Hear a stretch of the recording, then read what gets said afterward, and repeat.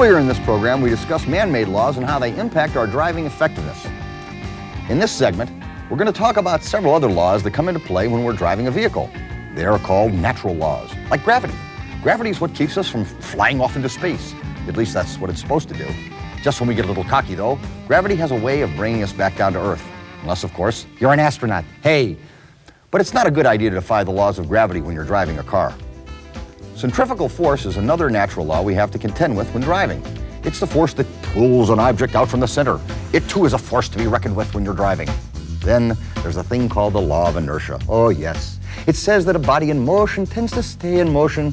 That is, if you're in a moving vehicle that stops suddenly, you'll keep right on going at the same rate of speed you're going before the vehicle stopped, even if you don't want to. Dashboard! There are three basic ways that we control the motion of our cars. They are speed, braking, and steering. Each of these functions are affected by the laws of gravity, centrifugal force, inertia, kinetic energy, and friction. When you accelerate your car, you are increasing the car's energy. Keep in mind, the faster the car is moving, the longer it will take for the vehicle to stop. Your car will respond differently at faster speeds, so you must adjust the way you accelerate, decelerate, and steer. A vehicle's energy of motion doubles when its weight doubles. When a vehicle's weight doubles, it needs about twice the distance to stop. A vehicle's energy of motion is proportional to the square of its increased speed. When the vehicle's speed doubles, it needs about 4 times the distance to stop. When the vehicle's speed triples, it needs about 9 times the distance to stop. All of which means the faster you're driving, the longer it takes you to stop and the less time you have to react to a situation. You also have increased difficulty steering in the intended path of travel and an overall decrease in car control. Along with those safety considerations, speeding also causes decreased fuel efficiency, increased engine wear, and increased tire wear. By reducing speeds or decelerating, you will have more time to react, shorten your braking distance, less difficulty steering in the intended path of travel, and an overall increase in car control. You'll enjoy better fuel efficiency and less wear and tear on your engine and tires. If it weren't for friction, you couldn't stop your car in an emergency. You'd have to wait for it to stop itself. Friction is critically affected by your brakes, tires, the road surface, and speed. The brakes on your car have to be strong enough to lock the wheels into a skid. Your tires must have enough tread to create good traction. In California, the legal tread depth is 1/32 of an inch. Traction is the friction of gripping power between a tire and the roadway on which it moves. Traction is affected in one way or another by friction, stopping distance, centrifugal force, and/or hydroplaning. An increase in any or all of these factors will decrease the amount of traction that your car will have. By decreasing a car's traction, you are thereby decreasing the amount of control you have over the vehicle. When your car goes into a full skid, you don't get maximum braking. Sometimes, a driver will slam on his brakes and slide right into the object he was trying to avoid hitting. When you're in a full skid, your front wheels are sliding and you lose control over the steering. The direction of your car won't change even if you turn the steering wheel. Sometimes, you can regain steering control by releasing the brake enough so the wheels are not skidding, then steering around the object you're trying to avoid hitting. Tires with good tread are necessary for good traction on our roadways. The purpose of tread is to increase frictional contact with the road to give us greater stopping power. Good friction is also required for proper traction on the roadway. So is a good road surface. The type of road surface greatly influences the amount of friction our tires create with the roadway. A dry concrete road provides the best friction, while dirt roads are one of the worst. On dirt roads, our tires are literally rolling across small stones that have a ball-bearing effect. Needless to say, you need a lot more room to stop on a dirt road than you do on dry pavement. On wet pavement, most of the friction is lost due to hydroplaning. The mixture of oil and water on a concrete or asphalt road causes the tires to float on an emulsion. The tires, in effect, lose their contact with the pavement and thus lose the benefit of friction. However, the most difficult surface to maintain any type of friction on is an icy road. It will take you 3 times farther to stop than in ordinary conditions. Some helpful hints for driving in the mountains are specific altitude-related conditions that you should be aware of, such as vapor lock and overheating. If mountain driving conditions are bad due to excessive snow, make sure your headlights are on and travel in the tire tracks of the car in front of you to better see the road. In icy areas, make sure you don't shift to a lower gear with a standard transmission or lift your foot off the accelerator too fast, as this may cause some of the same effects as hitting the brakes.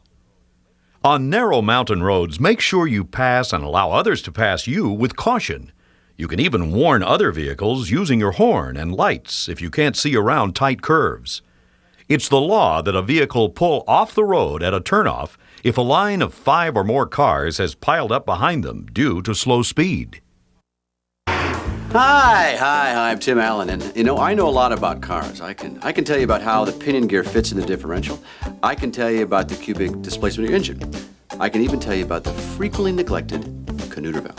But let's not worry about that now. You don't have to be a mechanic like me to do at least one thing to improve your car's safety. Good treads allow water to escape from under your car's tires, giving your car a much better grip on the road. Smooth tires, however, double the risk of skidding on wet surfaces, and you're more likely to blow out if you hit an obstacle, right? You don't want that. Now, if your treads are worn, get some new tires. Bald eagles are a symbol of America's pride. Bald tires are an imitation disaster. All right, now about Canuter valves. It's actually a little valve that fits inside. Every time you stop your car, you have to overcome a force that is known as kinetic energy. This force is the energy developed by an object while it's in motion.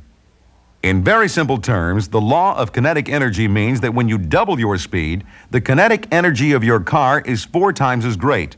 And that means the braking distance is 4 times as great. When you triple or quadruple your speed, the stopping distance is even greater. Let's say you're driving at 20 miles an hour on dry concrete pavement. At that rate of speed, you'll need 20 feet to stop your car, or 1 foot for each mile an hour. Now, you've doubled your speed to 40 miles an hour. You'll need 4 times the stopping distance, or 80 feet to bring your car to a safe stop. So you can see kinetic energy has a direct bearing on speed versus stopping distance. Another force you need to understand is centrifugal force. A simple definition is the force that pulls an object out from the center of a curve. Centrifugal force comes into play when you're rounding a curve. It tends to pull your vehicle out away from the inside edge, regardless of which direction you're traveling. If a car tries to navigate a curve at too great a speed, centrifugal force will pull it out away from the center into the path of a car in another lane. Or, if a car tries to navigate the curve at too great a speed, centrifugal force will pull it out to the right and off the roadway. In approaching a curve, you should go into it on the right edge of the road, as far away as possible from the center line. This will give you a slight margin of safety to help compensate for the pull of centrifugal force. Of course, if your speed is too great going into the curve, even this margin of safety won't help. If you're driving up to a curve like this, you have 2 things to be concerned about. 1, the edge of the roadway on the right, and 2, the center line. Therefore, for the greatest safety, you should split the difference and place your car in the center of the lane. Here again, though, too much speed could be disastrous. Anybody who has ever survived a serious car crash can tell you about this force. If a vehicle is traveling at 40 miles per hour and hits an object that stops its motion, everybody and everything in that vehicle keeps traveling at 40 miles per hour until they hit something that stops them. This is the force called inertia. Inertia is the force that causes the second and third collisions in an automobile crash. Bodies hitting bodies, and objects in the car hitting bodies. In this test, a driver is going 40 miles an hour without his safety belt on. His vehicle hits a stationary object and stops, but he keeps moving at 40 miles an hour until he hits the windshield, that is. Gravity is another force that affects car handling. It is a force that pulls objects downward. When a vehicle is going downhill, gravity is one of the forces pulling it down. Conversely, when your vehicle is going uphill, Gravity helps slow it down. Inertia, kinetic energy, centrifugal force, and gravity all affect driver control and vehicle performance. They affect stopping distance, car control, and the force of an impact. Speed is one of the factors affecting impact. When you increase the speed at which you hit an object, you directly increase the force of the impact. When you increase the force of impact, you increase the risk of injury or death in a collision. When you increase the weight of an object, whether it is the vehicle you are driving or the object you are about to hit, you increase the force of the impact and, conversely, the risk of injury or death. When you increase the distance your car has to travel between the time you put on the brakes and the time you reach impact, you increase the ability of your car to slow down before reaching the point of impact. You are therefore decreasing the force of impact, which decreases the risk of injury or death in a collision. Greater speed and weight increase your stopping distance, reduce your control, and increase the force of impact. Today's automobiles are equipped with a number of features designed to absorb energy and decrease the force of impact.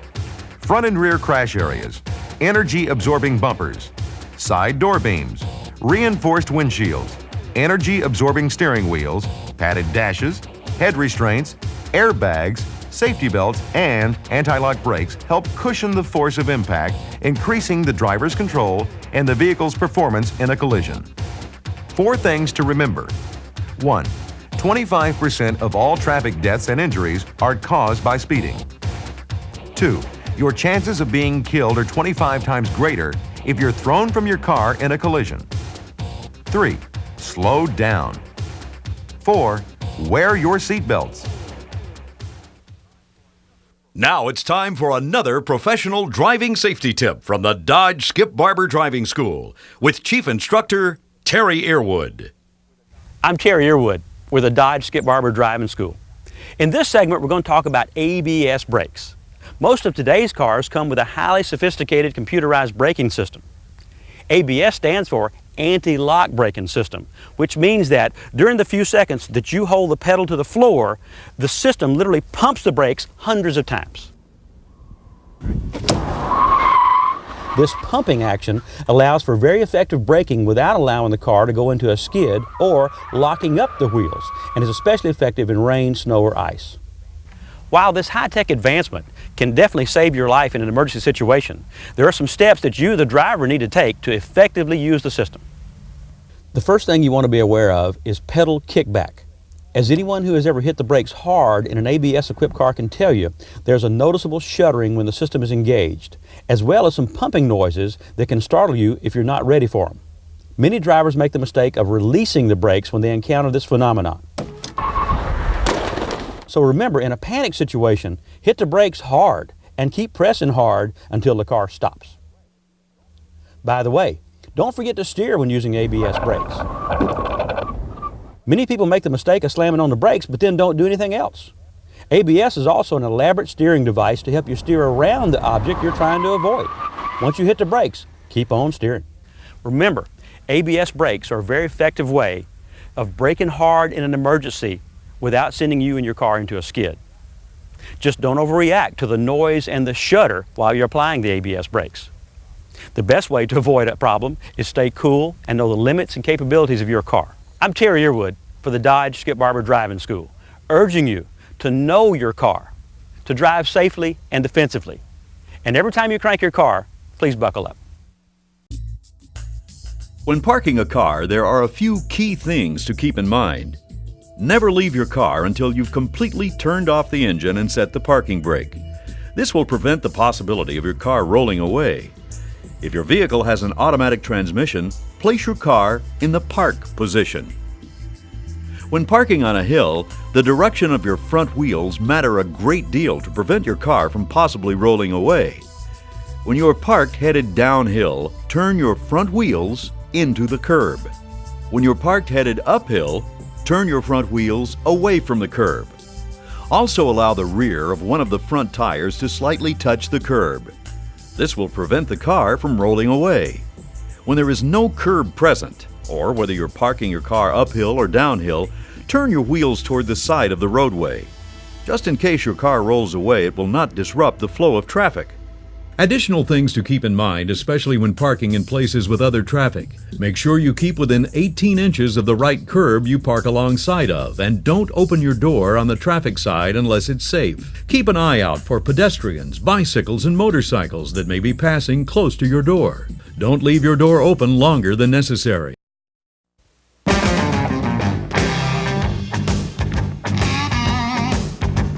The earliest known case of perceptive thought came when early man finally realized it was time to shave and maybe use some deodorant. Of course, it took most of us 10,000 years to grasp that concept, but hey, you know, better late than never. If our earliest ancestors hadn't become the discerning folks they were, we probably wouldn't be sitting here doing this right now. Fortunately, early man got pretty good at this perceptive thinking stuff. I think you know what all this is leading up to, right? Right. Early man had all the perceptual skills to qualify for a driver's license. Unfortunately, he was never taught to parallel park, so he never got a license, and therefore, he basically was stuck in the jungle. I got news for you, folks. We're still stuck in the jungle. At least it seems that way when you look at our driving behavior, and yet we still need all those basic perceptual skills to drive a car, primitive as they are. I mean, we're still relying on sight, sound, touch, and smell for our very safety. There's nothing primitive about the demands of driving. However, to operate a motor vehicle safely, the driver needs to possess good perceptual skills. In other words, the driver needs to be able to receive messages by sight, sound, touch, and smell, and then translate these messages into meaningful conclusions. Perception is the ability to filter out the extraneous matter from the messages received by your senses and apply the substantive matter to the task or situation at hand. Take this, for example. What is it? Could it be something that's wrong with your engine? Or is it just the mating call of the South American drooling blowfish? Or what about this? Or this? Or even this? These are all noises that mean you should service your car as soon as possible. Our perception of dangerous and hazardous situations is critical to our ability to recognize potential problems. That is, to anticipate what might happen and be ready to take evasive action. We're constantly receiving messages from our senses as we drive, especially from our eyes and our ears. Our ears alert us to emergency vehicles and other motorists. They warn us of impending danger. Our eyes are constantly receiving messages and transmitting them to the brain for interpretation. What's the speed limit? How fast are we actually going? Where to turn? Where not to turn? Where the problem is? What the solution might be? To fully utilize our perceptive abilities, our eyes should be constantly in motion, getting a big picture of the roadway, to the front, to the rear, and sides, watching for impending danger, anticipating situations and preparing our response to them. About 90% of what we identify in traffic is through our sense of vision. Our other senses must be working too. Our sense of smell can tell us a lot about the condition of the vehicle we're driving, as well as the driving environment. Do I smell fuel, radiator coolant, brake fluid, or is it just my partner Ed? Our brain receives literally hundreds of messages from our senses every minute, processes them, analyzes them, and filters through the ones that are important at the moment. Our perception of the situation is based on only the important messages that apply to the situation at hand. For example, you're on the highway scanning the road ahead like the safe driver you are. Here are some of the messages your senses might send your brain. Horse, open gate, yellow sign, park entrance on left, signal ahead, green light, white picket fence, and a guy changing a tire. Bear in mind, all these messages were received in just a few seconds. To give you an accurate perception of the driving situation, your mind filters out such extraneous messages as horse, open gate, and white picket fence. While important to other facets of your thought, they have little to do with the task of safe driving. What you're left with are these messages: yellow sign, park entrance on left, signal ahead, green light, and guy changing a tire. These are all messages that give you the perception that the situation within the immediate area could become hazardous. Now that you've recognized the situation as potentially dangerous, you quickly anticipate what might happen. Remember, always expect the worst. That way, if the worst happens, you'll be prepared. Let's see how you'd react to different situations you might face while driving. Here's one example. You're driving down a two-lane road. There's a bike rider and cars coming toward you in the oncoming lane. Make sure to use your perceptual skills here to decide when to pass the bike. Is now a good time? No. Wait till the traffic in the oncoming lane is clear. Then proceed with caution. slowly pass the bike rider and move back into your lane. Good job. Now let's take a look at some city driving. What about this situation? You're driving down a city street and there's a car stalled in the middle lane. The traffic is light. What do? Make sure to look around and isolate any potential hazards that may occur. That's good. Use that safe space. By using your perceptive skills to their fullest to help you recognize hazardous situations and anticipate what might happen, you've given yourself an extra margin of safety that sometimes separates life from death. This situation was a good example of complex reaction abilities, the ability to respond to multiple situations at one time. The driver had to react to the situation. By react, we mean seeing the danger, making a decision on what action to take to avoid a collision, and then taking the action based on that decision. Drivers who can only respond to one situation at a time are said to have simple reaction abilities. As you might guess, their driving performance can be affected by increasing their perception time and decreasing the time they have to react to a traffic situation. This decrease in reaction time leaves the driver little or no time to respond to a dangerous situation. Reaction time is the time it takes a driver to act after identifying a hazard. At 60 miles per hour, you are traveling at 88 feet per second. It takes an average driver at least 1 3/4 seconds to perceive the hazard, and an additional 3/4 of a second just to react. This means that you will travel 220 feet before activating the brake. The braking distance for the average vehicle traveling 60 miles per hour on dry concrete is 171 feet. What all this means is that you will travel roughly 391 feet from the time you perceive a hazard to the time your vehicle comes to a safe stop. Now let's test your reaction time. You're going to see a sequence of numbers, 1 through 12 on your television screen. When I say go, I want you to touch those numbers in order, as quickly as you can. Mark your finish time by the clock on your screen. Ready, set, go.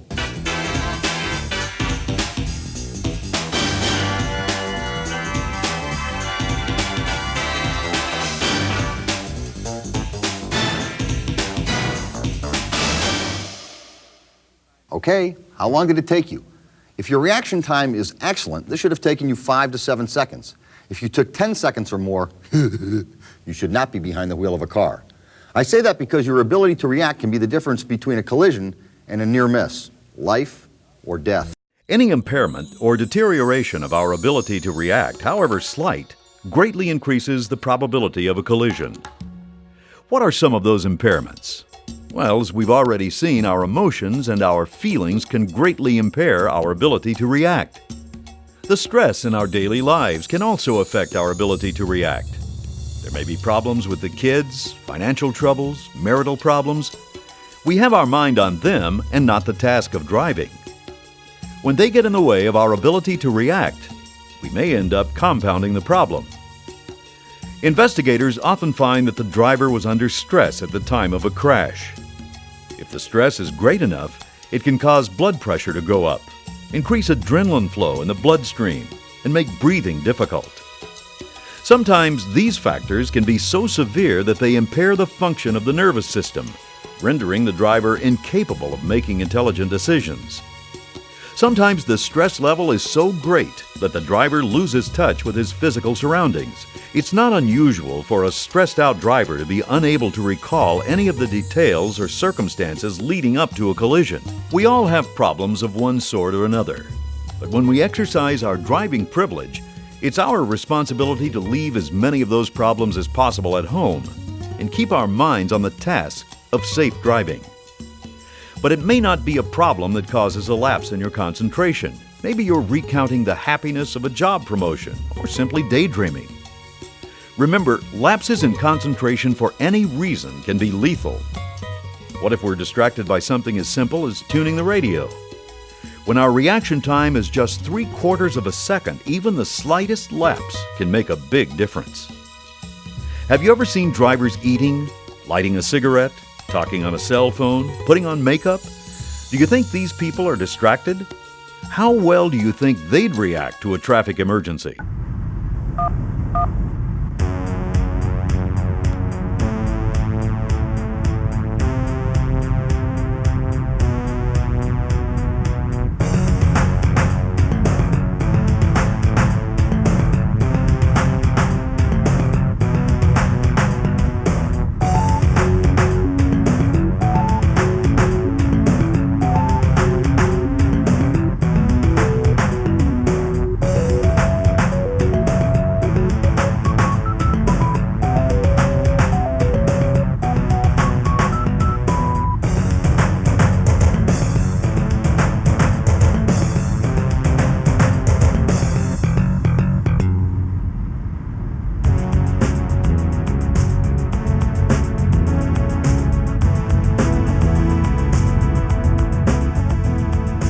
most of us, it's second nature. Driving. Getting behind the wheel is so commonplace, we often forget the responsibility involved. After all, moving a 4,000-pound object at speeds of up to 70 miles per hour can be a risky activity. Each year, more than 40,000 people are killed in motor vehicle crashes, and over 3 million are injured. Hello? Hi, Joe. How you doing? Good. Okay. Well, did you check the status? All right. What did they say? Great. So we have a date? Good. Hold on. Let me get my calendar.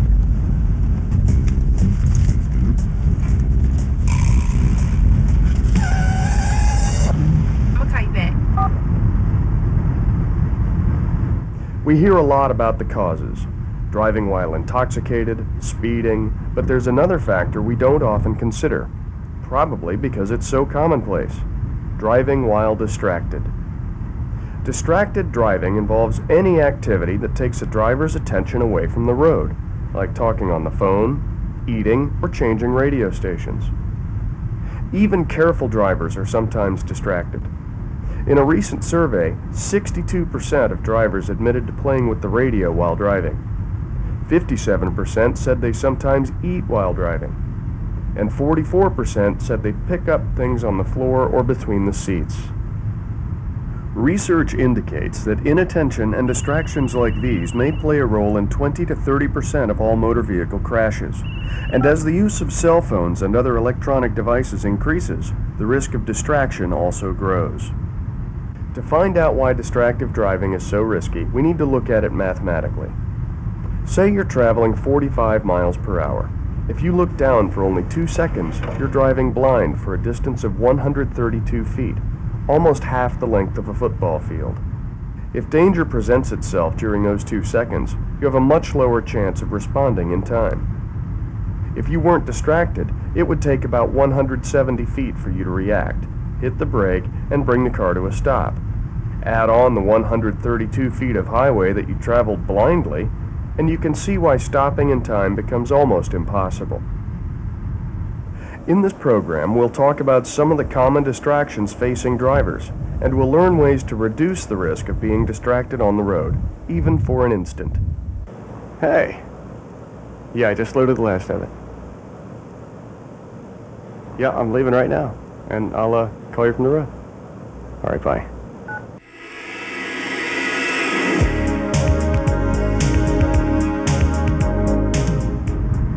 I'm broken down. I need a tow. When cell phones were introduced, they gave drivers the opportunity to report crashes or summon help from any location. Today, cell phones have turned out to be a mixed blessing. Research indicates that cell phone use is responsible for a growing number of traffic fatalities each year. Deliveries, this is Michael. No, I'm already on a run right now. Most driver distractions are visual, and indeed cell phones present a visual distraction whenever they are being dialed or answered. But cell phone use is made even riskier because of the mental distraction they create. No, he has to do it. You set me on it, I'm already, whoa. Talking with someone we cannot see causes us to focus even more intently on the conversation. Our minds are not on the task at hand, driving. Hang on just a second, let me put you on speaker. I'm already on a run. Even hands-free, voice-activated phones create the same kind of dangerous mental distraction. Having a phone in the car can be a lifesaver during emergencies, but good judgment is required to use phones safely. You have 2 new messages. To listen to your messages, press 1. Most cell phone providers offer voicemail, which can answer calls you receive while driving. Yeah, I need to report an accident. It's at the corner of... If you must make a call from the car, perhaps to report a crash or to get directions, stop where it is safe and legal to park. Avoid pulling off to the side of the road, which can be dangerous to you and other drivers. You could also ask a passenger to make the call for you. Don't try to fit a call into a stop at a traffic light. Chances are the call will last longer than you think. In addition, you should always stay focused on your surroundings, even when you're stopped in traffic. Be aware of the local laws in your area concerning cell phones. Some states have restrictions on handheld phones, headsets, and ear clips, and new legislation is constantly being introduced. Cell phones aren't the only devices that can interrupt our concentration. The stereo, air conditioner, speedometer, and other controls can be distractions too. In fact, they're probably the riskiest distractions because they're so commonly used. For instance, adjusting the radio or CD player is a major cause of distracted driving crashes.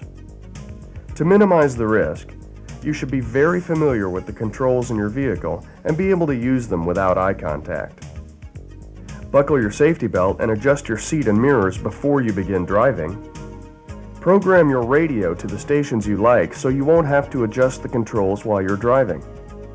Finally, be cautious of new in-vehicle devices, such as navigation systems, laptop computers, and onboard communication systems. Street address. I need directions to 155 State. Although automobile manufacturers are working to create safe devices controlled by touch or voice, many of these features can still be distracting. Remember, anything that takes your eyes or your mind off the road, even for a moment, is a distraction. Always remember to only enter information when the vehicle is stopped.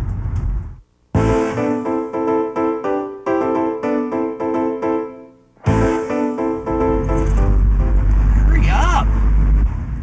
Someone driving aggressively near or around you can obviously be a distraction, especially if you focus on them instead of your driving. The sooner you spot an aggressive driver, the more time you have to get out of the way and avoid danger. Beware of someone who makes frequent lane changes, runs red lights, or tailgates. These are major causes of vehicle crashes and should always be taken seriously. Nothing is more infuriating than someone who recklessly puts other people at risk. But responding to an aggressive driver takes your mind off the road, putting you and your passengers in even greater danger. Difficult as it may be, you need to set aside your own ego when it comes to dealing with aggressive drivers. The best way to respond to aggressive drivers is to get out of their way. Make every effort to let them pass you. Learn to drive. What is your problem? God. Don't make eye contact with aggressive drivers. Attention is what many of them are looking for. Others can become enraged if you give them a mere glance. Ignore gestures and refuse to return them. Don't race with other drivers or challenge them by speeding up or passing them. These actions will endanger not only yourself, but innocent bystanders as well. Hello, yes. I'd like to report a reckless driver on Route 230. Reckless driving or aggressive behavior should be reported to the police. Get as much information about the vehicle as you can, such as the make, model, and license number. Stop to call the police or ask a passenger to call using a mobile phone. By the way, it's much easier to prevent our own driving from becoming aggressive if we follow a few guidelines. Plan ahead by allowing yourself plenty of time to reach your destination while driving the legal speed limit. Avoid listening to music that gets you pumped up. Studies suggest that certain kinds of music can increase the risk of a driver becoming aggressive. Use a map or suggestions from friends to find shortcuts that are less congested. If all else fails, just relax and accept that you're going to be late.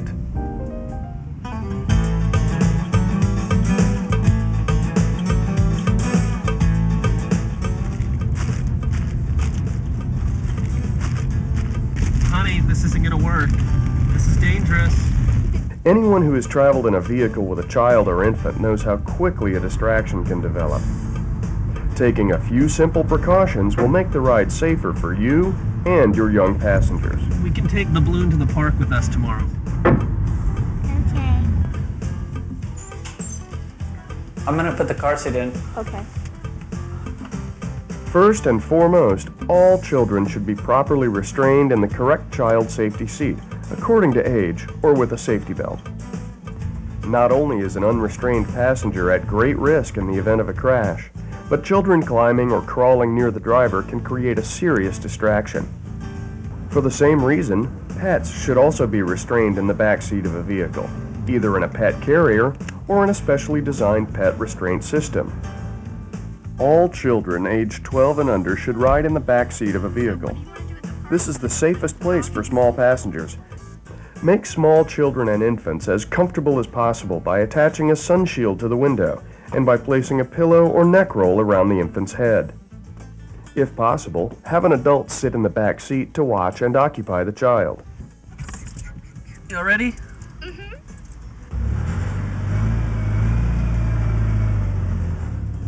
Don't turn around to look in the back seat while you're driving, even if a child cries. Keep your focus on the road. You can calm crying spells by playing children's music on the stereo. We're almost there, honey. Remember that riding can be uncomfortable and frustrating for kids. With a little forethought, most pint-sized distractions can be solved or prevented.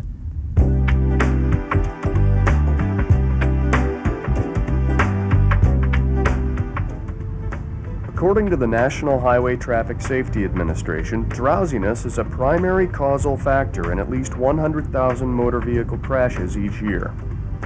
While not a distraction in itself, being drowsy can take your attention away from potential hazards on the road.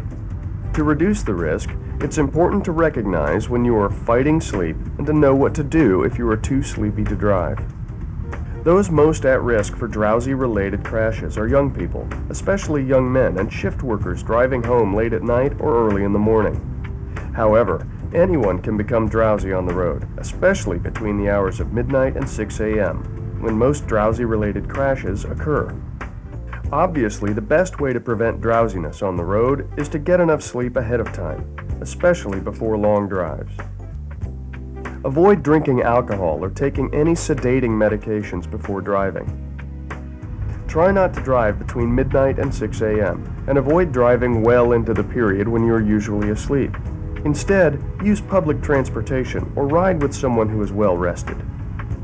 To recognize drowsiness in yourself or others, watch for drifting across lanes or near the shoulder of the road, having trouble following a conversation or keeping a train of thought, seeing shadows or glowing lights, or mistaking an object for something it is not, and especially nodding off or forgetting what has happened during the last few minutes. If you feel drowsy, stop driving as soon as possible. Find a motel or a safe rest area and sleep as long as you can. Give yourself a few minutes to wake up before getting back on the road. Caffeine can also help. 2 cups of brewed coffee will improve alertness for 30 to 60 minutes. You can also do some light exercises or snack on high-energy foods like soft drinks or candy bars. These are only short-term solutions, giving you enough energy to find a motel or call a ride. Nothing is a substitute for adequate sleep.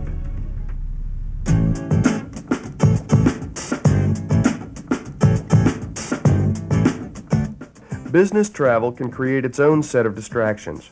Business travelers often have to drive unfamiliar rental cars on strange roads. In addition, they can be rushed, overworked, or stressed out. As a business traveler, you should be extra cautious of potential distractions. Look over your itinerary and intended route before getting started. Keep a map and phone numbers in a convenient place. If you rent a vehicle, take time to familiarize yourself with the controls. Be conservative when braking and steering, allowing extra time for differences between the rental vehicle and your own. Allow extra time to get to a meeting, especially if the route is unfamiliar. Work-related stress and driving are not a good combination. Relax by listening to soothing music. Not only will these steps reduce the risk of a distracted driving crash, they'll also make business trips go more smoothly. So excited about this trip. I hope we didn't forget anything. Family vacations are exciting and often involve eye-catching scenery in unfamiliar areas. All of these factors can take a driver's attention away from the road. Before leaving home, designate 1 or 2 drivers for the trip. All drivers should thoroughly familiarize themselves with the destination spot, as well as the best way to get there. Look over maps and other guide materials before the trip begins. Learn the basic layout of the roads at the destination, as well as specific areas you might want to visit. I got the number for the babysitter in the hotel. I'm putting it in the glove compartment. That's a good idea. Keep maps, phone numbers for local agencies such as the tourism office, and other resources in the glove compartment or other handy spot.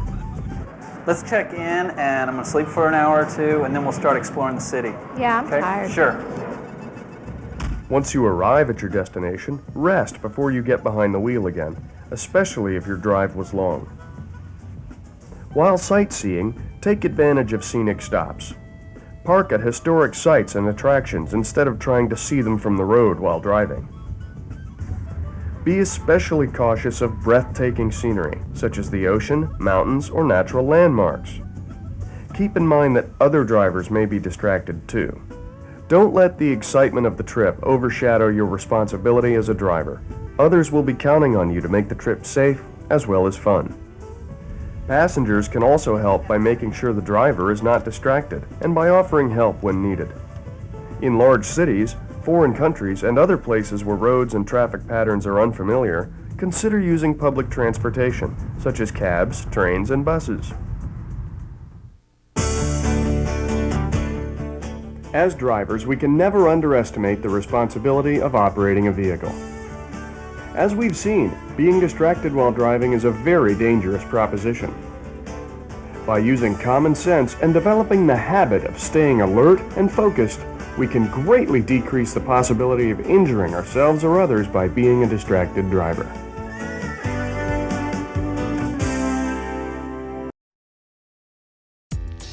Of all the things that can impair our reaction time, they pale in comparison to what alcohol can do.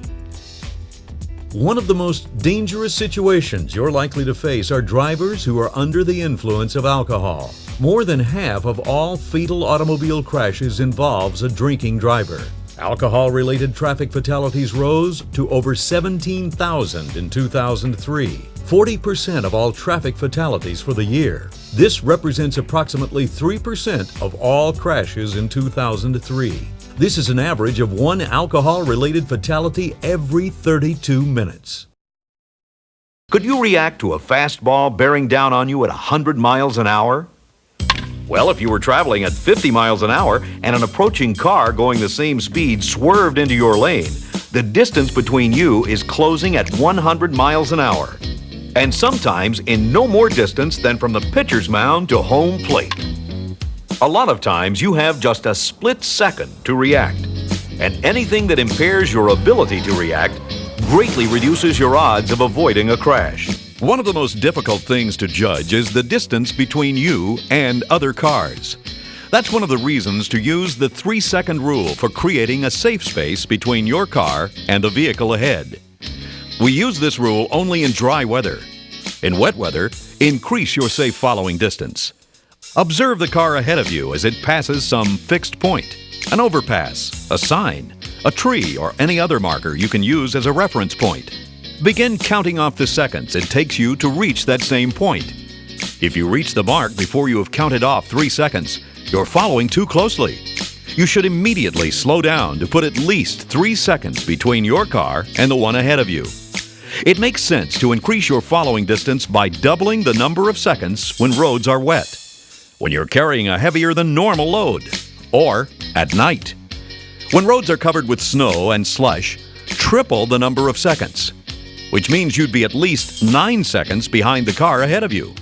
When ice covers the road, quadruple the time, so you are at least 12 seconds behind. Using reference points is a good way to judge the distance of a car ahead of you. But how about judging the distance of a car coming from the opposite direction? Unfortunately, there's no easy rule to follow here. It's purely a judgment call. One rule of thumb that helps: if the approaching car doesn't seem to be getting bigger, you probably have enough time to safely pass the car in front of you. Some traffic authorities recommend a safe space of 1/2 mile in distance and 30 seconds in time between you and the approaching car when you're going 55 miles an hour. This takes good judgment. If you let anything impair that judgment, you could end up being one more grim statistic.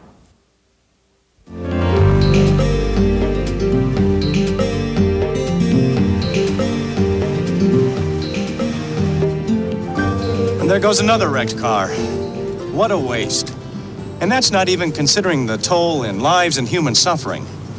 Almost without exception, Every wrecked car in that shop is there because its driver did not know how to manage his driving space. To drive well in traffic, you need to position your car safely. Choose a spot that lets you see the best and be seen the most. Learn how to use your space by deciding the amount of time you'll need to maneuver the car. And learn to judge the time and space other drivers and vehicles need to perform their maneuvers. What exactly is driving space? Well, simply put, it's that space around your car to the front, the side, and to the rear, within which you are vulnerable to collision. It's kind of like having a big space cushion surrounding your car. Any vehicle or object that pierces this cushion has penetrated your safe driving space and becomes a potential threat. How big a space cushion we need is determined by several important factors: your vehicle speed, visibility and how well you can see, road conditions, and traffic.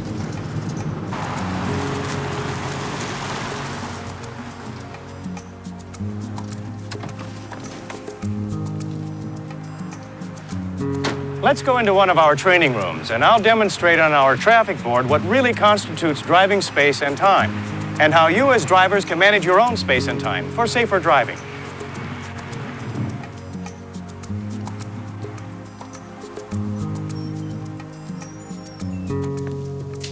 As I stated before, there are 4 factors that determine how much driving space and time we need.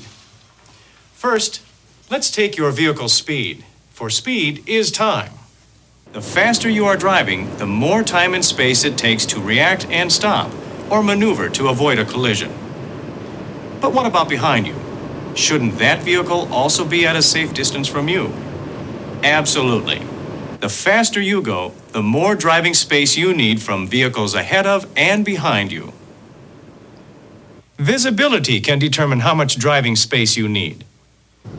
Most of what you do is a result of what you see, and only by scanning the road ahead can you detect the changes in the traffic situation or the road conditions. If you cannot see at least 12 seconds ahead of you because of poor visibility, you need more space, more time. But visibility is not just restricted by weather. Your visibility within your driving space can be restricted by other vehicles, as well as by road conditions, tight curves, hills, or obstacles. Certainly, the amount of traffic on the road will have a drastic effect on the safe driving space you will need, not to mention the erratic actions of some drivers. We've shown you the 4 factors that determine how much driving space and time you will need. How we control and adjust for any penetration into our driving space is what management is all about. Management of space and time is identifying a problem, developing a solution, and executing a correction. As drivers, you control your own space by adjusting speed, lane positioning, and by communicating with other drivers. So, by using the principles of management, let's see how we can control some typical penetrations into our driving space. The vehicle ahead in our path of travel is stalled at the traffic light. He has now penetrated our safe driving space. We are faced with slowing down or changing lanes. With this vehicle behind us, it's not advisable to slow down. There's also a vehicle coming up fast on our left, so that lane is blocked. But the right lane is open. So, by signaling our intent to the 2 vehicles behind us, we can change lanes, still maintaining our speed, and open up not only the driving space in front, but the space to our rear as well. When you meet another vehicle on a 2-lane roadway, you need to allow yourself as much safe driving space on your left as possible. But in this situation, there is a cyclist riding on the shoulder. At our present speed, we would meet that truck at the precise moment of passing the cyclist. Giving the cyclist as much room as possible would jeopardize the driving space to our left and ultimately place the cyclist in great danger. The proper solution to this problem is to reduce speed so as to permit the truck to meet the cyclist before we meet the truck. This means communicating our intentions to the driver behind by flashing our brake lights.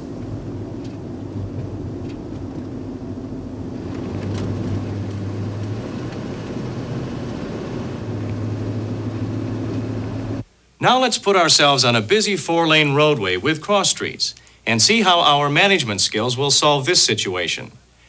The vehicle in the left lane is signaling for a left turn, but with oncoming traffic, he will be forced to stop and wait. How will this affect our driving space? For one thing, that car right behind him will probably try to move into our lane to avoid having to stop. This would definitely reduce our safe following distance. Here's where our management skills will pay off. A check in our mirror shows a vehicle far enough behind to enable us to reduce speed. By slowing down, we not only give the driver on our left more room to safely change lanes, but we also give ourselves more time to react further should he get into a problem at the intersection.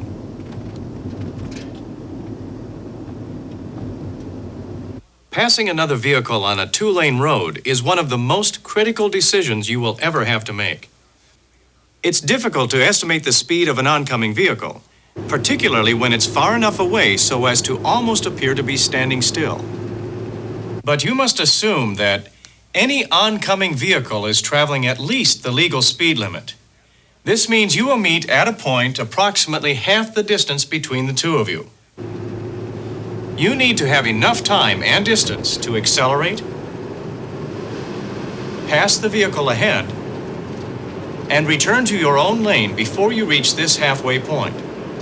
If you have any doubts whatsoever, don't try it. Wait until there is no question of a safe passing distance.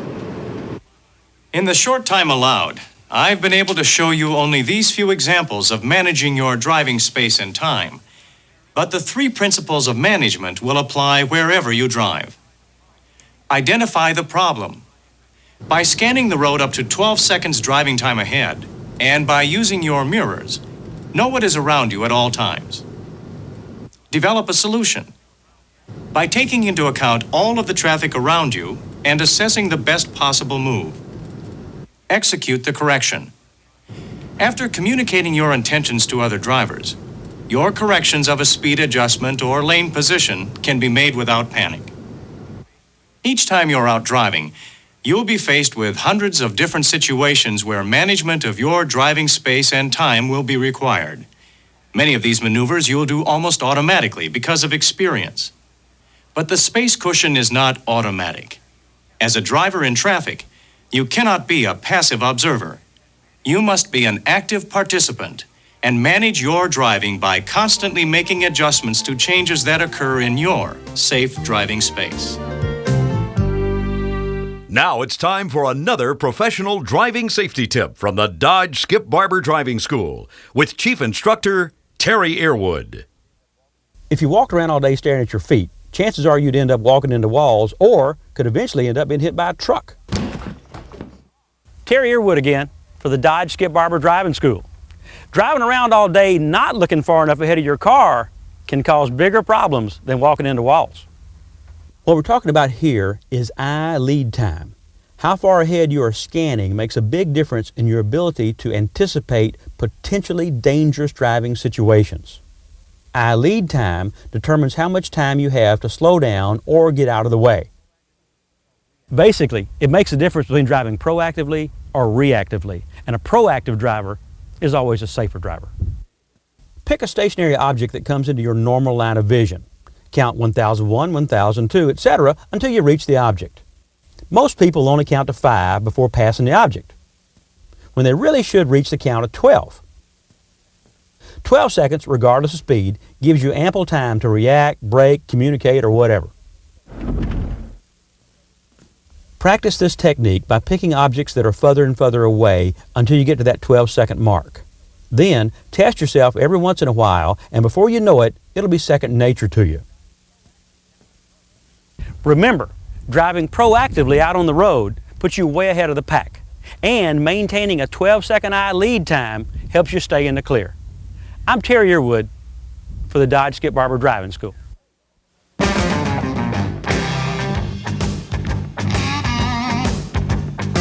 Hey, welcome back to another segment of the program. If you haven't figured out by now that driving can be hazardous, well, hey, I'm not sure you should be operating a motor vehicle at all, or even a toaster for that matter. No question about it, driving is serious business, but that doesn't mean you have to be paranoid about it.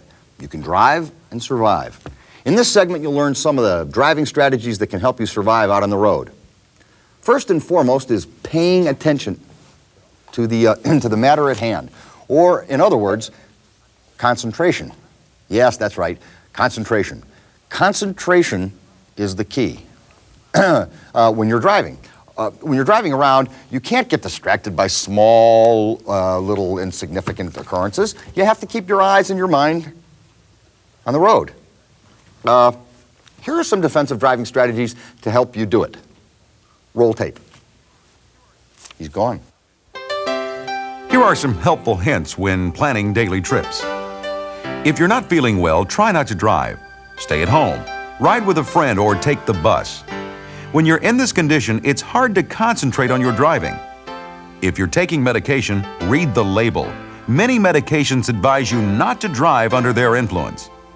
Make sure your vehicle is properly equipped for any physical limitations you may have. And if at all possible, avoid driving at dusk and dawn. For most people, that's not possible because of working hours. So be extra careful at these times of day. Try to take a route you're familiar with. That way, you can keep your mind on driving, not trying to figure out where you are. And stay off roadways that are poorly marked and maintained. That's hard to do in some places, but it's usually worth going a little out of your way to be on safe roads. The same goes for extremely congested roadways. If you can avoid the peak driving hours, do it. And if there's heavy rain or fog, leave earlier than usual so you can drive at safe speeds and still make it to work on time. If there's ice or snow on the road, stay home if at all possible, and always keep your car in good working order. Routine maintenance and regular safety checkups are a good idea. There are certain other rules to follow when taking longer trips as well. Always get a good night's sleep beforehand so you'll be well rested and alert. Don't try to cover too much distance on each leg. Be realistic and safe. Time your departure to avoid congestion. And don't take stimulants to stay awake. They can impair your ability to react. Eat light, but on a regular basis to keep from getting tired. Also, stop and rest every couple of hours to avoid fatigue. If your destination is more than 8 hours away, plan to stop for the evening and get a good night's sleep. Don't overdrive your stamina. If there's another safe driver with you, share the driving. And remember, to prevent highway hypnosis, roll your car window down every so often to let fresh air in. You can also change the radio station now and then to keep from being lulled into a trance-like state, especially at night. By following these good common sense rules on trip planning, it won't take you much longer to get to your destination, and you'll be in better condition to enjoy yourself while you're there. Of course, it also helps ensure that your trip won't be interrupted by the unexpected. There are potential hazards in every mile of road you travel. You're literally surrounded by people, objects, signs, and other vehicles that can affect the safety of your driving. But you can drive and survive in this frightening world we've created for ourselves. Two keys to survival are, 1, learning to control our feelings and emotions, and 2, developing defensive driving strategies. As you learned earlier, feelings and emotions have a tremendous influence on driving behavior. However, you can keep your feelings under control with sheer concentration. Another key to safe driving is getting a good overview of the scene around your vehicle to spot potential problems before they become a threat. This involves your senses of sight and sound.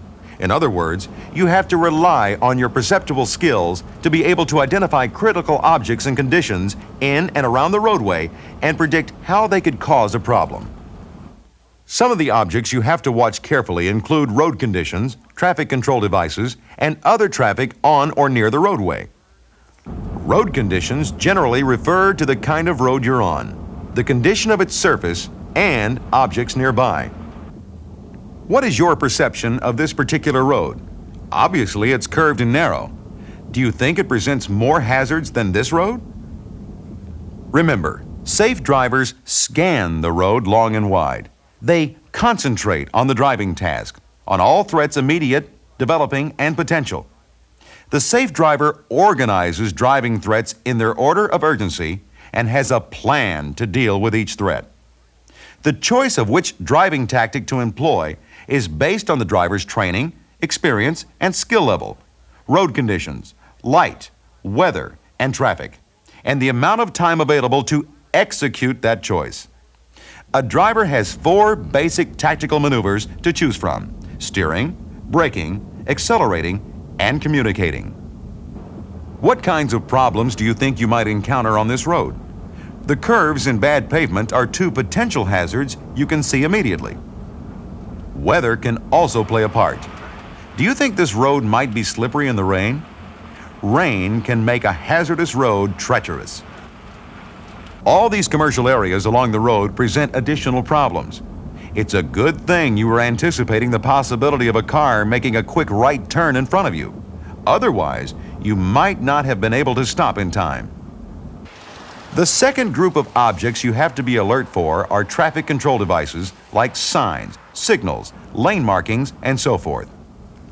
The third group of objects to watch closely is the traffic around you: cars, trucks, bikes, vans, and any other moving object in and around the roadway. Pedestrians are also included in this group. You never know when someone might try to cross the street or step into the street to get into one of those cars parked along the roadway. To be a safe driver, you have to be alert for possible problems all around your vehicle. You also need to be able to spot problems far ahead and give yourself time to react. Safe drivers scan for any person, vehicle, animal, or anything else that might cause them to have to slow down, speed up, or turn. Safe drivers identify any of these things as potential threats. Safe drivers usually scan 12 to 15 seconds down the road. That covers a lot of ground, so you have to keep your eyes moving. It takes work to sharpen the perceptual skills you need for safe driving. But safe drivers are alert and constantly aware of what's going on around them. Most of what you do as a driver is in response to what you see. Rain can greatly reduce visibility as well as cause road conditions to become treacherous. Remember our discussion of hydroplaning? You could be floating on an emulsion of oil and water right now, so give yourself a good safety margin. Use your perceptual skills to identify potential problems before they occur and be ready to act. What about that traffic light ahead? It's been green for a while, and it's sure to change any second now. You've identified a potential problem. You act by slowing down and preparing to stop. That way, you won't have to make a split-second decision when the light turns yellow. This is especially important when streets are slippery. But keep in mind, there's more to recognition than just planning ahead, because what you think will happen might not. As you scan the area ahead, what do you see? Traffic lights, parked cars, quite a few pedestrians, and a bicyclist. A car door might suddenly open, or the bicyclist might pull out in front of you, or a pedestrian could try to cross in the middle of the block. When safe drivers identify a threat, they anticipate what could happen. They always anticipate the worst. That way, they're usually ready for any eventuality. Don't let pedestrians or other drivers force you to do something. When you identify a threat, act in advance so you won't be forced to react. Drivers who constantly have to react to unexpected traffic situations may not be checking far enough ahead to identify critical objects, and they may not be anticipating what could happen. One of the most important elements of safe driving is the ability to control the situation. As we've just seen, the ability to recognize potential problems and being ready to take action can help you do just that. You use safe driving tactics to help prevent a collision. All actions in response to a threat should be the result of a rational, intelligent decision and not a reaction to an unexpected danger. In other words, act. Don't be forced to react.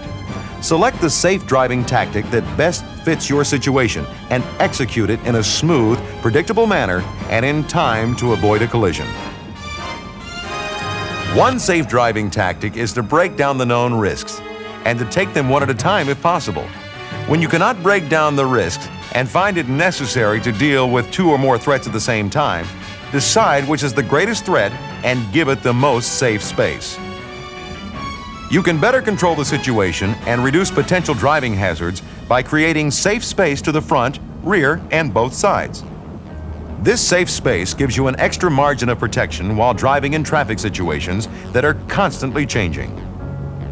To insulate your car from potential hazards, you should drive within a physical safe space, a clear space around your car that moves with you as you drive. Depending on your speed and driving conditions, you should maintain a safe distance between yourself and the cars near you. It's a margin of safety in front, behind, and on both sides of you. Since you never know what the other drivers might do, control your distance from other cars. This way, you'll have time to react to avoid a collision when someone does something you don't expect. In other words, you constantly have to be prepared to compensate for the mistakes of other drivers. You should always try to keep these spaces free of traffic, so you'll have time to compensate for what other drivers are doing. One technique for maintaining your safe space is the 3-second following rule.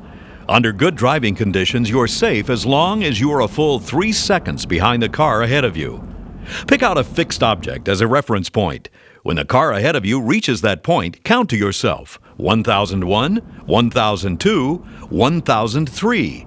If you reach the reference point in 3 seconds, you are okay. If you got there in less than 3 seconds, your safety zone is too small. Slow down and distance yourself from the car ahead until you are at least 3 seconds behind. But don't forget about safe space to both sides of your vehicle as well as to the rear. If you get boxed in by other vehicles, pedestrians, or objects, your ability to respond to a situation is limited to speeding up or slowing down. You can keep your safe space to the sides by speeding up or slowing down, then changing lanes.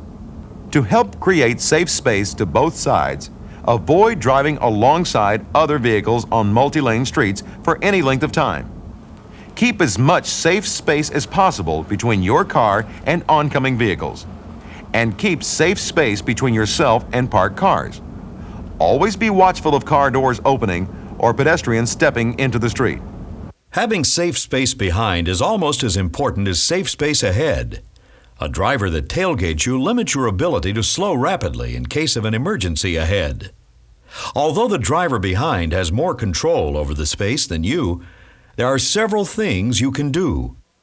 Communicate with the tailgater by waving him around you and encouraging him to pass.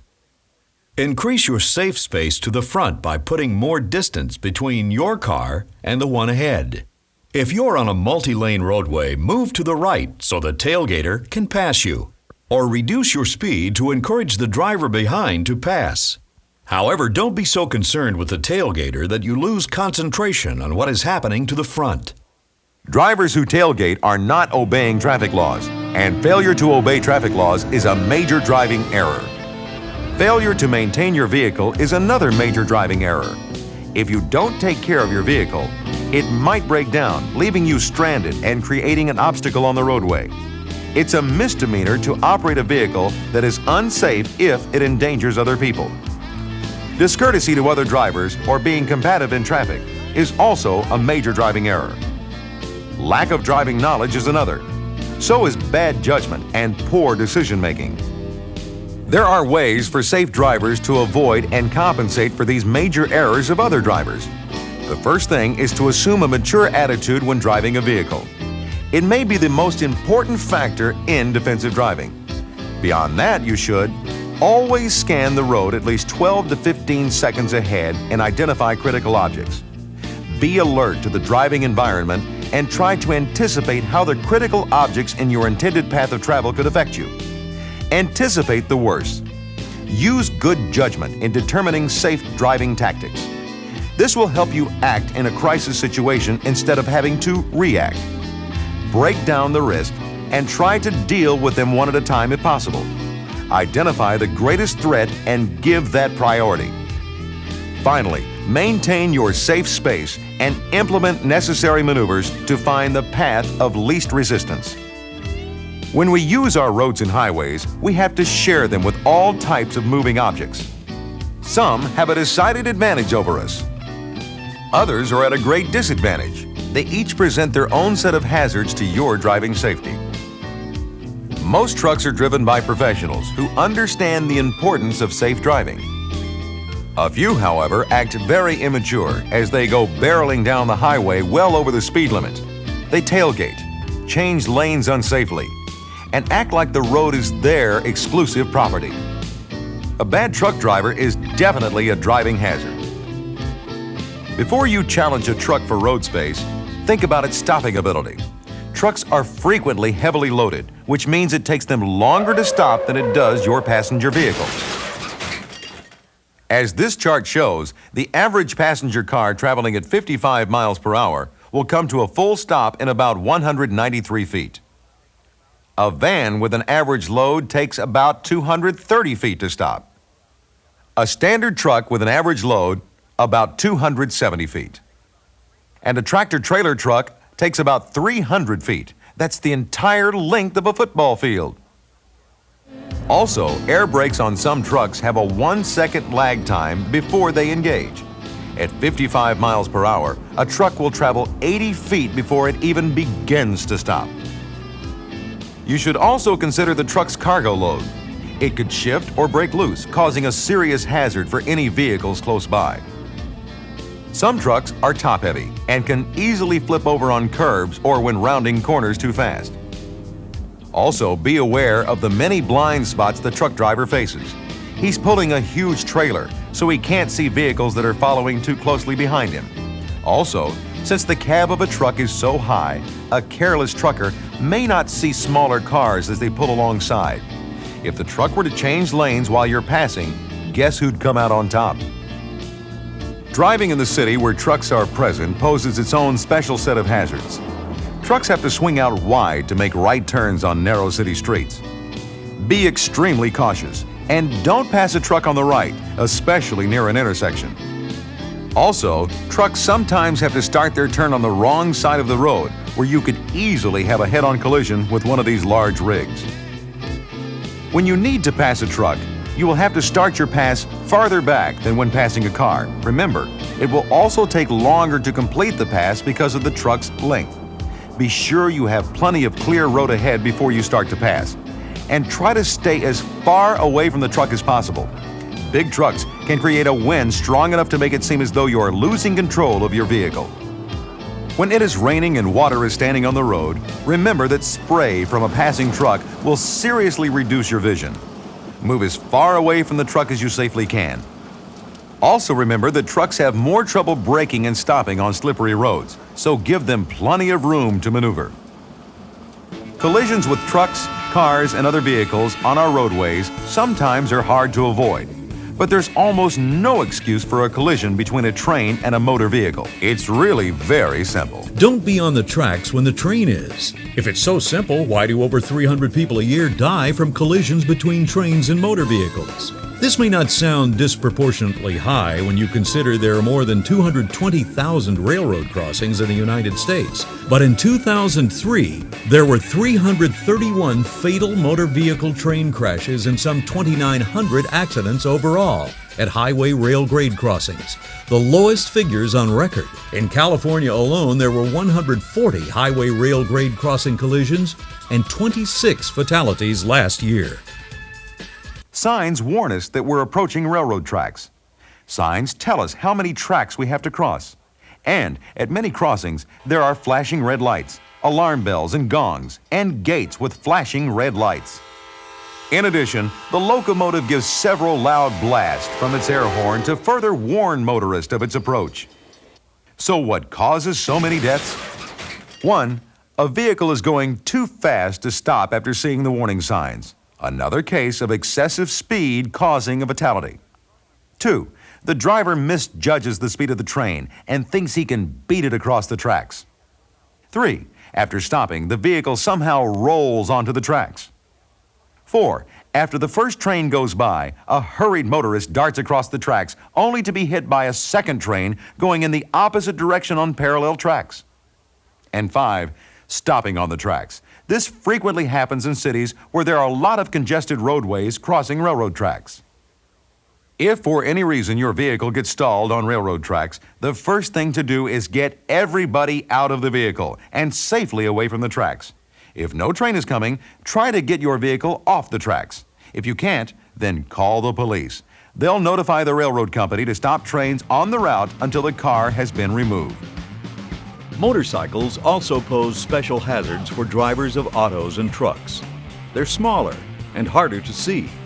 And if they're involved in a collision, they don't have the protection of a steel shell or the added safety of restraining devices. There are 6 basic rules to follow when you're driving near a motorcyclist. 1. Create a large safe space between your vehicle and a motorcycle in front of you. 2. When you pass a motorcycle, treat it as though it's the same width as a car. Move all the way over to the next lane. 3. Allow an oncoming motorcycle plenty of room if you're turning in front of it. 4. When stopping at intersections, don't encroach into the intersection where the front part of your vehicle could strike a passing motorcyclist. 5. Before changing lanes, take a good look to make certain there's not a motorcycle alongside in your blind spot. And 6. Take a look to be absolutely certain that the motorcyclist is not in your lane. Bicycle riders are required to obey all the same traffic laws that apply to motor vehicles, except those governing the physical properties of the bicycle itself. In reality, however, many bicyclists don't think the laws apply to them. Some of them routinely ignore stop signs, red lights, yield signs, and speed limits, ride on the wrong side of the street, and ride at night without lights. Since bicyclists don't always watch out for motor vehicles as well as they should, it's your responsibility as a safe driver to be especially watchful for them. You need to be alert for poor riding habits of bicyclists and be ready to react quickly. When approaching a bicyclist, tap your horn slightly to alert the rider. Don't wait till you're too close though. It might sound like an emergency and cause the rider to swerve or fall. Give all bicycle riders an extra measure of room when passing. Be extra careful around any bicyclist riding down the right-hand side of the street next to parked cars. The driver of a parked car might swing his door open, causing the rider to collide with the door and be thrown head first onto the pavement. Or it may cause the driver to swerve left into a lane of fast-moving traffic. Most important of all, remember that many bicycle riders are kids, and you can never predict what they might do. So allow an even greater safe space when you encounter kids on bicycles. No one under 18 years of age shall operate a bicycle, a non-motorized scooter or skateboard, or be a passenger on any of these without a properly fitted and fastened bicycle helmet. Helmets must meet appropriate U.S. standards. This requirement also applies to a person who rides on a bicycle in a restraining seat that is attached to the bicycle or in a trailer towed by the bicycle. This applies to any street or other public bicycle path or trail. Like bicycle and motorcycle riders, pedestrians have very little physical protection, so it's up to you as a safe driver to help keep them out of harm's way. Safe drivers always yield the right-of-way to pedestrians even when they are violating the law. You are required to yield to pedestrians legally using crosswalks and crossing with a green light. You are also required to yield to pedestrians on sidewalks when exiting private driveways. Remember, when you're scanning the roadway for potential driving hazards, pedestrian traffic is a very important consideration. By constantly scanning the road ahead, you're better able to recognize potential problems before they occur and anticipate what might happen far enough in advance to be prepared for just about any eventuality. That's what safe driving is all about. Now let's take a look at some examples of everyday driving and see how to anticipate what is going to happen, how to compensate for the mistakes of other drivers, and how to implement the necessary maneuvers to avoid collisions with other drivers who use the road. Let's test your memory. You're driving down an ordinary street on your way to the market or work or wherever, and nothing out of the ordinary is happening. Just a normal drive down the street. Now, what was the last road sign you saw? Were you paying attention? Give up? Well, let's take the same drive again and see what we missed.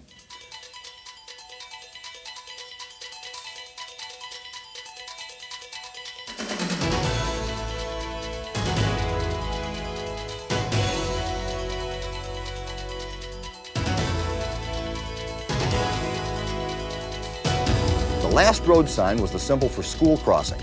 If you missed it, believe me, you weren't alone. We asked some people who were actually driving the same route to tell us the last road sign they saw. Here's what they said. Stop sign. Stop sign. The last one I noticed was the stop sign. The one that goes straight and two curves, you know? I couldn't tell you. I don't remember. A pedestrian crossing? 80% of all drivers could not tell us the road sign. You might not think it's very important to miss a road sign or two, but drivers often miss more than road signs. How about a child on a bike? That's a sign you can't afford to miss. And speaking of missing something, here's a quick question for you. I've got all my mirrors adjusted properly in the car. This means I've eliminated all the blind spots. True or false? The answer is false. Even with the mirrors adjusted properly, there are still blind spots. Let's take a look. The rear view mirror allows you to see directly behind you. The side mirrors help you see immediately on either side of the car, but for a limited distance only. Take a look in the side mirror. Nothing, right? Just kidding, folks. Here's an important tip when passing or overtaking another car. If you can't see that car's rear view mirror, that means the driver of that car can't see you either, and you're in their blind spot. And to make sure you haven't missed a vehicle behind you, turn your head for that last second before changing lanes. Now let's see how well you can do on the freeway. You're on a freeway getting ready to make a lane change. 2 lanes away, another driver decides to change lanes at the same time as you into the same lane. As you start to move over, you barely miss slamming into the other car. True or false? If you would have checked your rear view and side mirrors, you could have prevented this situation. The answer is false. Looking into the rear view and side mirrors is a must, but so is that simple glance over your shoulder. That quick glance over your shoulder will show you the whole picture.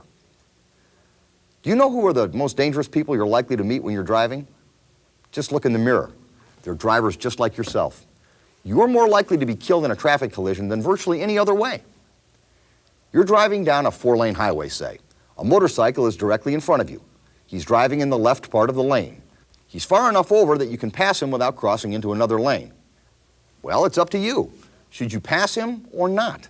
Well, you probably know the answer, but it's tempting, isn't it? A motorcycle is a vehicle too and is entitled to a whole lane. Don't be fooled if the motorcycle is over to one side of the lane. He may need to maneuver to avoid unsafe conditions like this one. Another creature to look out for on the road is the guy on the bicycle. He doesn't have a metal shell to protect him like cars and trucks do. His only bumper may be a pair of faded jeans. Okay, you're approaching an intersection where you want to make a right turn. A bicyclist is up ahead of you to the right.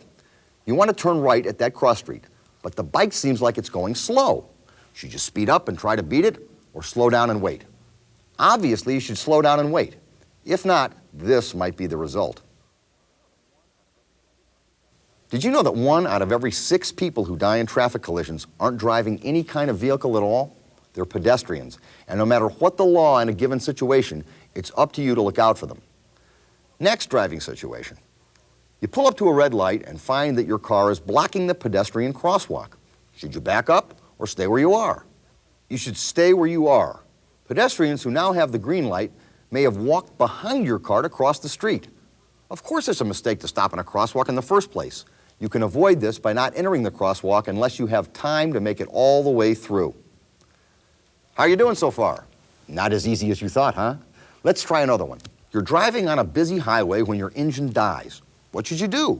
Do you turn off your ignition? No way. If you do this, it may cause your steering to lock. It may also cut off the power to your power steering and power brakes, making your car more difficult to operate.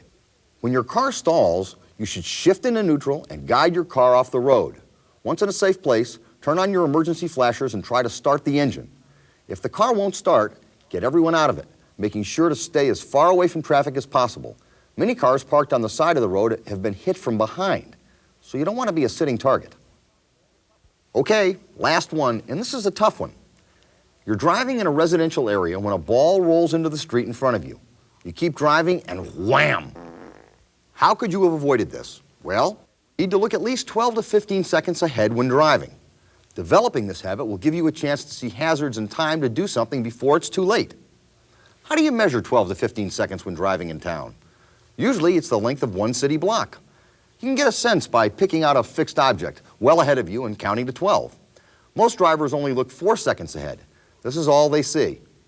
But if you were looking 12 to 15 seconds, you would have seen the ball in the street. Another good habit is to keep your eyes moving. Scan up and back and from side to side. This will help you see things before they are directly in front of you. And also, slow down. There are kids around here. You're in a neighborhood, for goodness sake. What you're about to see may aid in saving a few lives. I believe it'll be a good intro into our next segment called Driving Emergencies.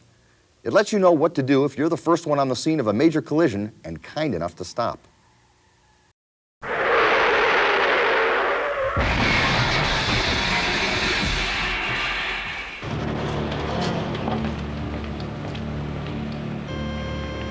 Attention please, trauma, category 1. Trauma, category 1. You reach his wife?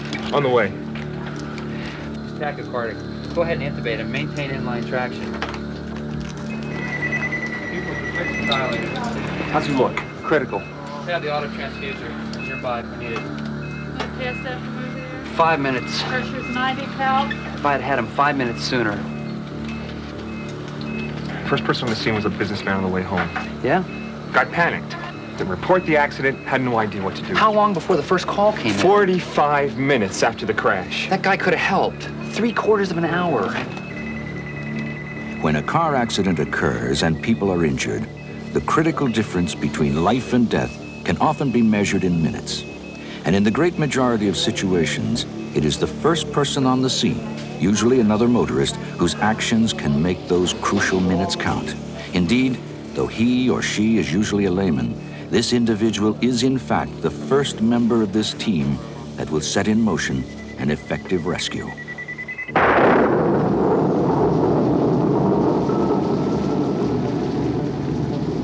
Proper procedure by the first person on the scene of an accident can not only prevent additional injuries, it can help provide the essential aid required to save lives.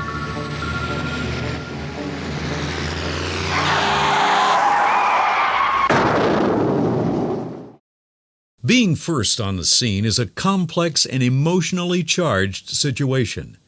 And while you'll no doubt be pulled by a variety of impulses, it's critical, for your own safety as well as those you're trying to save, that you react in a recommended procedure. First, park no closer than 500 feet from the collision. If possible, on the same side of the road. If there's a public phone nearby, or if you have a cell phone, immediately dial 911. Thanks for stopping. Are you a doctor? No, you need help? Yeah, there's a crash up ahead. Listen, could you call it in for me and I'll see what I can do here? No problem. Thanks. You should make a thorough examination of the accident scene, because when you reach the police, they'll want the information as specific as you can make it. Okay, now the location is a blind curve in the old Cedar Post Highway. Now, that's a half-mile north of the Seminole Road exit. Do you have the nearest mile marker? 59. Now, there's no cross streets, but it's just south of the Dewey Memorial Way Station. If help has already been summoned, ask other drivers to stop traffic, in both directions if possible. Accident? Yeah, just ahead. Any flares? Sure, I got a flashlight too. I'll take care of the flares. Okay, thanks. If you do have flares or any other emergency signaling devices, place them 500 feet before and after the scene of the accident. It's a head-on crash between a sports car and a truck. There were no passengers, but one of the drivers looked like he's pretty badly hurt. The other fellow seemed to be kind of dazed. Hey, all right? Shook up. How about if I go sit in your car? Is that okay with you? No, look, you better stay put right here until the paramedics get here. You never know what might be wrong until they check you out. Yeah, sure. Okay? Yeah. Don't try to move the accident victims from the scene. In all likelihood, unnecessary boldness will only make more work for the paramedics. But you should make those injured as comfortable as possible and make sure that they remain still.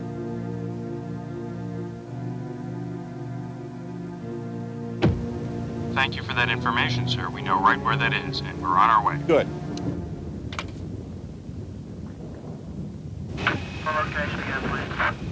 But the most important element of the procedure is this. If there is any immediate danger from smoke, fire, hazardous materials, or any other source, then stay away from the area of the crash. Don't be a hero. Each year, rescue teams treat an extraordinary number of secondary accident victims, people injured while trying to give aid to those hurt initially. In the critical life or death minutes following an accident, all of us can make a difference. All it takes is a willingness to help and the knowledge to see it through. Every day I see people involved in automobile accidents needlessly die. I might have helped. They might have been saved if only they were brought here on time. You can help save someone's life. If you witness an automobile accident, please follow the steps as outlined in this film. I need your help. Please help me help you. Thank you. The state of California requires that a person involved in an accident perform certain duties as specified in the California Vehicle Codes.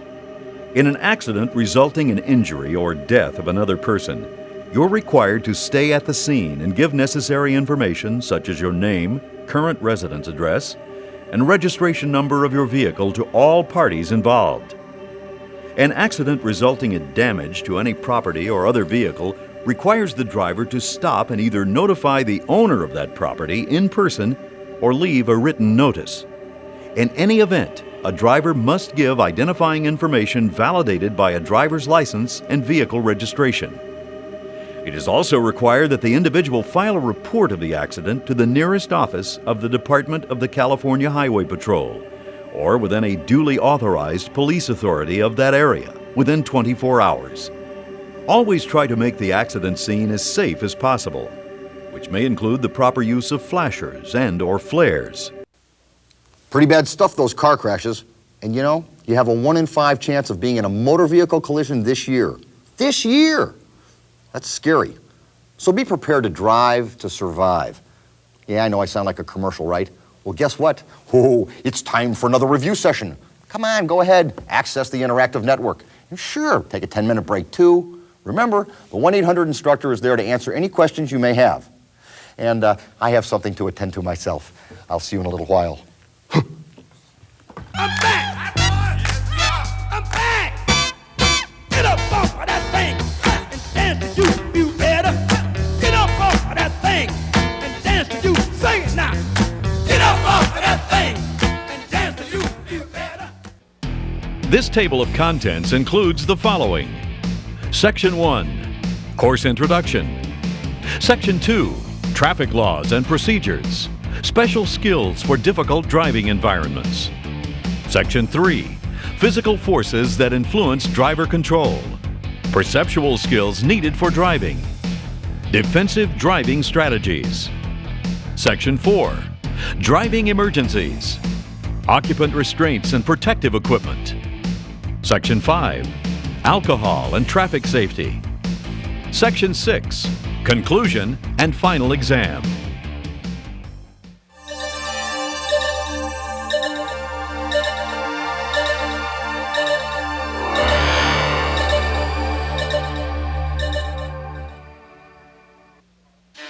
No one knows exactly when the first car crash actually occurred, but the first reported crash occurred on May 30th, 1896 in New York City.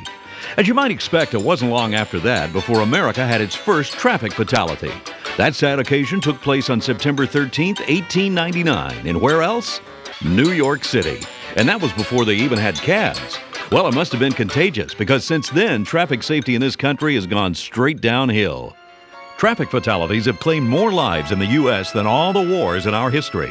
Since 1776, almost 1.2 million Americans have lost their lives in wars. American highways have become one of the most dangerous places on earth.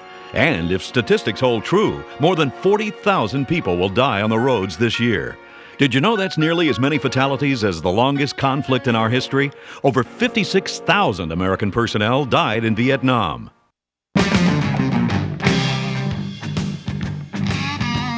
This is Take Home Traffic School, presented by U.S. Interactive, with your host, Jeff Altman. Hi. You know, the announcer was right. I am Jeff Altman. For those of you who know me, perhaps you're thinking, wait a minute, what is this, a talk show or a cable special? When is this guy going to pull up his pants like his dad or bark like a dog? And for those of you who are saying, wait a minute, who is this guy? Well, you're probably better off. Although my profession is trying to make people laugh, I have a little different job to do in the next few hours, and that is we're all going to be attending traffic school together. Guess what? Daddy is going to be your instructor, and from time to time I'll be around helping things forge ahead. Yeah, I know it seems like a lot of time, but I promise that I'll try to make it as painless as possible. But before we get down to serious business, I have a few notes that I've made here. I actually may need my glasses. There's a couple of things that you should know. One thing involves cheating. It's definitely not a good idea. And to prove it, we asked Officer C.U. Incourt from the Department of Motor Vehicles and Public Safety to tell you what he'll do to you if you try. What do you have for us, officer? Validation mechanisms are in place that prevent circumvention of this program. Any attempt to circumvent the state-approved take-home traffic school course may result in the loss of certificate of course completion, payment of court fines, higher insurance premiums, and forfeiture of the payment you made for this program. Believe me, you don't want to have to deal with this guy. Don't you just love technology? Hey, if we didn't have it, you might be sitting in some stuffy classroom next to a guy named Bubba. You'd only get a break when the instructor said so. All right, take a break. Hey, with this program, you can take a break whenever you like. Although there are breaks programmed into the course, so if you're one of those overachievers who would just like to go straight through the course, we're going to make you take some breaks anyway. That's the healthy thing to do. That and, of course, a daily dose of fiber. Well, now that we've got the technical stuff out of the way, we're ready to get this deal rolling. Listen, I'm going to kid around a little bit. Please don't confuse my levity with a lack of seriousness. This is important stuff, folks, so pay attention and take it to heart. Whether you're doing this to satisfy court requirements because of a traffic violation or to reduce your automobile insurance rates or both, it can help make you a safer driver and maybe save a life or two. This driver safety course is loaded with life-saving information. It focuses on the rules of the road, immediate action drills for life-threatening situations, wearing safety belts, and the importance of not drinking and driving. And oh, by the way, if you have any question regarding what you see or hear during this program, you can access a live instructor by calling the number listed on your information card. He or she can help you in areas where you may have some difficulties or just need a friendly ear to talk to. So let's get started. Take Home Traffic School has created a statistically proven effective way to help you as a licensed driver react better to certain driving situations as they arise. The ultimate goal of this program is to help teach you the fundamentals of safe driving, thereby reducing the overall number and severity of traffic collisions, and hopefully keeping the loss of life and property to a minimum. Consider this as a refresher course that will ultimately make you more observant and cognizant of the dangers of driving. By making more drivers aware of potential driving hazards, the number of traffic crashes will hopefully decrease, along with the fatalities, injuries, and economic losses they cause. Programs like Take Home Traffic School have been developed to give drivers sufficient motivation to change the behavior that causes unsafe driving. Most humans are rational beings. When they're shown the possible consequences of their behavior and given reasonable alternatives, more often than not, they attempt to change their behavior. The key is being able to control our behavior when we get behind the wheel of our car. But sometimes that's easier said than done, especially when you consider that behavior is controlled more by our subconscious, our feelings, and our emotions than by our conscious thinking. The more you're aware of your emotions and feelings, the greater control you'll have over them, and the more rational your driving behavior will be. Take Home Traffic School will help give you a better understanding of the factors that control your behavior, which can help make you a safer driver. Armed with a greater insight into your own behavior, you'll have a better understanding of other drivers as well. And as you'll see later in the program, that's an important part of being able to identify potential problems, anticipate what the other guy might do, decide the best way to avoid the problem, and take the right action to get out of harm's way. All of which can help save lives, reduce injuries, lower the economic cost associated with traffic crashes, and generally make the road safer for everyone.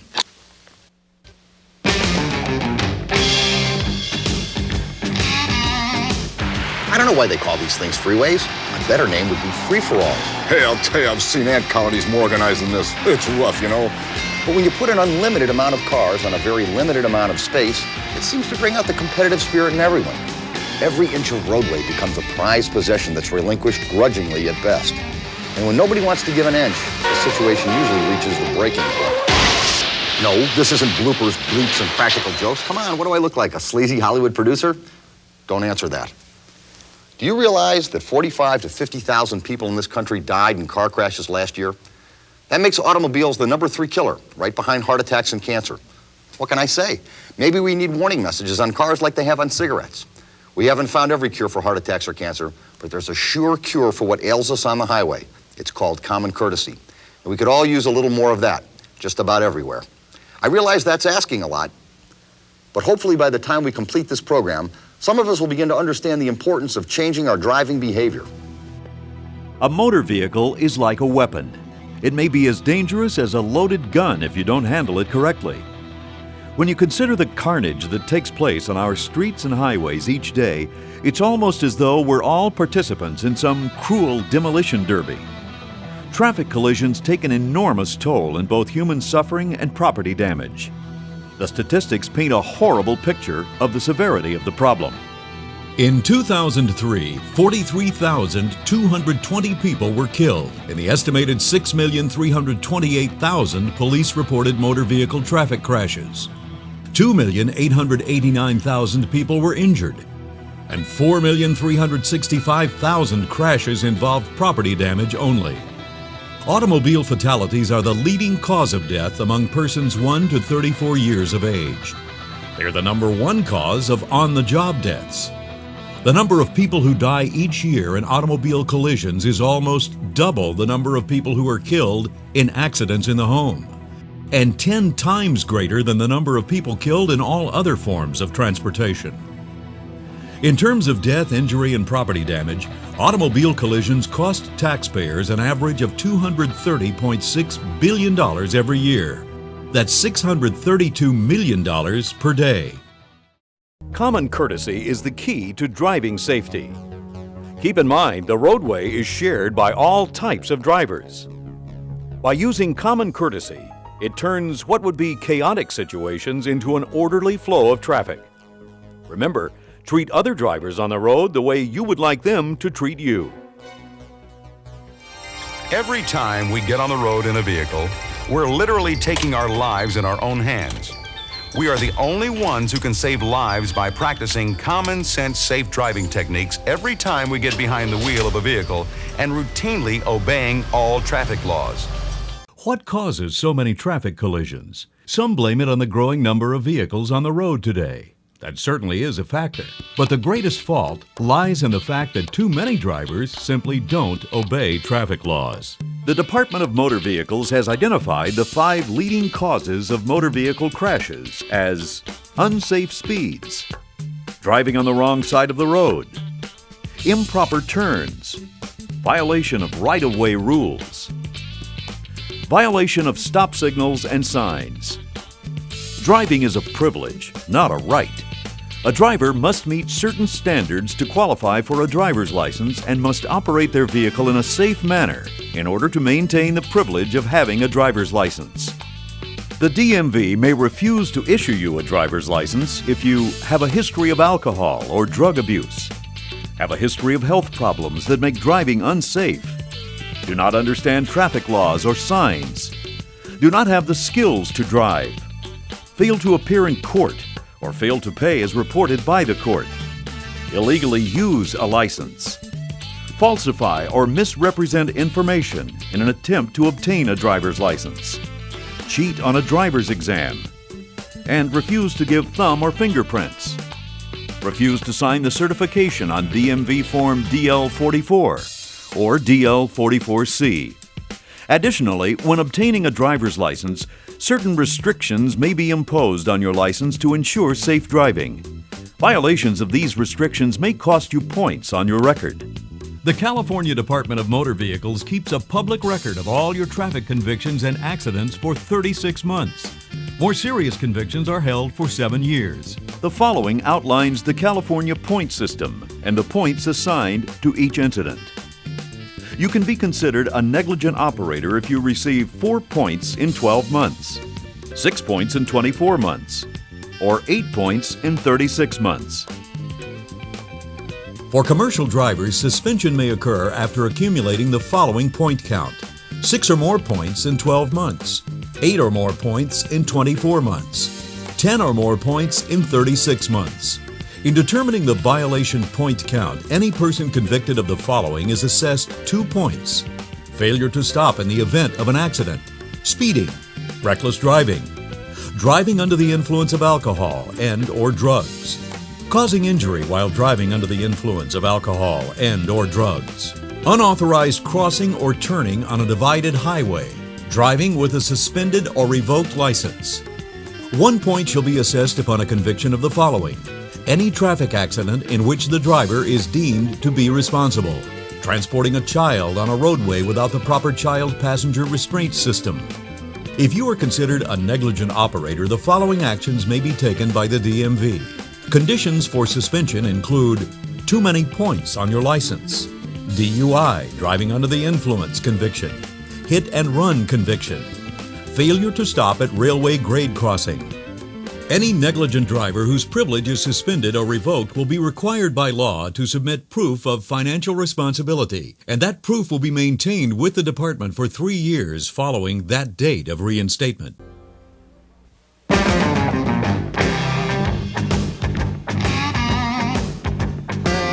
You know, some people out there are in a tremendous hurry.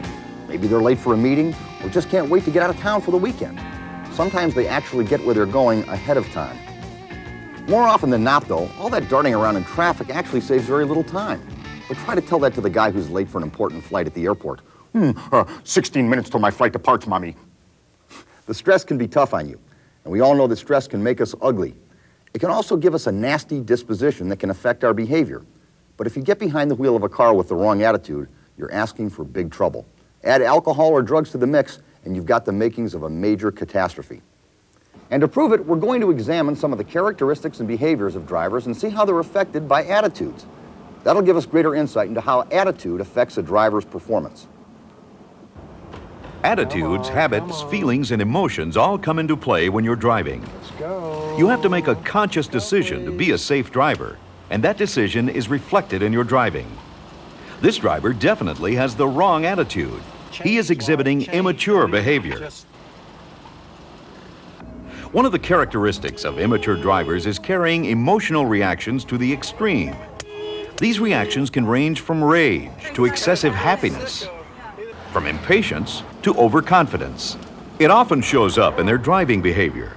Such drivers are often aggressive, take excessive risks, and lose their self-control, all of which can increase the time it takes to react to driving situations. The effects can be reduced attention span, poor judgment, and a decline in driving performance levels, which can lead to a collision causing property damage and personal injury. Contrast this with mature-minded individuals who have a drive-friendly attitude. They are more content with the driving situation, more cheerful, optimistic, and discerning.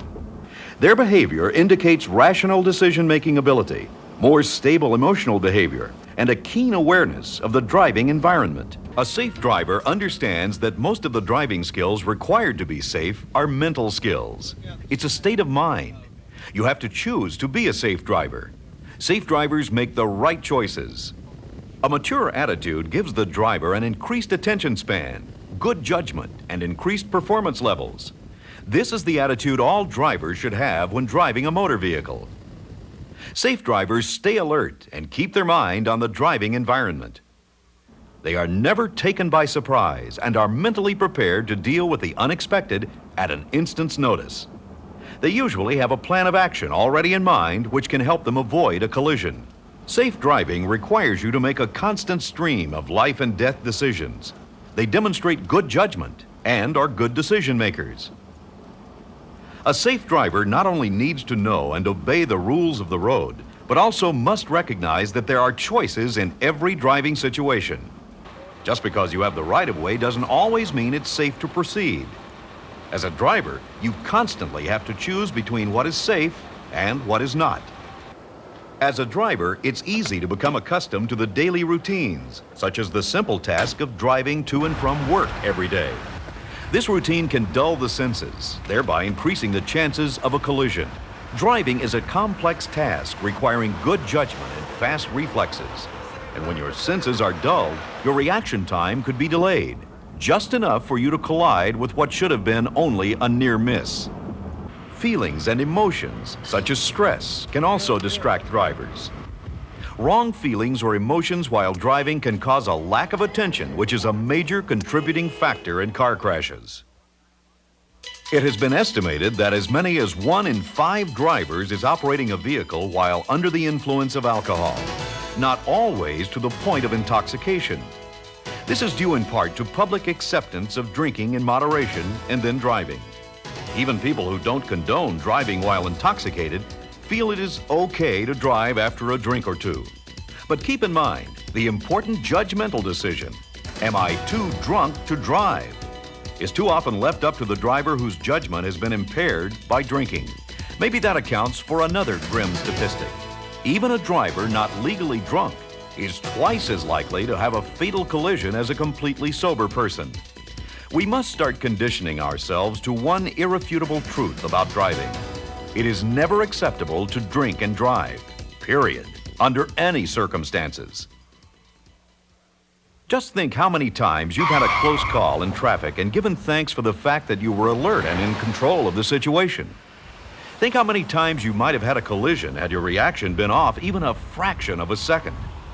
It's happened to most of us at one time or another, and the traffic situation being what it is today, there's a good chance it's going to happen again. So be prepared. Be alert.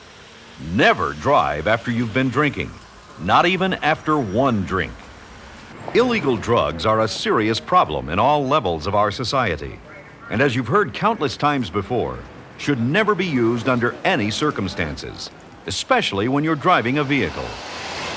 Your reaction can be seriously impaired by drugs. Marijuana, cocaine, heroin, and other illegal drugs have much the same effect as alcohol on a driver's reaction time, as well as the driver's ability to make rational decisions. Drugs can be classified into 4 separate categories by their effects on the mind and body. Alcohol is a depressant, which can slow down both physical and mental functions. Cocaine and speed are stimulants and have stimulating or pick-me-up effects. Narcotics such as Valium and opium have dulling or pain-relieving qualities. Hallucinogens like LSD can cause extreme delusions and disorientation. All these drugs, legal and illegal, have very adverse effects on driving ability. It would seem that America has become a drug-oriented society. But as incredible as it sounds, most of the drugs we take are legal. There are drugs that put us to sleep, drugs that keep us awake, drugs to help us lose weight, and drugs to fight off disease. The most common drugs we take are for the common cold. It's legal to take such drugs, but not when you're driving a vehicle. Before you take any drug, read the label. You'll notice that most legal drugs warn you not to drive a vehicle or operate machinery while under their influence. And for good reason. Most of the legal drugs we take slow our reaction time. Remember, even a split-second lost reaction time can be fatal. The antihistamines we take for colds and allergies. The amphetamines or pep pills some people take to stay awake. The barbiturates used as sleeping pills. The tranquilizers that help some people relax are all legally available over the counter. But it's against the law to drive under the influence of these drugs. Thinking plays an important role in safe driving, but judging the way some people drive, there's not nearly enough of that going on out on the road. No thinking person would try to operate a motor vehicle while under the influence of alcohol. Trouble is, a lot of drivers don't think about it at all. Here's a good example. And it was a field goal by Robert Franklin, and that's 10 plays, 56 yards, 6:21 off the clock, exactly what Coach Sims wanted to do against State University, and exactly what Jerome Walton hoped his defense would. Here we go, this is it now. Franklin with another Kick that ball all the way back. This won't let Stringer bring it up the field. This is Adam Michaels. Good piece of running. Yeah, that's it. You can do it all the way. In life, the most ordinary situations Honey, it's time to pick up Jimmy. can create a critical moment of decision. Okay, I'll go. You want to run a short errand. You've had a few drinks. What do? All too often, people think they're fit to drive, even when they really aren't. But consider all the things that can happen during even a short trip along a familiar route. Driving is a complex process requiring concentration, quick judgments, and fast reflexes. If you've been drinking, chances are you do not have what it takes to handle your car safely. Here's why. Just one 12-ounce beer, a 5-ounce glass of wine, or a shot of liquor can be enough to alter your behavior. Slow your reflexes, cloud your judgment. Just one drink and your blood alcohol concentration reaches 0.01 or higher. At 0.05, you've doubled your chances of dying in a wreck. At 0.10, you are DUI, driving under the influence, and can be arrested. Go to jail. Lose your license. And spend over $7,000 in fines, attorney fees, lost wages, and insurance premiums.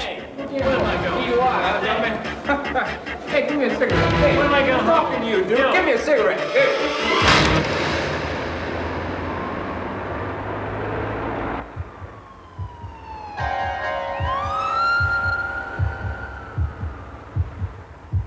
One bad decision can change your whole life.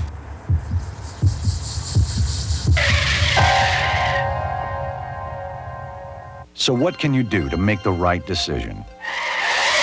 Remember that, like alcohol, illegal drugs greatly impair your ability to drive safely. Recognize that prescription and over-the-counter medications like common cold remedies can have similar effects. Before you drink or take a drug, think ahead to the time you'll have to drive. If you drink, drink moderately. And after even one drink, allow a full hour to pass before you drive.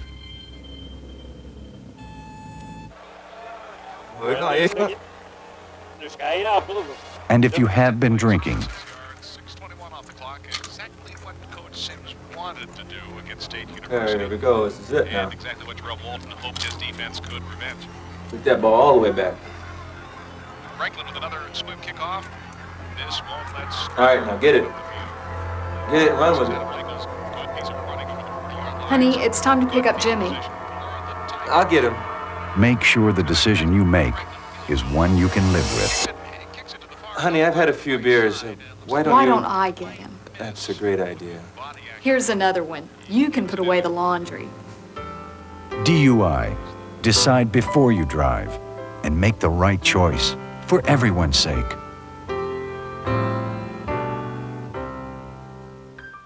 The Designated Driver Program encourages one individual to abstain from consuming alcoholic beverages for an outing, so that he or she can be responsible for transporting the other members of the group safely. To participate as a designated driver, an individual should be at least 21 years of age and must possess a valid driver's license. Must be part of a group of 2 or more persons and verbally identify himself or herself as the designated driver to the waiter or waitress. Must abstain from consuming alcoholic beverages for the duration of the outing. Must not be an otherwise impaired driver.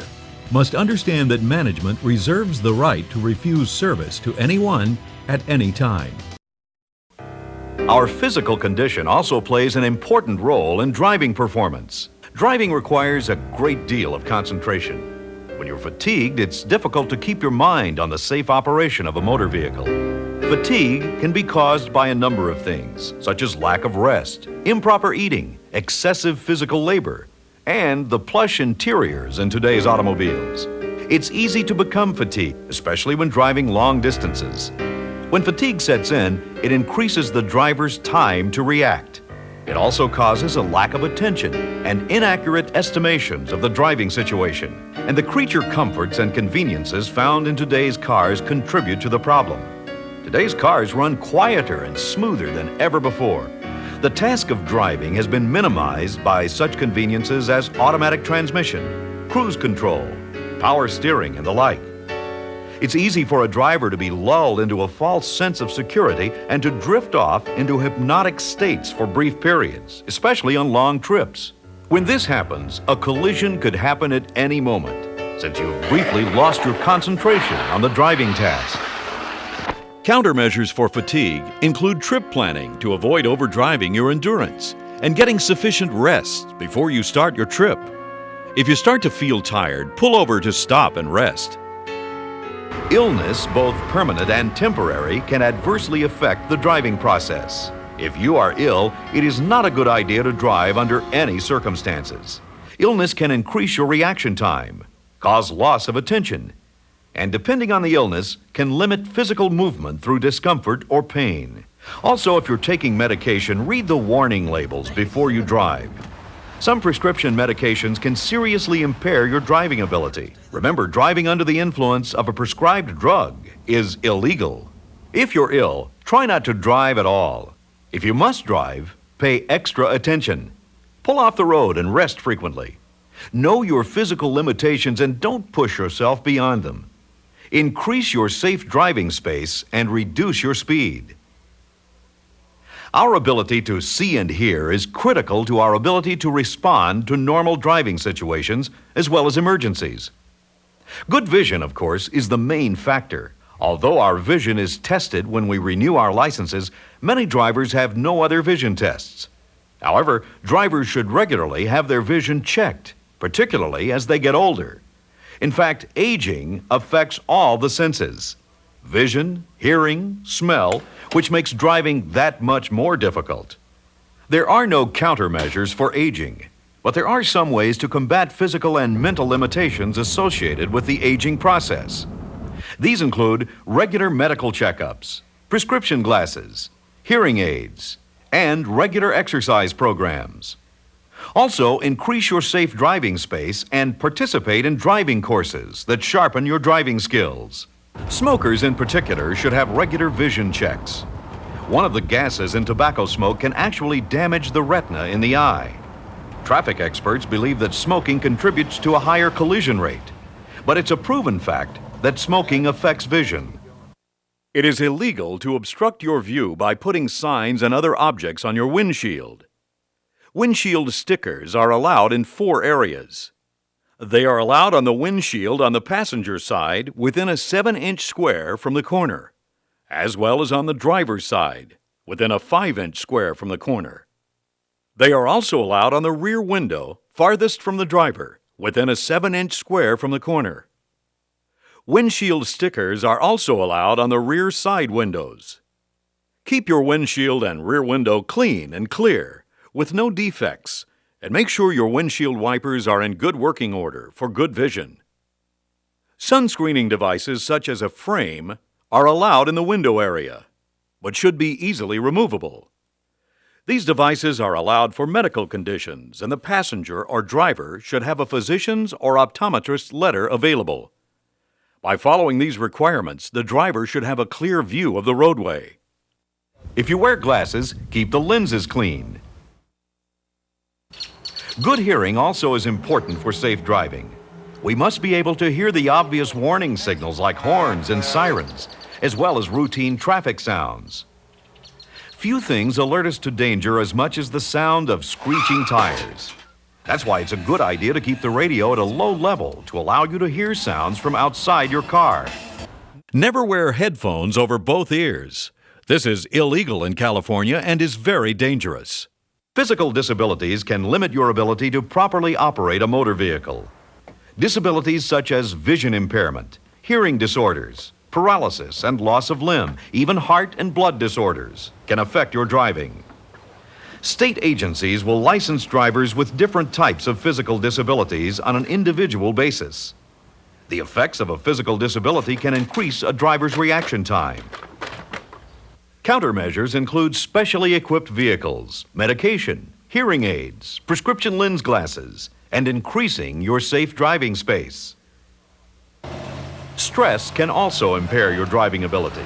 Stress is a physical condition in which your blood pressure and heart rate increase. It can increase reaction time and impair vision. Countermeasures for stress include medication, relaxation, And if possible, an extended vacation that gets you away from everyday problems. To compensate for loss of time to react, increase your safe driving space. It's also important to be well rested when driving, especially when you'll be on the road for extended periods of time. Fatigue can be very detrimental to our ability to respond to driving situations. And it's not just the number of driving hours involved. We often work long hours or engage in recreation for long periods and then attempt to drive when we're worn out. Not only does this reduce our alertness, it can also cause some drivers to fall asleep at the wheel, possibly leading to a collision. Fatigue should be one of the easiest elements to control. We know when we're tired, but we too often push ourselves beyond safe limits. On longer trips, don't drive longer than 6 or 8 hours at a time, and try to rest at least 8 hours between legs of your trip. Also stop for a break every 2 hours. The time you might save by trying to cover too much ground without rest can quickly be wiped out by a collision. Countermeasures for fatigue include trip planning to avoid overdriving your endurance and getting sufficient rest before you start your trip. If you start to feel tired, pull over to stop and rest. Before we were able to get a license to drive, all of us had to exhibit knowledge in order to pass the driving test. However, people with a lot of driving experience tend to become overconfident and start taking shortcuts in proper driving techniques and following the letter of the law. Cutting corners and making left turns, driving with one hand on the wheel, not giving the proper turn signal within the required 100 feet of an intersection, driving too fast for existing road conditions. You've probably observed them all. You may even be guilty of some of them yourself. But keep in mind, the very least that can happen to you is you'll be stopped by the police and given a ticket. The worst thing that could happen is you could be killed or seriously injured by making some of the most common driving errors. Some of the major driving errors are 1. Failure to obey traffic laws. 2. Failure to maintain your vehicle. If you don't take care of your car, it may break down, leaving you stranded to become an obstacle in the roadway. It is an infraction to operate a vehicle that is unsafe if it endangers other people. 3. Discourtesy to other drivers or combativeness. 4. Lack of driving knowledge. And 5. Bad judgment and poor decision-making. In order to be a safe driver, you must know what to do in every type of driving situation.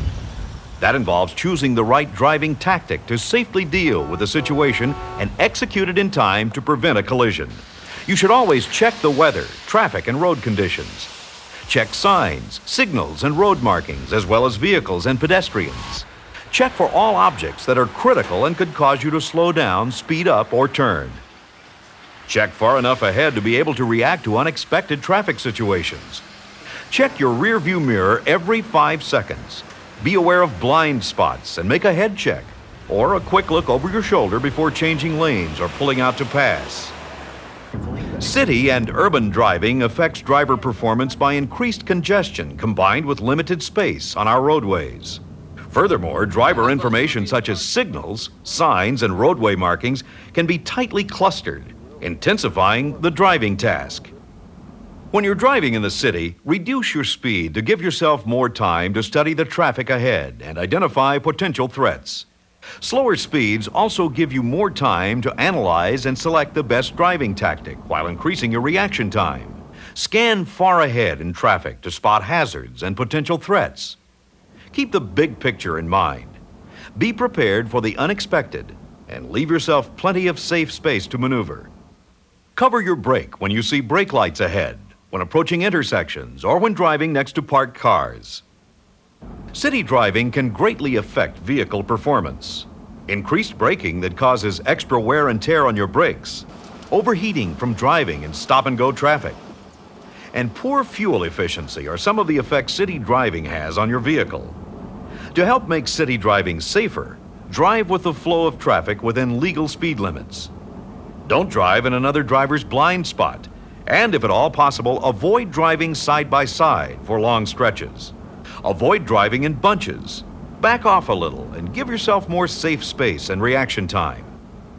Plan ahead and choose a safe route based on the time of day and the volume of traffic. The traffic on through streets generally moves a little faster than side streets. Traffic on one-way streets also tends to flow better, and they can be safer because there is no oncoming traffic to contend with. But watch out for tailgaters and rear-end collisions. Using toll roads can also save time and reduce wear on your vehicle. Toll roads are usually less congested than public roadways. City driving has its own set of special problems you must contend with. Parked or temporarily stopped cars can obstruct your view of the cross traffic. There are often detours because of construction or road repairs. Two-way left turn center lanes can be especially hazardous. Watch out for oncoming cars making left turns out of these lanes, and keep an extra sharp eye out for pedestrians and bicyclists. Remember, safe drivers always scan far ahead and identify critical objects as potential threats. When safe drivers identify a threat, they anticipate what could happen. They always predict the worst. Safe driving tactics are chosen on what can be done to prevent a crash. All actions in response to a threat should be the result of a rational, intelligent decision, not reaction to an unexpected danger. Act. Do not be forced to react. Select the safe driving tactic that best fits your situation and execute it in a smooth, predictable manner, and in time to avoid a collision. A safe driving tactic is to break down the known risks and take these risks one at a time if possible. Identify the greatest threat. When you cannot break down the risks and must deal with two or more threats at the same time, decide which is the greatest threat and give that threat the most safe space. Here are some helpful hints to use while driving in the city.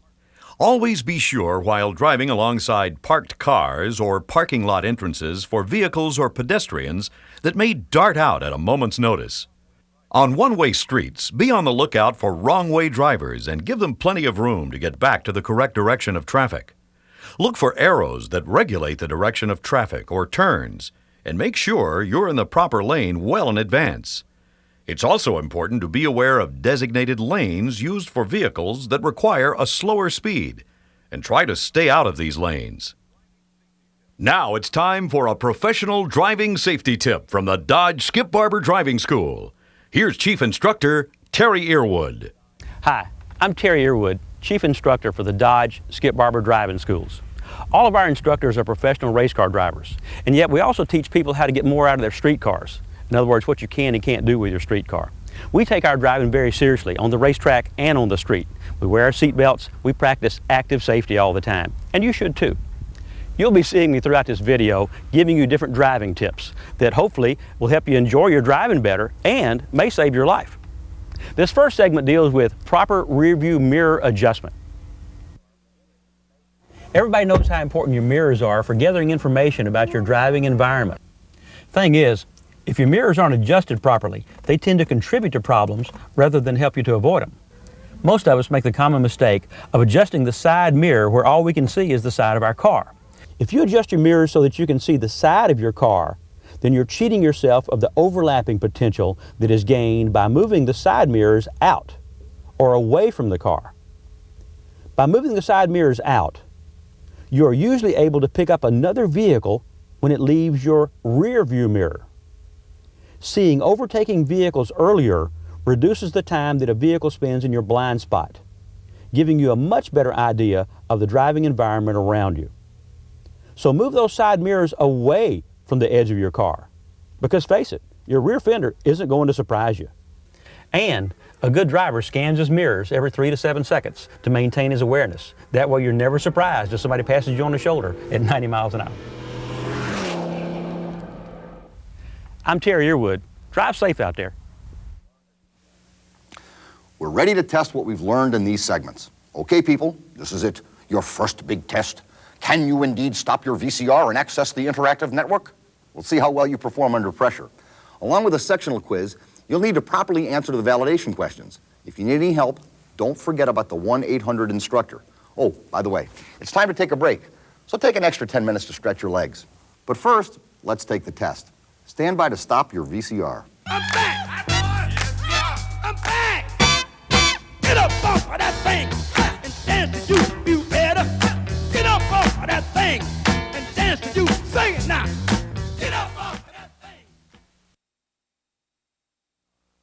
Have you taken the quiz for Section 1? If not, please stop your VCR and do so now.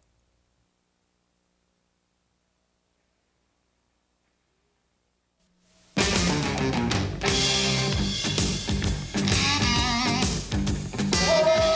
there were written laws, people had to live by the laws of the jungle. Unfortunately, some people still think those laws apply today. Not true. Civilized people have created rules that we all must live by. They're called laws.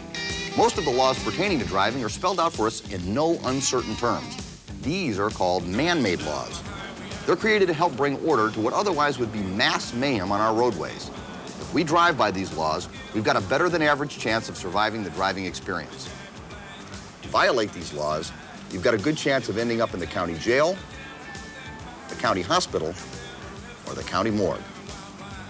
Sure, there's policemen out there to help enforce these laws, but they can't be everywhere at once. So it's up to all safe drivers to voluntarily comply with the laws governing traffic safety. With that in mind, this segment is devoted to reviewing some of the laws and procedures that can help us get where we're going all in one piece. In California, road rage is illegal and is considered to be a serious offense. Motorists convicted of road rage face suspension of their licenses for 6 months for the first offense and 1 year for a second or subsequent offense. Also, the court may, in lieu of or in addition to the suspension of the driving privilege, order a convicted person to complete a court-approved anger management or road rage course, subsequent to the date of the current violation and prior to reinstatement of the person's driving privilege. What contributes to road rage? Rubbernecking. Slowing down to look at an accident or to look at anything out of the ordinary. Unnecessary lane changes where drivers weave in and out of traffic lanes thinking they are improving their commute time. In reality, they are creating traffic congestion for all of us. Inattention. Drivers groom themselves in the rearview mirror, read a book or newspaper, or talk on a cell phone. Just about everything we do out on the road is governed by two types of rules: the rules of law and the rules of safety. Take passing, for example. When we decide to pass another vehicle, there are two things we must be concerned with. One, is it legal? And two, is it safe?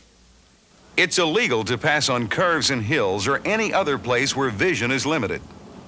At intersections and railroad crossings, within 100 feet of a bridge, tunnel, or viaduct, and where passing is prohibited by a solid double line or sign. Passing on the left side of the road is prohibited on roadways with 2 or more traffic lanes in each direction. Always keep to the right half of the road except when passing another vehicle on a 2 or 3 lane street, or when driving on a one-way street, or when the right half of the road is blocked. To safely pass another car, it's essential that we maintain a safe space between us and the car we're going to pass, as well as any cars behind us, and most importantly, between our car and oncoming vehicles. Make sure you maintain a 2-second cushion between your car and the car you're going to pass. Some drivers start to accelerate while they're still behind the car, reducing their time cushion to 1 second or less. Before you start to pass, check your rearview mirror and glance over your left shoulder to make sure another car isn't passing you. Signal left and check well ahead for no passing zones and oncoming cars. Tap your horn if necessary to alert the driver ahead. Be sure you have the time and space to overtake the car ahead and return to the right lane before an approaching car comes within 200 feet of you. Pass on the left and don't return to the right lane until you're safely clear of the overtaken vehicle. A good rule of thumb is to wait until you can see the car you've passed in your rearview mirror before returning to the right lane. Be sure to signal before you do. And don't forget to turn off your signal. One of the toughest distances to estimate is the one between your car and the car in the oncoming lane. It's a good idea to give yourself a half mile or a 30-second safe space between your car and the approaching car when driving on the highway at 55 miles per hour. Unfortunately, there is no pat formula for estimating distance. It involves using your perceptive skills to make a calculated guess, then decide whether you have time to safely pass. If the approaching car doesn't seem to be getting any bigger as it moves towards you, you probably have plenty of room to pass safely. If you have any doubt at all about having the time and space to pass, don't try it. Be patient and wait for an opportunity that leaves no doubt at all. Here are some helpful hints to use while driving. When being passed, maintain your speed to make it safe as possible for the car passing you. Passing on the right is permitted when the roadway is clear of parked cars, or when the overtaken vehicle is making or about to make a left turn. When changing lanes, try not to slow your speed and only move one lane at a time. It always helps to have a passenger navigate. This gives you an extra set of eyes watching the driving environment. Here are some dangerous passing situations you should try to avoid. Avoid areas where your pass cannot be completed before a no passing zone. Avoid passing when there is a long line of cars driving ahead of you. Do not pass if you have an intent to stop or turn, or if your vision ahead is limited. Avoid passing if the oncoming car is too close for you to safely complete the pass. Also avoid passing if the car ahead of you is close to or at the same speed that you are traveling. Unfortunately, there are drivers on the road who don't obey laws governing passing. How do you recognize them? To compensate for another driver's error, there are several things you can do. You can change speed. By slowing down, you'll give the other driver time to return to the right side of the road. You can also change direction. In this case, by moving to the right onto the shoulder, you allowed the other car to pass without a collision. You can also communicate with the other driver by flashing your lights, switching from low to high beam, using your turn signals, using your brake to illuminate your taillights, using emergency flashers or parking lights, honking your horn, and with eye contact or hand signals. Remember, safe drivers always anticipate what the other driver is going to do. They always anticipate the worst and have safe driving tactics to avoid a collision. They act before they are forced to react. Turning a corner should be a very simple operation. In reality, turning causes a lot of confusion as well as collisions. There are 7 steps in properly making a turn. First, make up your mind before you get to the turning point. Never make a last-minute turn. Second, look behind and to both sides to check for other vehicles before you change lanes. Third, move into the proper lane as soon as possible.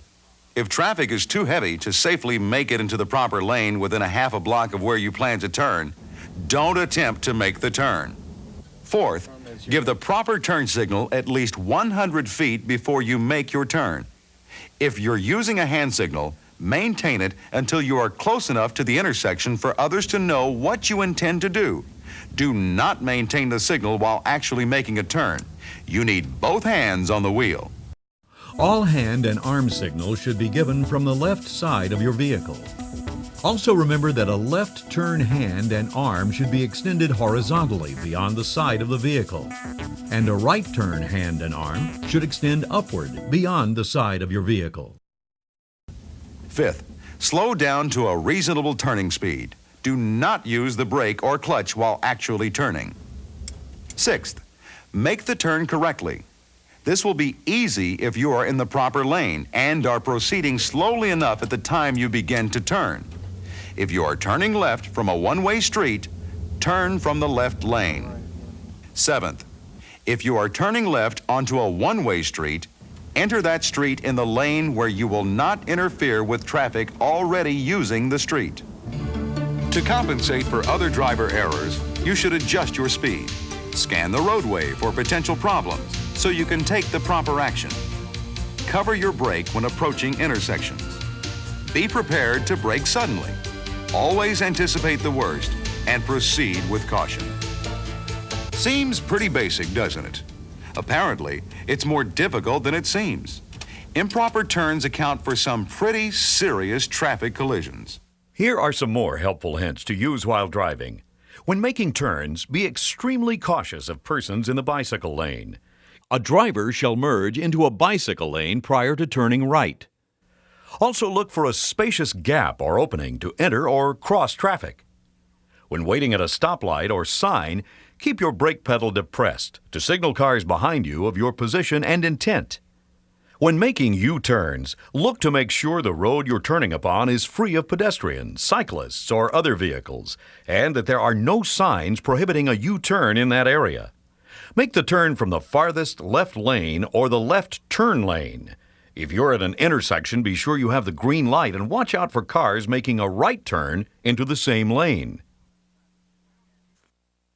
In business areas, U-turns are only permitted at an intersection or divided highway where an opening has been provided. In residential areas, U-turns are not permitted when an approaching vehicle is within 200 feet in either direction, unless there is a traffic signal. Failure to stop properly is another common traffic infraction. Unfortunately, some drivers play by the no cop, no stop rules. They're part of a very deadly game, not to mention the fines involved. When approaching a stop sign, the law requires you to stop before the front of your car reaches the crosswalk or intersection. Remember, you must come to a complete stop. Slowing down to a rolling stop is not enough. You have come to a complete stop when your vehicle's nose tilts downward, followed by a slight jerk, and then lifts to its normal position. If you stop behind other stopped vehicles, you must stop again before you reach the crosswalk or intersection. To compensate for other drivers not stopping properly, you should always drive defensively. Don't proceed on your intended path of travel until you're sure it's safe to do so. Double-check the situation before you proceed. It's better to be safe than sorry. All drivers are required to obey the posted maximum and minimum speed limits. These limits are designed to provide for the orderly flow of traffic under normal driving conditions. During periods of heavy traffic, bad weather, low visibility, or other poor driving conditions, speed must be adjusted to avoid collisions. Just because the speed limit is 55 doesn't mean you should drive that fast in weather like this. Remember, driving at unsafe speed is the #1 cause of collisions, injuries, and deaths. You should try not to drive slower than the posted minimum speed. Move to the right to allow faster traffic to pass, and always maintain a safe space behind the car ahead. Understand that speed is a major factor in stopping distance. Heed advisory speeds that are posted on curves. Also, pay close attention to special zones, like school zones, that have different speed limits at different times of the day. Or business and residential districts that usually have a speed limit of 25 miles per hour, unless otherwise posted. Blind intersections in which you cannot see 100 feet in either direction may require you to drive as slow as 15 miles per hour, unless there is a yield or stop sign giving you the right of way. Keep a sharp eye out for speeders and try to stay out of their way. The only way to tell if an individual is speeding is to have a point of reference in which to judge his speed. The best reference is the speed of your own car. If you're driving at the maximum speed allowed and a vehicle passes you, then obviously that driver is speeding. Remember, speeding is a major cause of collisions. Prima facie speed limits are set speed limits that apply in certain areas unless otherwise posted. You should be aware of these limits and adhere to them unless speed limit signs indicate otherwise. Temporary speed limits are put in place in areas such as school zones, construction and maintenance zones, and other areas where speed limits are adjusted during certain times of the day or due to special conditions. These limits must be observed. Here's another way drivers are killed, maimed, or mutilated. The car hasn't been made that could hold its own with a diesel engine. Common sense would tell you that when the lights are flashing and the gate is down, a train is coming and you should stop. However, a lot of people don't. Some live to tell about it, but others don't. You're required by law to stop at railroad crossings with flashing red lights. You should stop when the lights begin to flash before the gate lowers across your side of the road. Remain stopped until the gates are raised and the lights stop flashing, and then proceed with caution. If the gates are down and there's no train in sight, you are not allowed to go around the gates. Railroad crossings are indicated by a round sign. These signs are located 50 to 500 feet from the railroad crossing, depending on the speed limit of the roadway the tracks cross. Some railroad crossings are marked with crossbucks. Motorists should treat these the same as yield signs. Drivers must slow down any time they approach a railroad crossing. If a train is approaching, the driver must stop. At ungated crossings, you must stop at least 15 feet from the rail closest to you. You should also stop within 15 to 50 feet of the nearest rail when there are flashing lights or gongs sounding, when you are directed by a flagman, or when there's any other warning device telling you that the train is coming. This sign alerts you to the fact that you are within a few hundred feet of a railroad crossing. Slow down and be prepared to stop. If you see a train coming, never try to beat it. You have too much to lose. With as much warning as motorists have, it's surprising that train-car collisions ever occur, yet they do for a number of reasons. Driver complacency is the primary cause. The driver simply wasn't paying attention. Some drivers stop on the railroad tracks either because they are stuck in traffic or their vehicle stalls. If this happens to you when a train is coming, get everybody out of the car immediately. Don't stop to gather possessions. Run in the direction of the train, but angling away from the tracks. Believe it or not, some people actually drive into the sides of trains. In fact, this occurs in 26% of all railroad crossing collisions. Misjudging the train's speed is another cause of crashes at railroad crossings. Large objects traveling at a constant rate of speed don't appear to change in size at a constant rate. Also, parallel lines of railroad tracks converging on the horizon create an illusion of depth that is difficult to judge. Some drivers are ignorant of grade crossing laws. Others are simply impatient. They would rather risk trying to beat a train across the tracks than to wait for it to pass. If you win, you gained a few minutes of time. If you lose, you may end up seriously injured or dead. It simply isn't worth the risk. Railroad warning devices are just a few of the myriad of signs, signals, and markings used to safely regulate and control the orderly flow of traffic. To be a truly safe driver, you must know what the signs mean and obey what they direct you to do. It would be nice if it were as simple as red means stop, yellow means prepare to stop, and green means go. For example, when the light is red, you're allowed to make a right turn after you've come to a complete stop, provided the way is clear on the intersecting roadway, and provided you're not prohibited by law from doing so. You may also turn left from a one-way street onto another one-way street. A flashing red light directs you to stop completely before reaching the crosswalk or intersection. Then proceed when you can do so safely. Slow down, cover your brake, and be prepared to stop if necessary when you see a flashing yellow light. Traffic signs come in a number of shapes and colors. Each shape and color is designed for a specific function. A red octagonal sign means stop.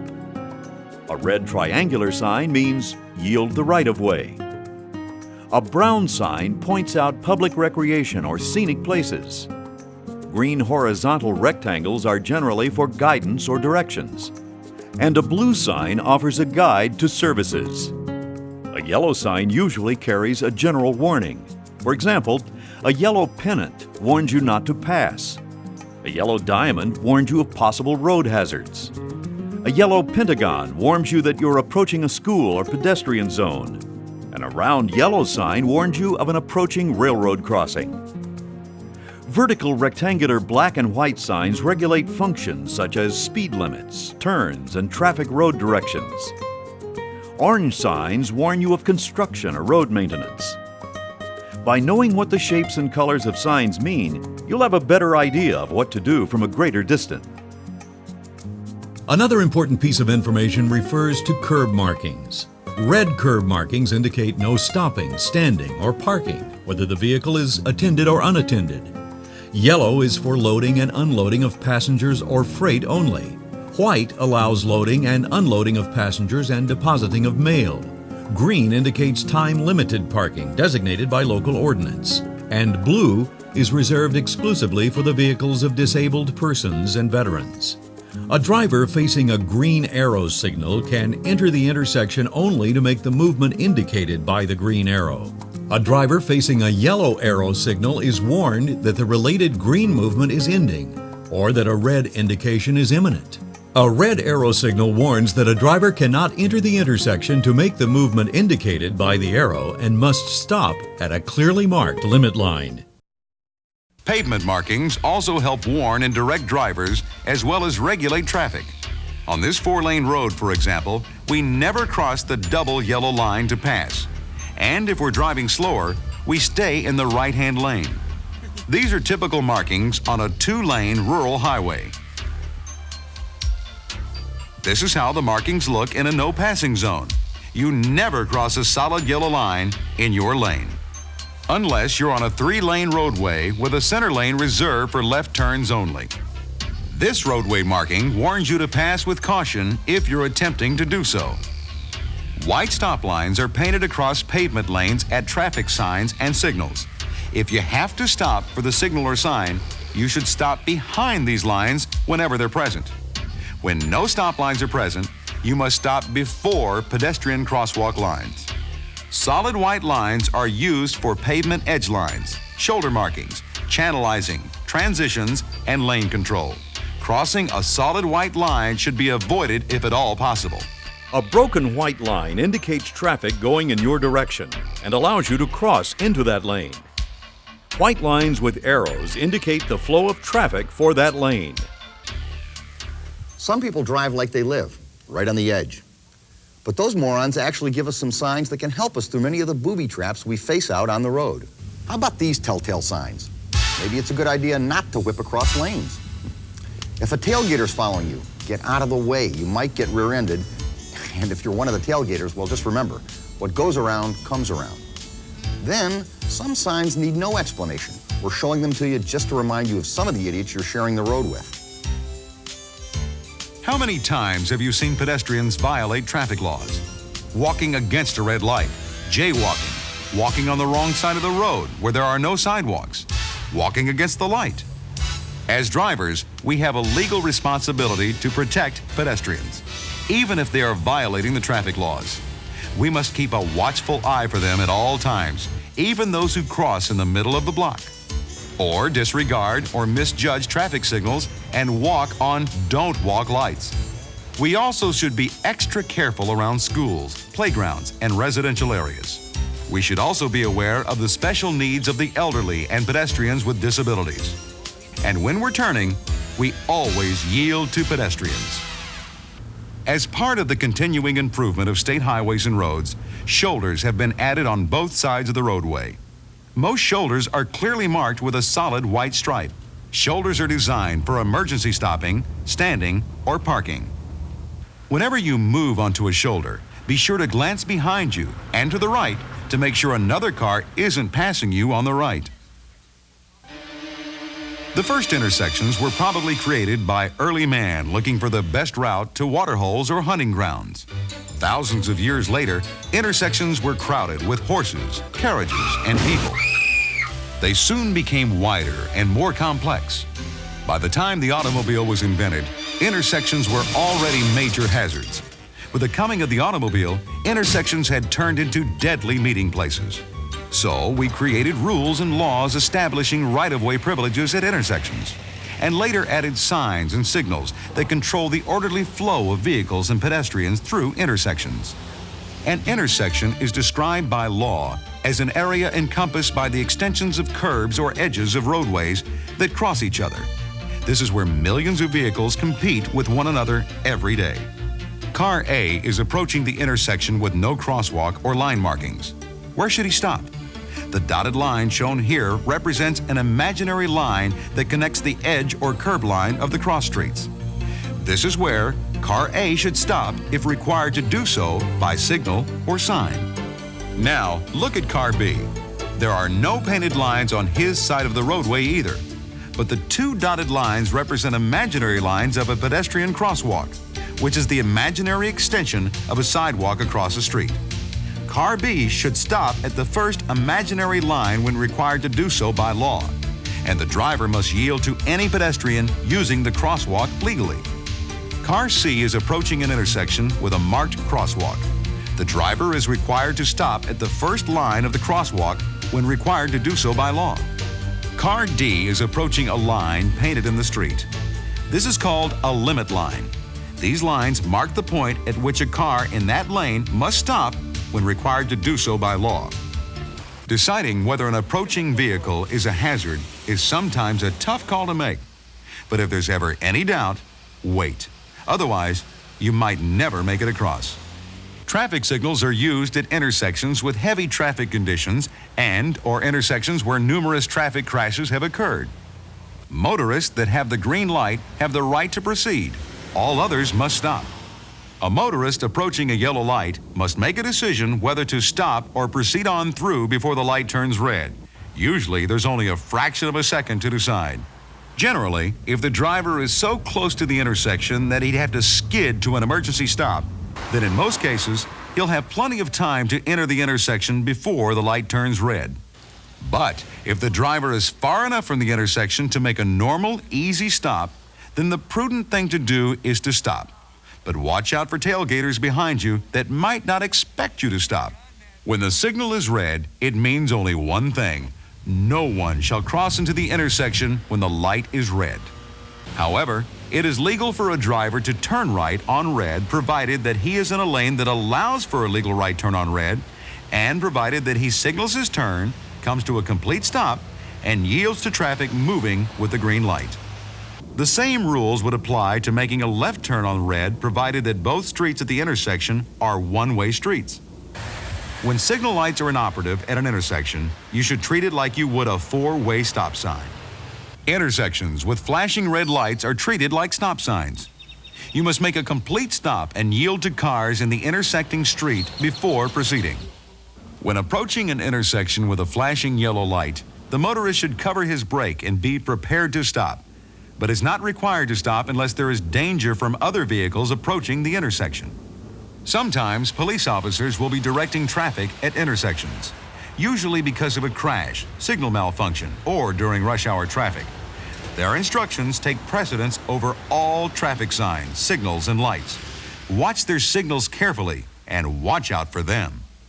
Finally, you should know that it is a violation of the law to block an intersection. Before entering the intersection, the motorist must be able to completely drive through it. If traffic is so congested that the motorist blocks traffic, he is in violation of the law. How many times has this happened to you? You pull up to an unmarked intersection at the same time as another car. Who has the right of way? Most people think the car on the right. Wrong. One car or the other is required to yield, to let the other car go first. But how do we decide which car gets to go first? There are two basic rules to follow when two cars are approaching an unmarked intersection. Rule number one: the car on the left should yield to the car on the right. Why go in this order? It's a matter of time and safety. It would take car A longer to reach the point of potential collision. Thus, car A has more time and space to avoid a collision. Car B will reach and pass the potential impact point first. Rule number two: the first car at the intersection should be allowed to go first. As the diagram shows, car A will take longer to reach a potential impact point and has more time and space to avoid the collision. Car B will reach the possible point of impact first. These right-of-way rules do not apply to a street ending at a T intersection. If you are driving on a road that ends at the intersection, you are required to yield to all cars approaching on the through street. All right-of-way laws require drivers to yield the right-of-way to another driver. In a very real sense, it's a matter of courtesy. Let the other car cross the intersection first. Then, when it's safely out of the intersection, you proceed. There are times when a driver must yield the right-of-way. Knowledge of who has the right-of-way and courtesy to other drivers is the key to successfully negotiating intersections. Drivers on an unpaved road must yield to traffic on any paved road with which it intersects. drivers making left turns always yield to oncoming traffic. Drivers on private roads or driveways must yield to all other traffic or pedestrians. Vehicles always yield to pedestrians whether they are walking legally or not. Drivers yield to all other traffic or pedestrians on the cross street at yield signs. Safe drivers know what the signs and signals at intersections mean, and they obey them. Safe drivers are also alert. Remember, some drivers may not be as knowledgeable as you are. They may ignore the signs or signals at controlled intersections. They also may not know who to yield to, like at this four-way stop, for example. Remember, you yield to all pedestrians in or near the crosswalk, and to any vehicles that arrive at the intersection before you, and to vehicles on the right if you arrive at the same time. What if you're on the right and the other car doesn't yield? Do you let the other car go? You bet, especially if it prevents a crash. Remember, you only have the right-of-way when others give it to you. Hi, I'm Rue McClanahan. Did you know that the average driver is involved in a collision once every 10 years? Let's see then, statistically that means I would have been involved in... Never mind. We'd like to hope that after taking this test, we'll all have some knowledge that will lower those statistics. But collisions do happen, and in those instances, insurance claims are inevitable. Here are some of the more unlikely explanations that people have actually written on insurance claim forms. And I quote, "The telephone pole was approaching. I was attempting to swerve out of its way when it struck my front end." Or here's a beauty. "My car was legally parked as it backed into the other vehicle." And this one I love. "Coming home, I drove into the wrong house and collided with a tree I don't have." Or how about this one? "An invisible car came out of nowhere, struck my vehicle, and vanished." As you learned earlier, right-of-way violations are a leading cause of collisions, injuries, and deaths in motor vehicles. Most of the time, it pays to use your head when driving. Sometimes it doesn't. You can see what this dummy's head is used for. Of course, people aren't dummies. At least those of us who use safety belts aren't. When vehicles collide with other vehicles or fixed objects, the occupants experience three separate collisions. There's the primary collision between the vehicle and another object outside. Inside the vehicle, there's the collision between bodies and the collision caused by flying objects. Safety belts help protect the occupants from the primary and secondary collisions. They also help keep you from being thrown from the vehicle. Your chances of being killed in a collision are 25 times greater if you're thrown from the car.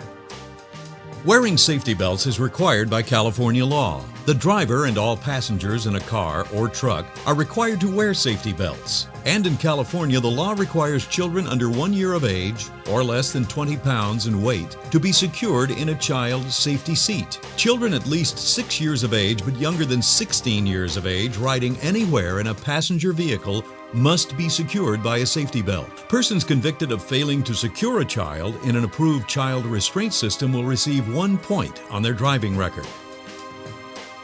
There are several precautions you can take to limit the damage from further collisions.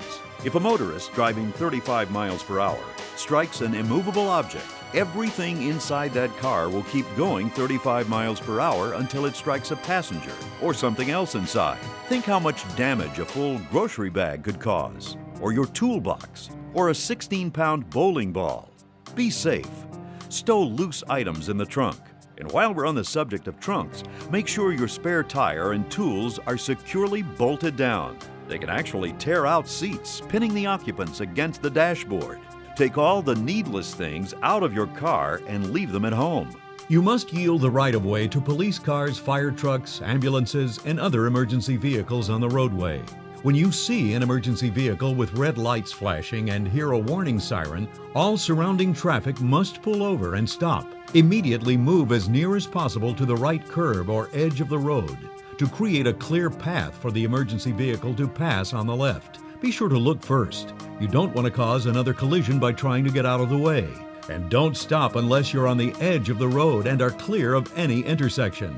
You'll just slow the progress of the emergency vehicle. You should remain stopped until the authorized emergency vehicle has left the area. Also, don't follow the emergency vehicle closely after it is passed. It's a violation to follow within 300 feet of such a vehicle. Do not drive into or park in the same block where a fire truck has answered an alarm. And do not park where you will interfere with the arrival or departure of an ambulance to or from the scene of an emergency. If you can do so without endangering yourself or other motorists, yield the right-of-way to emergency vehicles at intersections where you would normally have the right-of-way. If you get stopped by a police officer, you should remain in your vehicle and keep your hands in plain sight. Don't make any sudden movements and obey the officer's instructions. Complying will help you avoid being arrested and will make the police officer's job as simple as possible. According to the National Highway Traffic Safety Administration, NHTSA, in 2003, there were over 7,000 chases in California, resulting in 51 deaths attributable to high-speed police pursuits of fleeing suspects. 18 of the 51 deaths were innocent bystanders. 18 were passengers in the pursued vehicle, and 15 were fleeing suspects. One police officer was killed. It is a misdemeanor in California, punishable by imprisonment in a county jail, the term not to exceed 6 months, for any person operating a motor vehicle to intentionally evade or flee a pursuing police officer. If in the act of evading a police officer the motorist causes serious bodily injury, that person is subject to punishment by confinement in a state prison for 3, 5, or 7 years, or they will be subject to a fine. If in the act of evading a police officer the motorist causes a death, that person will be subject to a term of 4, 6, or 10 years in a state prison. Pay close attention to special zones like school zones, which have different speed limits at different times of the day. Standard school warning signs may be placed at any distance up to 500 feet away from school grounds. Always drive carefully near schools and school grounds, playgrounds, and parks. Near a school, the speed limit is 25 miles per hour unless otherwise posted. No matter what the speed limit sign states, you should never drive faster than 25 miles per hour when the school ground has no fence and there are children outside. Also watch for bicycles and pedestrians near schools. Look for school safety patrols or school crossing guards and obey their directions. If a school bus has its stop sign extended and/or its red lights flashing, then traffic in both directions must stop so as to allow children to cross the road safely. Passing a stopped school bus with its stop sign extended and/or its red lights flashing is a very serious offense, which in most cases will result in the suspension of your driver's license. California law states that you need not stop if the school bus is on the opposite carriageway of a multi-lane highway, which has 2 or more traffic lanes in each direction. The California Compulsory Financial Responsibility Law ensures that drivers and owners of vehicles are financially responsible for damage and/or injury caused by automobile collision, regardless of fault, and to remove the financially irresponsible driver from California highways.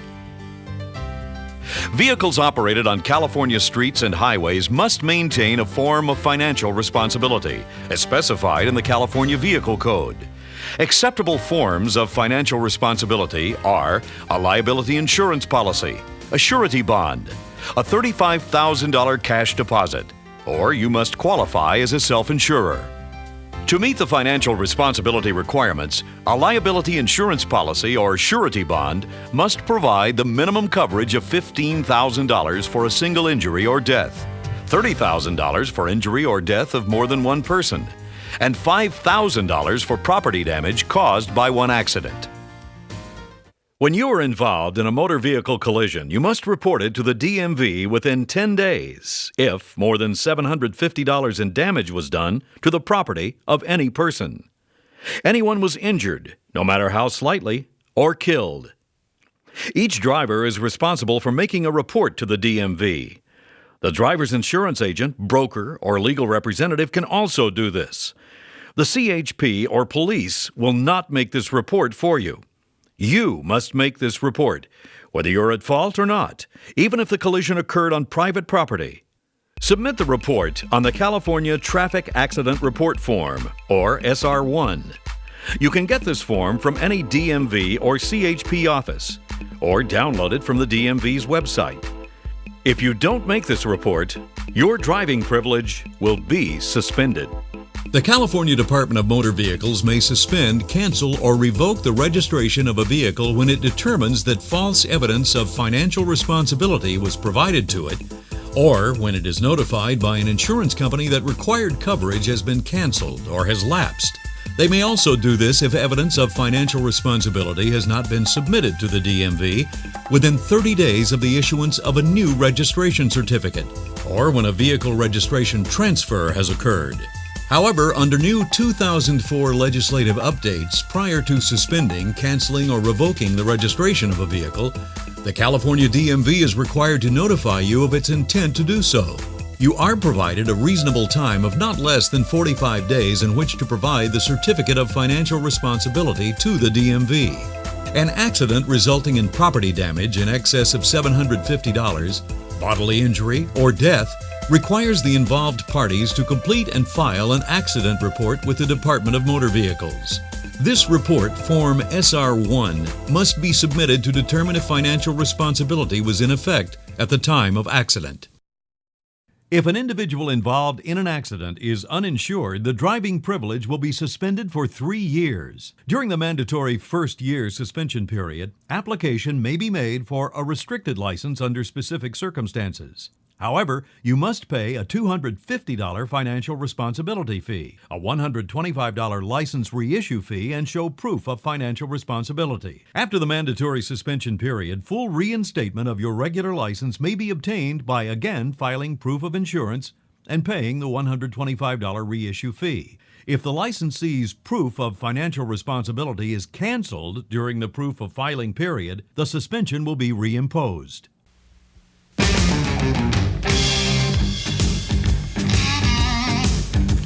Having fun out there? Well, listen, you could be at the gym waiting to get slapped into a light daze. Thanks for the nice hand. I've just been handed this weather bulletin. We'll have rain followed by sunshine over the next 12 months. Expect incessant heat in the summer, Arctic air in the winter with accompanying ice storms. What is this? Look, you can talk about the weather, but there's really nothing you can do about it, except maybe drive around it when it's nasty or stay out of it altogether. Weather like this can definitely be detrimental to your driving. In this segment of the program, we'll learn some techniques for driving under special conditions. We'll learn how to avoid water skiing, how not to bobsled, how not to go sailing, and we'll see the folly of trying to drive through high water, especially when that water is big enough to have a name, like Larry or Isabel. During this segment of the program, we'll learn how special conditions affect driver and vehicle performance, and to identify techniques for managing these conditions. Few things we face each day have as much impact on our driving performance as the natural elements. Wind and rain, sleet and snow, fog and mist. They all affect the roadway environment in such a way that it reduces our safe space. In foggy weather, visibility is greatly reduced. We can't see road signs, lane markings, or the side of the road. It is also more difficult to judge distance in the fog, reducing the effectiveness of headlights because you can't use high beams. Fog also makes the roadway slippery. The best rule is to not drive at all when it's foggy. But if you must, these safety precautions will help. California law states that every motor vehicle should have its headlights in operation whenever weather conditions prevent a driver from clearly discerning a person or other motor vehicle on the highway from a distance of 1,000 feet, or when you are driving in conditions that require windshield wipers to be in continuous use. The first thing to do is slow down. Even though the speed limit is 55, road conditions are too treacherous to drive at that speed. If we can only see 30 feet ahead, our safe space is reduced to 30 feet. Reduce speed even further when you see headlights ahead. The vehicle showing taillights may be a vehicle being driven down the middle of the roadway, or a vehicle that is stopped or barely moving at all. Be prepared for an emergency stop at any moment. If the fog is so thick you can't drive at least 10 miles per hour, pull completely off the highway or stop at a rest area, service station, or other safe parking area. Don't park on the shoulder. That could cause a multiple car collision. Always use low beam headlights or fog lights if you have them on your vehicle. High beams often reflect back into your eyes and blind you. The glare from this reflection will actually reduce your visibility even further. You're not necessarily turning on your lights to see better, but rather so other drivers can see you better.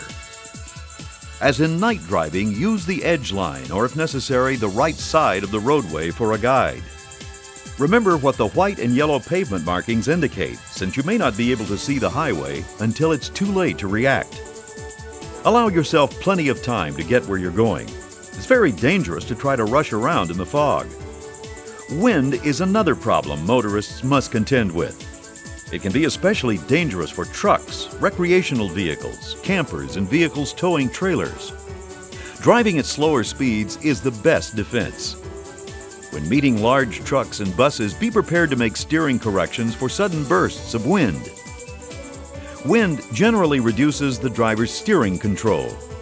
Tailwinds push the car, which increases speed. Headwinds slow the car down.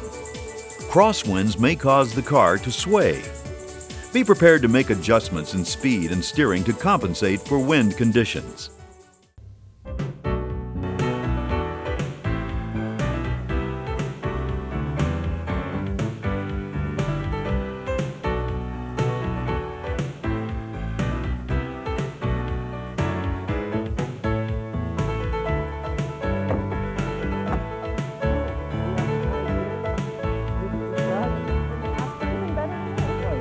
Hi, I'm Dan Chandler. I'm Cheryl Lemke.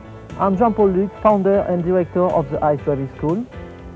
Welcome to beautiful Steamboat Springs, Colorado, the breathtaking background for an important course of instruction. Winter can be beautiful, but for some motorists, winter can be a frightening experience when a road gets slick or slippery. And the way to get over winter driving fears? By learning how to handle your vehicle, even under difficult conditions. Here at the Ice Driving School, what you learn will not only make you a safer driver, but it's rewarding and fun. The creator and director of this school is Jean-Paul Luc, a former European rally race driver who's competed in major road events around the world, and many of them on ice and snow-covered roads. The hands-on experience of ice driving can be fun, but before you get behind the wheel, you need to know some important background information on the two most important components of safe winter driving, your car and you.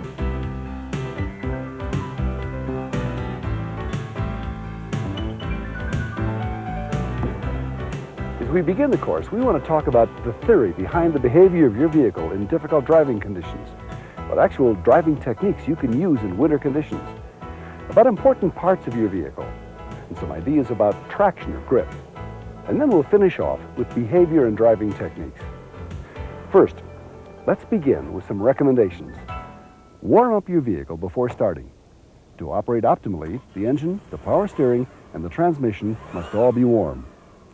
Make sure you can see and be seen. Clear ice and snow from the windshield and all windows. It's important, and it's required by law. Clear ice and snow away from the headlamps, brake lights, and turn signal lights. Turn on your lights during the day in fog, rain, and snow. If it's snowing or foggy at night, you should leave your headlights on dim. This will help avoid light reflection on the snow and fog. Be comfortable. Choose appropriate boots or shoes. Avoid bulky clothing or gloves that will restrict your ability to operate the vehicle controls. Adjust your driving position. On slippery roads, it's easy to lose control of your vehicle. Help prevent that by having a purposeful and comfortable driving position, one in which your body has a good relationship with the controls, and all the instruments are plainly visible. Your feet should have easy access to the pedals. Your arms, when fully extended, should rest with your wrist on the top of the wheel. Remember to adjust all mirrors for best side and rear visibility, and always start out by buckling your seatbelt. Avoid excessive heat in your vehicle. Instead, keep a constant flow of cool air to help you stay alert. Those are good recommendations, but here are two absolute rules for winter driving. Adjust your speed to the driving conditions. When driving in a rainstorm, snowstorm, or other bad weather conditions, drive at a safe speed and be alert. Factors like road conditions, weather, and visibility can change at a moment's notice. Don't overestimate your own capabilities or the capabilities of your vehicle. Slow down. When you're in a dangerous situation, just by slowing down, you can gain an extra margin of safety by giving you more time in which to react. The second absolute rule for safe winter driving is to avoid rough use of the brakes, accelerator, and steering wheel. Smoothness is the key to safe winter driving. Now think about it. We have only 3 ways to control a vehicle: the steering wheel, the brake pedal, and the accelerator. The smooth use of all 3 is the key to success.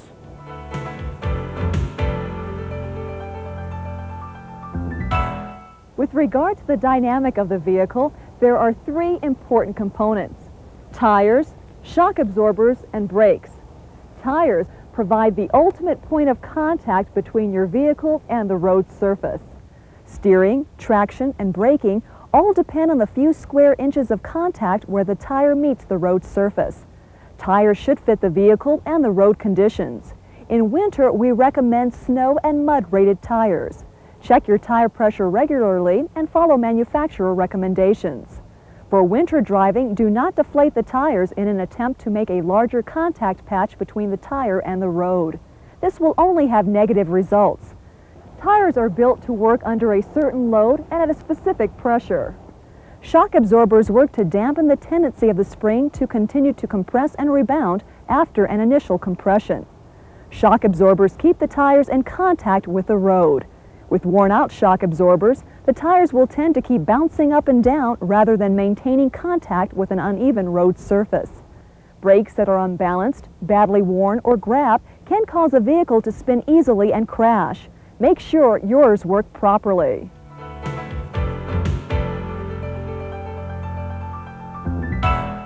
The key to safe winter driving begins with a complete understanding of the word grip. Grip is the traction or the adhesive quality and the contact between the tire and the road surface. If we consider the contact surface between the tire and the road, there is grip when the rotary motion of the tire is equivalent to the movement of the tire over the road surface, when there's no slippage. When the rotary motion of the tire is faster than the movement of the tire over the road surface, there is loss of grip or wheel spin. When the rotary motion of the tire is slower than the movement of the tire over the road surface, there is loss of grip or wheel lockup. Grip is critical for the control of the vehicle, and loss of grip can occur quite suddenly when the road surface conditions change, such as with snow, ice, slush, mud, oil, or water on the road. As soon as the tires lose their grip, the vehicle starts to spin or refuses to turn or to stop.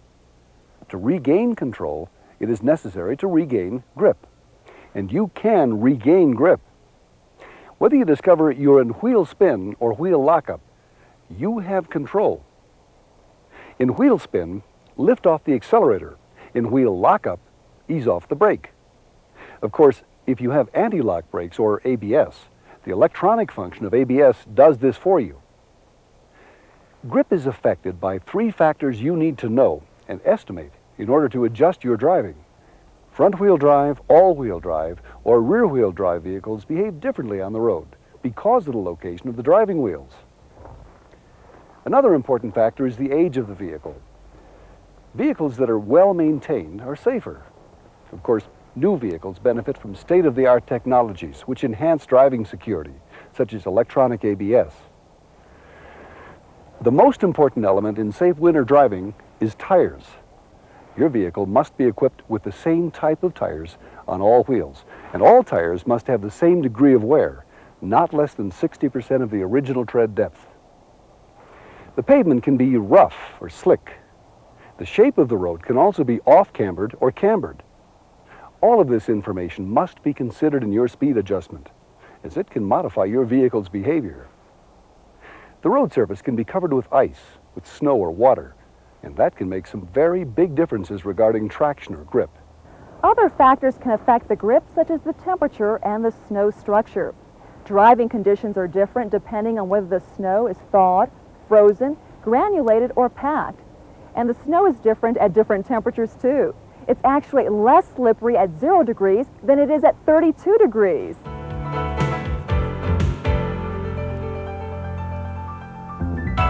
In any vehicle, you have 3 controls: the steering wheel, the brake pedal, and the accelerator. Correct hand position is probably more important than you realize.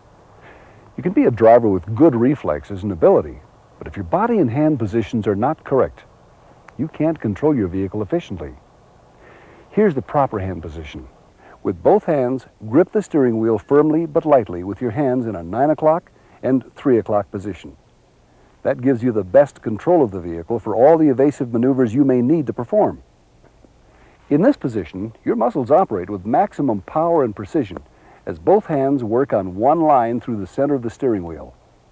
To turn, slide the hand that is on the inside of the turn up on the steering wheel. Pull the steering wheel down in the direction of the turn. At the same time, let the other hand slide loosely on the wheel.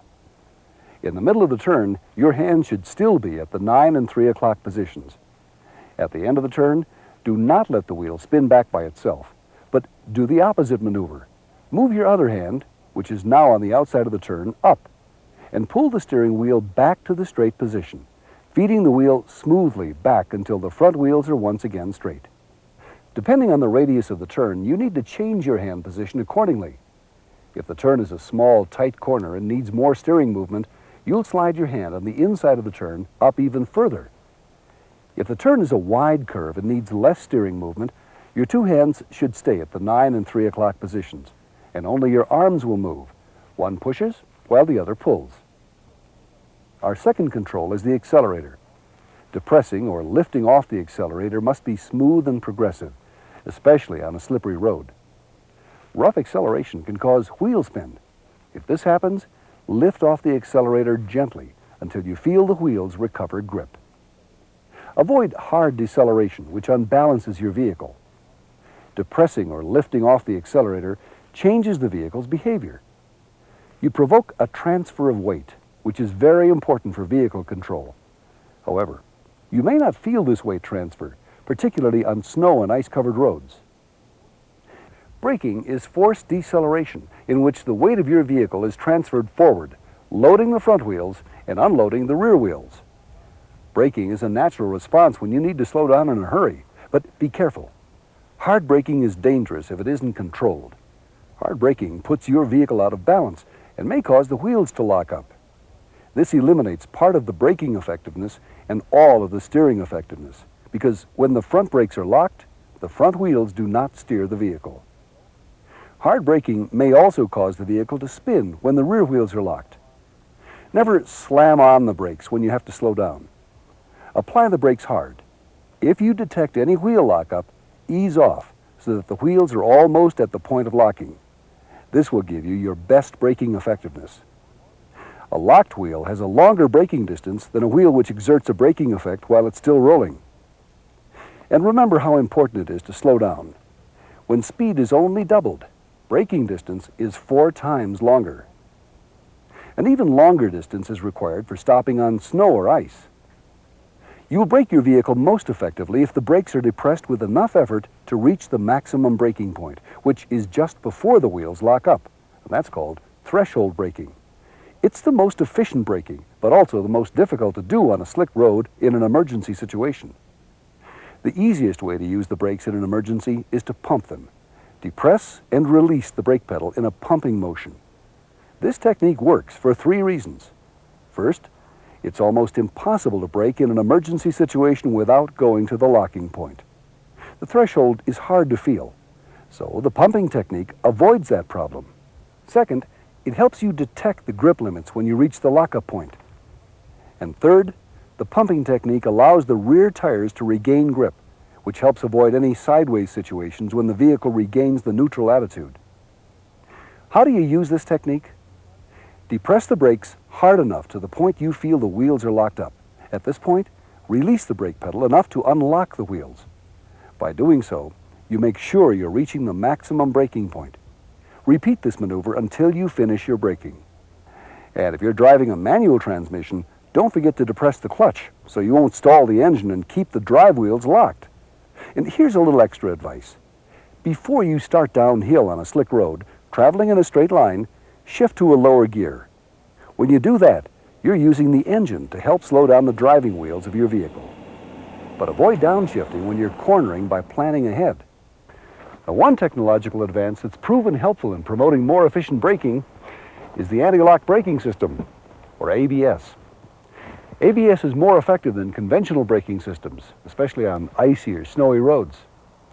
With ABS, the vehicle has better stopping control in almost all weather and road conditions.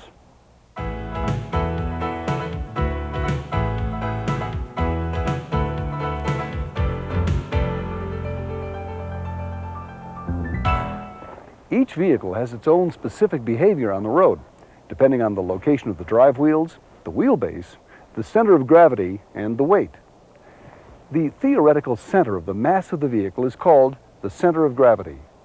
It depends mainly upon the engine location, towards the front or towards the rear of the vehicle. The center of gravity will affect vehicle behavior. Loading the vehicle with passengers and luggage can also change the weight distribution and further affect the behavior of the vehicle. The weight of the vehicle is supported by the tires. Any change from a steady state to acceleration, deceleration, or direction change causes a transfer of weight and changes the load of the tires. The load or weight on a tire affects its grip on the road. When you accelerate, the weight of the vehicle is transferred rearward. This loads the rear wheels and unloads the front wheels, giving you more grip on the rear and less grip on the front wheels. When you slow down or brake, the weight of the vehicle is transferred forward. This loads the front and unloads the rear wheels, giving you more grip on the front and less on the rear wheels. When you go around a corner, the outside wheels are loaded and the inside wheels are unloaded. These reactions in acceleration, deceleration, or turning are common to every vehicle, regardless of which are the drive wheels. To understand the driving techniques necessary to maintain your vehicle's line of travel, you must be aware of the two factors that most influence vehicle behavior: understeer and oversteer. Understeer is when your vehicle, whether it's front wheel, rear wheel, or all-wheel drive, refuses to turn and tends to go straight as you attempt to negotiate a curve or a corner. Your car is turning less than you wanted it to. It's understeering. This is caused mainly by excessive speed when entering a turn, which leads to a loss of grip on the front tires as you begin to steer into the corner. To correct this situation, you must restore grip to your front tires. However, it's important to note that you don't restore grip by following the natural reflex to increase the steering angle and hit the brakes while your front wheels are sliding. This only makes the situation worse. To properly restore grip, you need to transfer more weight to the front wheels. To do this, lift off the accelerator. This will shift the load to the front wheels and help restore grip. In addition to slowing down by lifting off the accelerator, you can decrease your steering angle slightly. This will also help your front tires regain their grip and enable you to regain control. After you feel grip is restored, you can turn smoothly back to your line of travel through the curve. Understeer also comes from excessive braking, which causes the front wheels to lock up.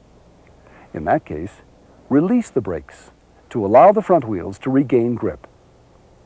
Understeer can also be caused by excessive acceleration, which unloads the front wheels, causing a loss of grip and making the front wheels spin, especially if your vehicle is a front-wheel drive, although this is also true on an all-wheel drive vehicle. To alleviate the problem, lift off the accelerator gently until control is restored. Now let's talk about oversteer. Oversteer happens with every kind of vehicle, mainly with excessive speed followed by deceleration entering a curve, or when changing line or direction, thereby transferring the weight of the vehicle forwards and unloading the rear wheels. The rear wheels then lose grip, and the rear end of the vehicle starts to spin outside the line of travel. It turns more than you want it to. It is oversteering. In this case, you must regain grip on the rear tires. Again, just as in understeering, avoid your natural reflex to hit the brakes. Instead, accelerate gently without spinning the tires. This transfers more weight to the rear wheels and helps the tires regain their grip. At the same time, you should turn your steering wheel in the direction of the skid. Turning in the direction of the skid means that if the rear of the vehicle is sliding to the right, turn the steering wheel to the right. If the rear of the vehicle is sliding to the left, turn the steering wheel to the left. By turning your steering wheel in the direction of the skid and accelerating without spinning the tires, you will tend to straighten your vehicle and regain directional control. By doing so, you should avoid a counterskid, which is more difficult to control than a normal oversteer. A counterskid is a rebound motion of the suspension because of deceleration and incorrect steering maneuvers. This sends the vehicle in the opposite direction, then rebounds back and forth until it crashes. Remember, in an oversteer situation, Always steer and point your wheels in the direction you want to go. This means that after you turn into the skid and correct the oversteer situation, you do not stay in this position. Quickly and smoothly steer back into the original direction of travel. Now, that requires a bit of anticipation, which will become familiar with practice. If your vehicle has rear-wheel drive, oversteer can also come from excessive acceleration, which causes the rear wheels to spin. This situation happens only with a rear-wheel drive vehicle, and it can easily be controlled by easing off the accelerator gently, while at the same time you steer into the skid.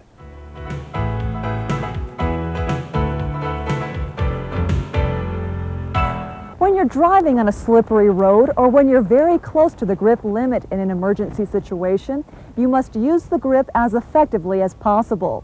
And that brings us to the most important rule of safe winter driving, which is to do just one maneuver at a time. Always do your braking when the vehicle is in a straight position before the curve. Then take your foot completely off the brake before you steer into a corner. And don't begin to accelerate before you're able to decrease the steering angle to exit the corner. Why do we recommend that you do these three things one after the other on a slippery road? It's because your vehicle depends on the grip to hold itself to the road. Under good driving conditions on a dry road, the value of the grip is very high, and it's possible to use the grip for steering the vehicle and for braking or accelerating at the same time. But if you try to do the same thing on a slick road, there won't be enough grip value to both brake and steer, or steer and accelerate at the same time. That's why we recommend you use the whole available grip on the straightaway to brake, then the grip on the curve to steer. Here's what I mean. Lift off the accelerator and brake only when your vehicle is in a straight position. In order to keep the grip, take your foot completely off the brake before you turn the steering wheel smoothly while cornering. You use all the available grip value just for steering and coasting around the corner. At the end of the curve, you can begin to accelerate while at the same time you decrease the steering angle and exit the corner.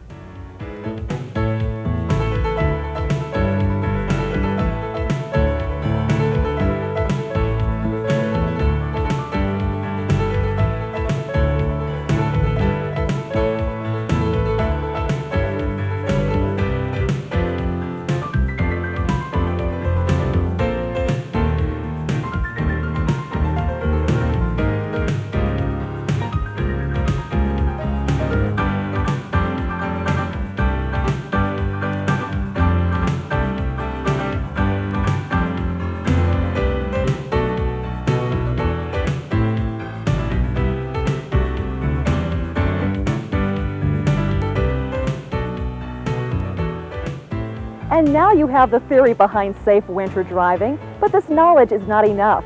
And nothing can help reinforce what you know except by practicing what you've learned. Since we spend such a large part of our lives behind the wheel, becoming a more confident driver makes you a more responsible driver for yourself, your family, your friends, and all the other drivers. So, now all that's left to do is get behind the wheel and go. Remember that you are always welcome to visit us here in Steamboat at my ice driving school. I thank you for your attention, and I hope you will always enjoy your safe winter driving. When driving in snow and ice, snow tires or chains can help enhance traction somewhat. However, vehicles equipped with snow tires will slide more on icy road surfaces than those with commercial tread. All-wheel drive vehicles without chains are generally better than two-wheel drive vehicles with chains or the rear wheels. While chains give a good bite in snow, they tend to slip and slide on ice or packed snow. But as this film proves, even snow tires won't help if you don't have a safe driving attitude. Slow, controlled actions are the key to driving in snow and ice. Don't turn your wheels sharply or brake hard, as this will likely cause the car to skid. Instead, plan your turns well in advance. When slowing down, use slight pumping motions with your brake. Never lock your brakes. You have no steering control unless the wheels are turning. And stay extremely alert. Snow and ice can create a hypnotic state if you drive in it for long. When putting your vehicle in motion, you should ease down on the accelerator to increase the limited amount of traction. Cars with manual transmissions should be driven in the next highest gear when compared to normal circumstances. Never use cruise control in ice and snow. Keep your windows clear so you can see and communicate with other drivers better. Watch for ice on bridges and shady areas. And above all, greatly increase your safe space to the front by tripling or quadrupling the seconds that you follow the car ahead. Instead of a 3-second space, make it a 9 to 12-second space. Don't try to navigate hills either up or down. In these conditions, your car is more like a sled than a motor vehicle, and you have very little control over steering or stopping. Remember, snow and ice reduce visibility, steering control, traction, and maneuverability. Trying to drive under these conditions without the proper equipment is extremely dangerous. Remember, if you have to drive in snow or sleet, drastically reduce your speed, almost to a crawl, and greatly increase your safe space. If you have a stick shift, drive in the next highest gear. You can also shift down to a lower gear to aid in braking. If you have an automatic transmission, use the drive position you normally drive in. And always avoid slamming on your brakes. It's almost certain to cause you to skid. If at any time you start to skid, take your foot off both the accelerator and brake and turn your wheels into the direction of the skid. In other words, if you start to skid to the right, turn your wheels to the right as well. This action will minimize the skid and enable you to regain better control of your vehicle's direction. When the streets are covered with ice, sleet, or snow, the safest driving is no driving at all. Rain is yet another weather problem that greatly affects your ability to drive safely. Rain reduces visibility, decreases control and maneuverability of the vehicle, decreases traction, and increases stopping distance. When driving in rain, you should immediately increase your safe space to at least twice what it normally is, at least 6 seconds between you and the car ahead. Turn on your headlights so that other drivers can see you better, but make sure they're on low beam so the glare doesn't blind you. And wait a short time after the rain starts before turning on your windshield wipers. This will help prevent smearing your windshield. When it's raining, we face another serious problem called hydroplaning. When we reach a certain speed on wet pavement, our tires actually begin floating on water. Since our front wheels are floating, we have no frictional contact with the pavement. When this happens, there's no way to steer the car. We're actually sliding straight forward. Water depth on the road, under or overinflated tires, lack of tread depth on tires, and the speed you're driving are all factors involved in hydroplaning. In many places where rainfall is irregular and infrequent, the oil and grease does not wash from the road. This creates an opportunity for super hydroplaning that doesn't exist in areas that get regular rainfall. Super hydroplaning is a condition in which the tires of a moving vehicle are riding on the surface of oil and water, causing loss of steering and braking control. Factors that influence super hydroplaning are steering, braking, and speed. The best way to prevent hydroplaning is having good tread on your tires for better friction with the road and to keep them inflated at the proper pressure. And the best driving strategy is to slow down to a speed that allows our tires to do what they're designed to do. Tires are actually designed to squeegee the roadway dry of water, giving us better contact with the pavement. But when you do slow down, don't step on the brake. That might cause you to skid. Instead, simply take your foot off the accelerator and let the car slow itself down. Shifting to a lower gear also can help minimize the effects of hydroplaning and skidding. Next, you should slightly turn the wheel back and forth until you feel a response. When your steering mechanism responds, you've reduced your speed to the point that you're no longer hydroplaning.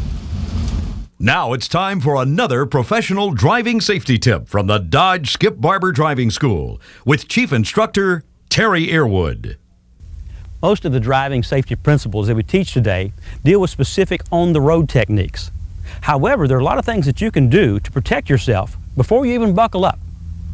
I'm Terry Earwood for the Dodge Skip Barber Driving School, and of course I'm talking about vehicle maintenance, but more specifically, tire pressures. While it may seem like a waste of time, checking your tire pressure is very important to the safe operation of your car. Not only that, but the correct pressure improves the handling of your vehicle and can save you money as well. Proper tire pressures can save you tire wear, which in the long run saves you money on buying tires. Proper tire pressures can also help prevent hydroplaning and blowouts. Proper tire pressures can help you get better gas mileage, so you can take that extra gas money and buy that supercharger you've always wanted. Seriously, tire pressure is a big safety issue. Along with speed, depth of the water, and surface texture, tire pressure and tread depth are major factors influencing hydroplaning. Hydroplaning is a direct result of loss of contact between the tires and the roadway. So an underinflated tire is prone to hydroplane much quicker. While at the gas station, periodically check the pressure in each tire to make sure that they have the proper amount of air specified by the manufacturer. You can usually tell by the markings on the side of the tire or check the owner's manual. If you need to add air, be sure to recheck the tire before leaving the station to be sure you haven't overfilled it. The station employee should have a tire gauge you can use, and the entire operation can be done in the time it takes to fill up your tank. In today's fast-paced world, it's usually up to you to check your own tires. The days of Joe's full service station are virtually gone unless you want to pay a lot of money for it. This is an easy check you can perform yourself, just takes a few minutes. Can definitely save you money, might save your life. I'm Terry Earwood for the Dodge Skip Barber Driving School. Driving in heavily congested traffic requires a lot of skill, patience, and definitely a safe driving attitude. What most drivers don't realize is how little time they actually save by all their rushing. In rush hour traffic, you're doing well if you average 30 miles an hour on your way to or from work. It may be years before we solve the problems of rush hour traffic and congestion. Until then, the best thing each of us can do is be on our best driving behavior. Remember when you were a child how you tried to get even with some kid who cut in line ahead of you? Well, we're not kids any longer, and this is no place to try to get even with someone who's rude. So when you leave home, always take your safe driving behavior with you. A few common sense rules to follow include: always signal your intentions to change lanes, and look to make sure the way is clear. When you see someone attempting to change lanes, let them in. After all, this is not a contest or a test of will. Being courteous makes traffic flow a lot smoother for everyone. Don't block intersections. This is a violation that can lead to gridlock, which slows down traffic even further. Above all, stay calm and be patient.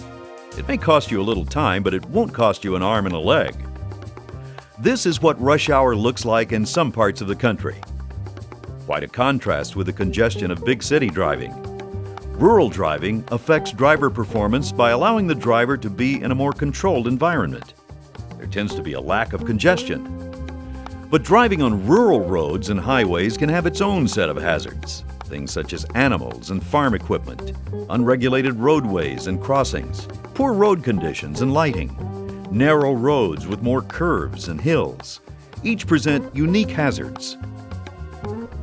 In fact, out of the average 45,000 traffic deaths each year, 2/3 occur in rural areas, and nearly a half of those are on country roads. Plus, 1/3 of all disabling motor vehicle injuries happen on rural roads. You also have to contend with unpaved roads of gravel and dirt, roadside hazards like signs, driveways, high-speed cross traffic, bushes and trees, and narrow or soft shoulders. All these things combined with a more relaxed attitude can make rural driving deadlier than city driving. Animals present a particularly dangerous situation. To begin with, they're totally unpredictable. Whether it's a cow, a horse, or a deer, you never know when the animal might spook and dart in front of your car. If you hit an animal this large at high speed, it can totally wreck your car and possibly cause serious injury or death. But here's the most dangerous animal you might encounter. Humans may be smarter, but they're just as unpredictable. Since there are no sidewalks along rural highways, you have to be alert for pedestrians walking on or across the road. Slow-moving farm equipment is another element common to rural roads and highways. Because they usually are traveling at much slower speeds, it's tempting to pass them on a busy highway. Remember, you never pass when there's a solid yellow line in your lane, or on any stretch of highway where your visibility is impaired. The best thing to do in this situation is just wait it out. Farm equipment usually isn't traveling far, usually just from one pasture to the next, so be patient. It's not worth risking a head-on collision just to save a couple of minutes on the road. Here are some helpful hints to use while driving in rural areas or in adverse conditions. When driving in areas where animals are prevalent or farm equipment is used, exercise extreme caution. If you feel the need to pass, do so only if you're proceeding 10 miles per hour faster than the object you're overtaking, and make sure it's at a safe space. Use caution when around roadside stands or gas stations. These areas usually have high pedestrian traffic and should be passed through carefully. When driving through deep water, make sure your car is not overloaded and slow your speed. If you think the water is too high, don't try it. It probably is. If your car gets stuck in adverse traction like mud or snow, you can rock the car out. This consists of starting slowly in low gear, quickly shifting to reverse until the wheels start to spin, and shifting back into low gear. Repeat the movement in rapid succession to get the car rocking until you can pull onto a better surface. It's new sheriff in town. That's right, Sheriff Hardhammer. I drive my car the way I live my life, with respect for other people.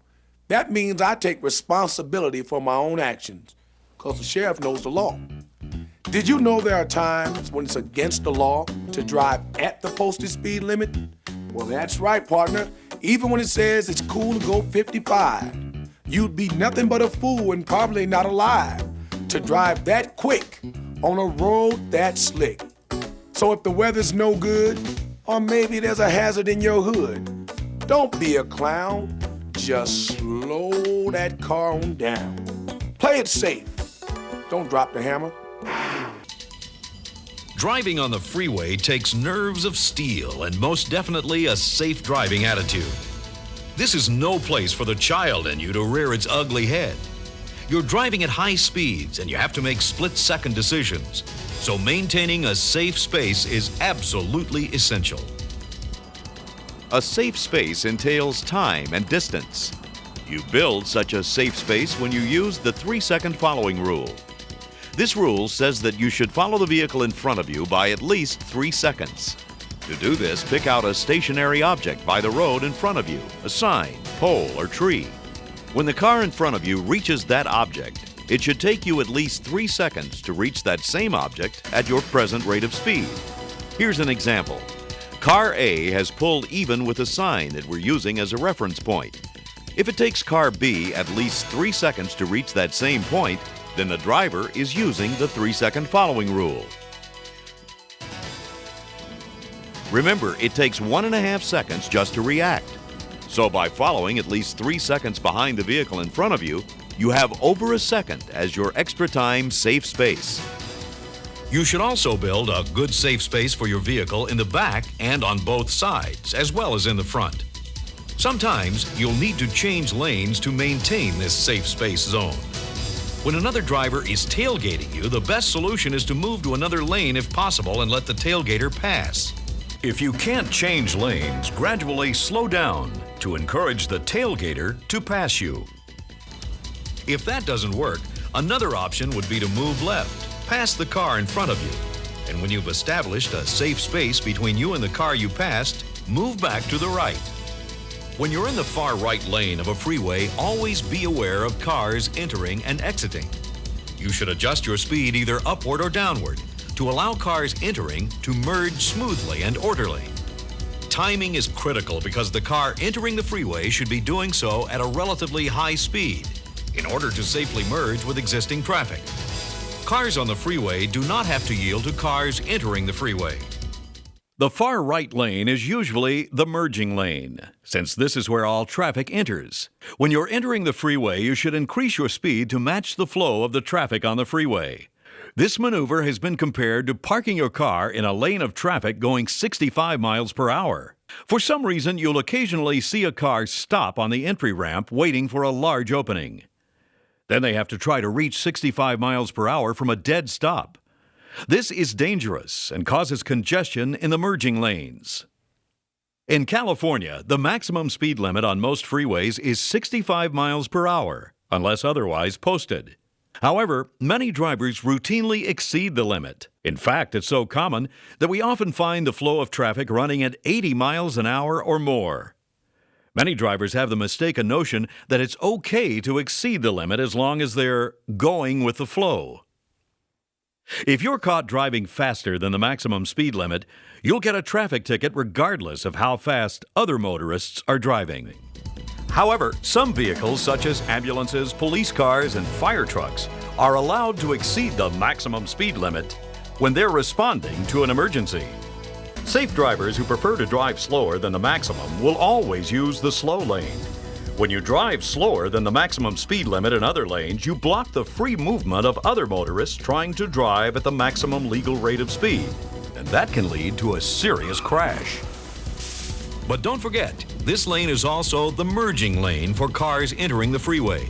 So, from time to time, it may be necessary to increase your speed to allow entering cars to merge smoothly. The right lane is also for exiting the freeway. You should move into the proper lane well in advance of your exit. Exit signs are usually 1,000 yards ahead of the exit turnoff. Slow down on the exit ramp until you're traveling at the correct speed for the street you will be entering. Here are some helpful hints to use while driving on the freeway. Timed entrance lights regulate entering the freeway during high traffic hours and work in the same manner as a street light, with green, yellow, and red lights. Double merge lanes and multiple deceleration lanes allow 2 or more lanes to enter or exit a freeway at the same time.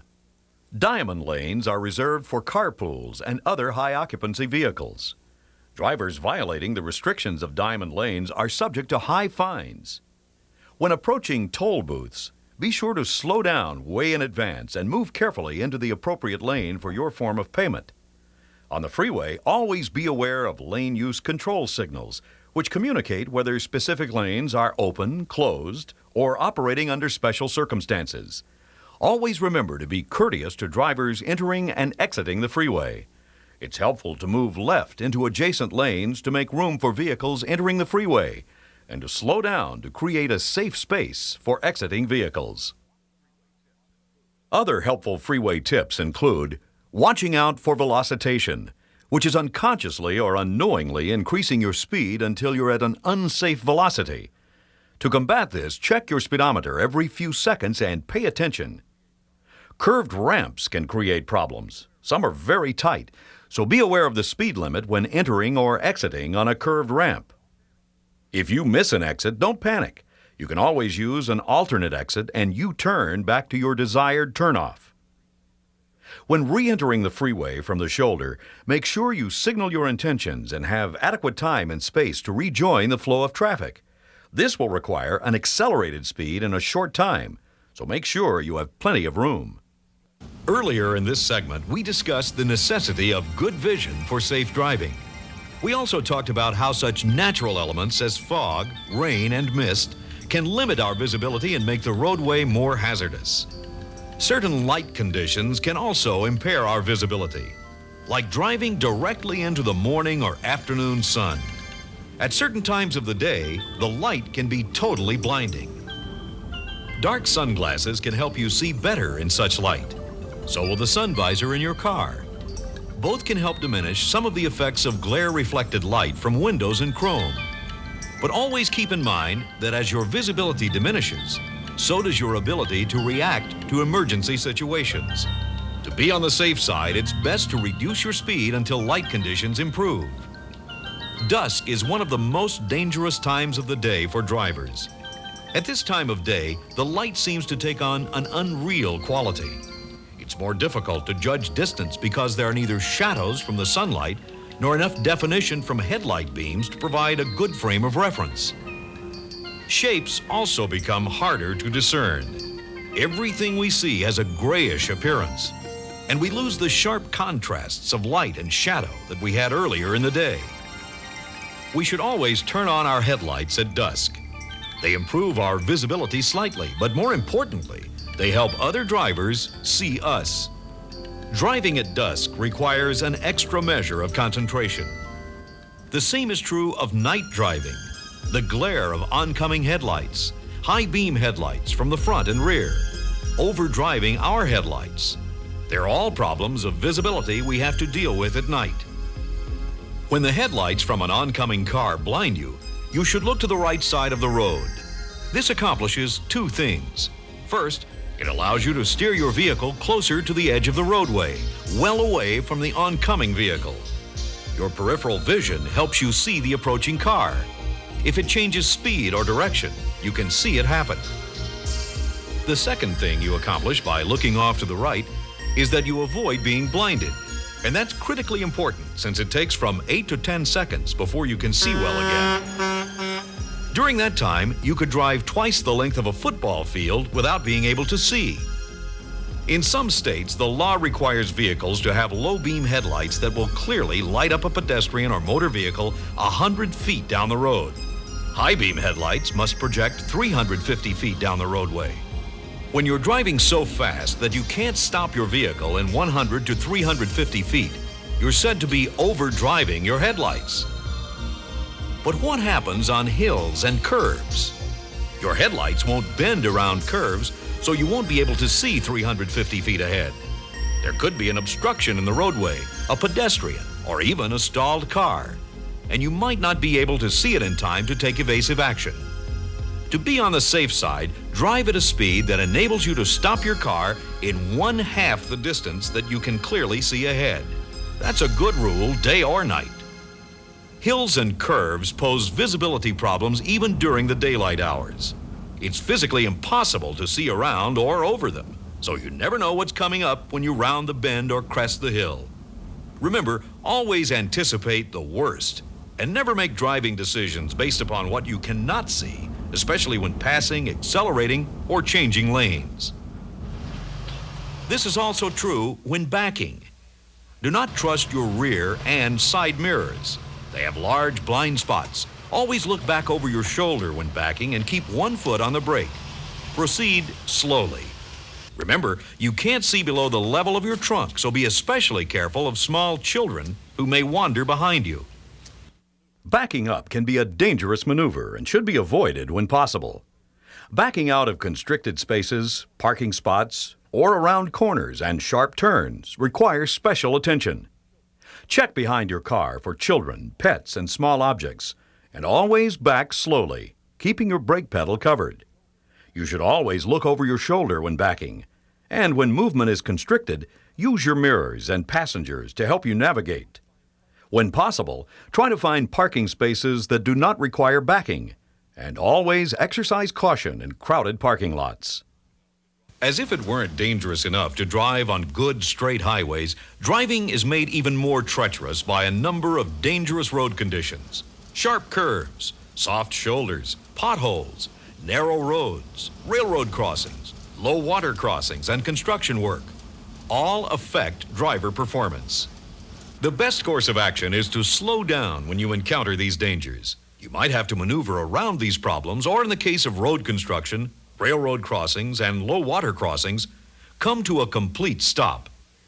By reducing your speed, you'll be better prepared to make sudden stops or direction changes. Oh, that was a grueling segment, so I thought we could use a little break.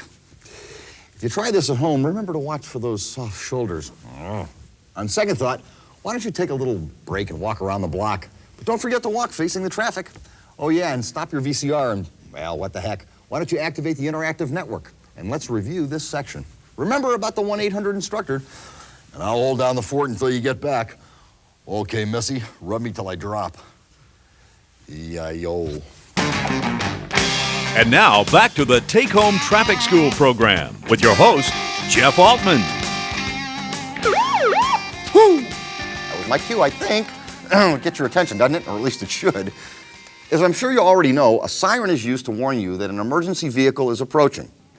Keeping you from becoming an unfortunate collision statistic is what this next segment is all about. The following will test your ability to drive defensively when encountering dangerous situations that you, as a driver, must face out on the road. Use what you've learned in the earlier segments to help you decide how to handle the following situations. Also in this segment of the program, we'll learn how to recognize many of the emergency driving situations we encounter. both on the highway and in city traffic, and how to take the appropriate action that reduces the risk of our involvement in a crash. Up to this point, we've seen how to identify potential hazards in our driving environment, learned the necessity of anticipating the worst, and the importance of deciding what to do. Once you've made the decision to take evasive action, you have only a split second to respond. Let's see how you'd react to the following situation. You're traveling on an 8-lane freeway in moderate traffic at 55 miles per hour. You're passing a large tractor-trailer and move into his lane as soon as you clear the front of the truck. Suddenly, the driver of a truck in front of you slams on the brakes. You stop in time to avoid hitting the truck, but the truck crashes into you from the rear. How could you have avoided this collision? A, left more distance between your car and the truck. B, left more distance between your car and the tractor-trailer. C, tapped your brakes several times to alert the truck driver. D, all of the above.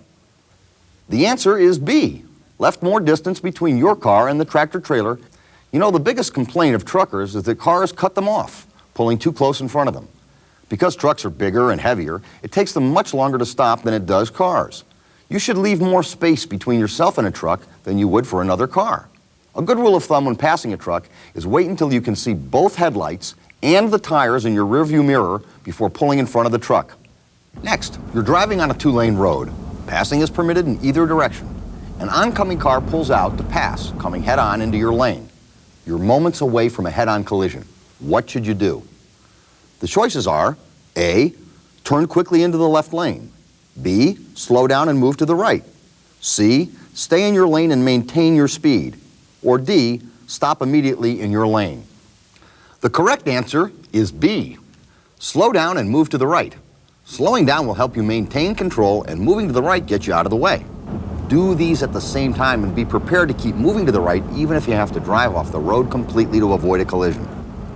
Whew, how would you like to have to report that one to your insurance agent, Bob? Yes, don't worry, you're covered under our policy.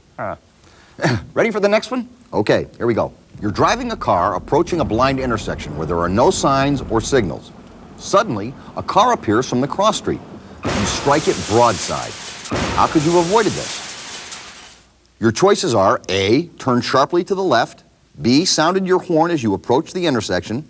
C, braked and then kept your foot over the brake pedal as you approached the intersection. And D, there was nothing you could have done to avoid it. The correct answer is C, braked and then kept your foot over the brake pedal as you approached the intersection. If you're coming up to an uncontrolled intersection, that is, one with no stop signs, traffic signals, or police controlling the traffic, you need to be especially careful. Covering your brake allows you to react much faster.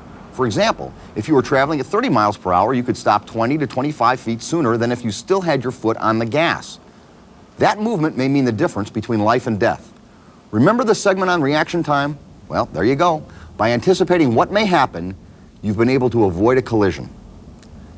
Here's something to think about. For every 100 people, 86 of us stand a chance of an injury-related collision sometime during our driving careers. With that in mind, here's your next situation. You're on a residential street approaching a controlled intersection. There's a stop sign on the cross street, but no stop sign for you. A car coming from the cross street runs the stop sign and you slam into him. How could you have avoided this collision? The choices are A, braked harder, B, steered left, C, steered right, or D, braked and steered right. The right answer is D, braked and steered right. Most people's tendency is to rely only on their brakes if they fear a collision is imminent. Often, it's more effective to use your steering wheel along with the brakes. Cars moving at 30 miles per hour or faster can be maneuvered with the steering wheel in less distance than it takes to stop. In this situation, steering to the right may get you out of the path of the other car. Now let's move on to the next situation. You're driving down a 2-lane road in moderate traffic in both directions. The car in front of you stops suddenly and bang, you slam right into him. How could you have prevented this kind of danger? The choices are A, looked further down the road, B, left more distance between your car and the car in front of you, C, stepped on your brake harder, or D, watched the brake lights of the car ahead. The correct answer is B, left more distance between your car and the car in front of you to allow for a safe stop at the given speed you're traveling. Hey, how you doing so far? Okay, I hope. Hey, let's move on to the next situation. You're driving on a multi-lane highway and the car that is overtaking you appears to be out of control, weaving from side to side. The best course of action is to stay in your lane and maintain your speed. True or false? The answer is false. The correct response is, if safe, get into another lane or pull off the road and stop. You want to get as far away as you can from a weaving driver. This way, it allows for your best offense to be a good defense. We all know that sometimes you can get into some very exasperating situations when you get behind the wheel of a car. Here are some unexpected things that might happen to you on the road. See if you can answer some of these correctly. You're driving on a downhill slope approaching a stop sign. When you step on the brakes, they fail. What's the very first thing you should do?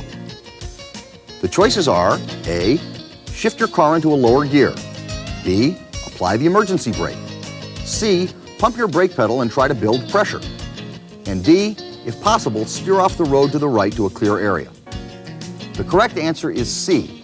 If your brakes fail, pump your brake pedal to try to build up pressure. That's the very first course of action you should try because there may still be enough pressure to help you stop. If that doesn't work, then shift into a lower gear so your engine will help you brake speed. The parking brake is for the final part of the stop. Apply it slowly so the brakes won't lock. As a last resort, steer off the road to the right side to a clear area. And above all, don't panic. There's no need to. Now you have some alternatives. Panic will only cause you to forget any logical ways of escaping this situation. Hey, I'll tell you, after that I'd pull off the road for good. Next. You're driving 55 miles per hour on a highway and suddenly your right wheel drops off the edge of the pavement. What should you do? The choices are A, slow gradually before turning back onto the pavement. B, turn back onto the pavement at once. C, drive onto the shoulder and stop. Or D, steer straight ahead and speed up to gain maximum control of your vehicle.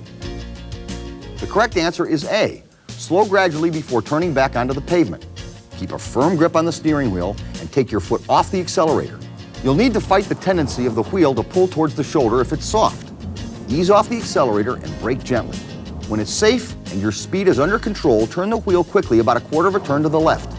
As soon as the front wheels are back on the road, steer quickly to the right to stay in your lane. Okay, next situation. Some of these are getting trickier, don't you think? While driving down the street, you take your foot off the accelerator to brake, and you find that your accelerator is stuck. After tapping the gas pedal and trying to free it, which of the following should you never do? The choices are A, turn off your ignition. B, immediately put your car in neutral and brake. C, reach down and try to pull the gas pedal up with your hand. Or D, none of the above. The answer is C. Never reach down and try to pull up the gas pedal with your hand. This is a very dangerous action because no matter how quickly you think it might be done, your vision of the road is blocked. If tapping the accelerator with your foot doesn't work, shift your car into neutral and apply the brakes. Drive off the road if possible, or as far to the right side as you can. You know the old saying, big dogs are good? Well, that's not the one I'm talking about. What I'm talking about is if anything can go wrong, it will. You see, cars are like people. They aren't perfect. Something could go wrong at any time. So you have to be ready for anything. And being prepared for the unexpected is what defensive driving is all about. We can't emphasize too strongly the importance of having a defensive driving strategy for every situation. To develop that strategy, we're constantly watching the road to monitor roadway conditions, control devices in and around the roadway, and other traffic on or near the roadway. This helps us recognize potential danger, anticipate what might happen, decide what to do, then take the necessary action, enabling us to protect ourselves from the danger and control the situation. Drivers allow themselves to be lured into collision traps when they don't have a strategy for safe driving. Collision traps can be waiting at the front, in the rear, or on either side. We get drawn into collision traps by not maintaining enough safe space around our car. Remember, safe space is that area we establish around our vehicle that moves along with us as we drive. Sometimes we let ourselves get drawn into a collision trap to our front by trying to avoid a problem behind us, like a tailgater. The temptation here is to speed up and move away from the vehicle behind us that is following too closely. How do we avoid a situation like this? We do it by actually increasing our safe space to the front. We do this by gradually reducing our speed by 1 mile an hour until we have doubled our 3-second following distance to 6 seconds. That gives us 3 seconds for our car and 3 seconds for the car behind us that's encroaching on our safe space. This gives us room to maneuver and time to stop if something goes wrong up ahead. Most tailgaters follow too closely because they want to go faster than the car they're following. So when you slow down to increase your safe space, they usually take the first opportunity to go around you. Then you can re-establish your normal 2-second following distance. By using this procedure, you have also eliminated the potential for a collision from the rear as well as the front. If you're stopped at an intersection and see or hear another car approaching fast from the rear, you can take 2 actions.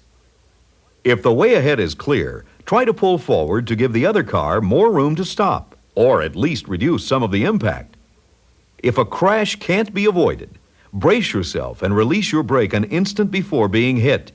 Your car will move forward and reduce the impact. A tailgating driver can also push you into a collision trap from the sides.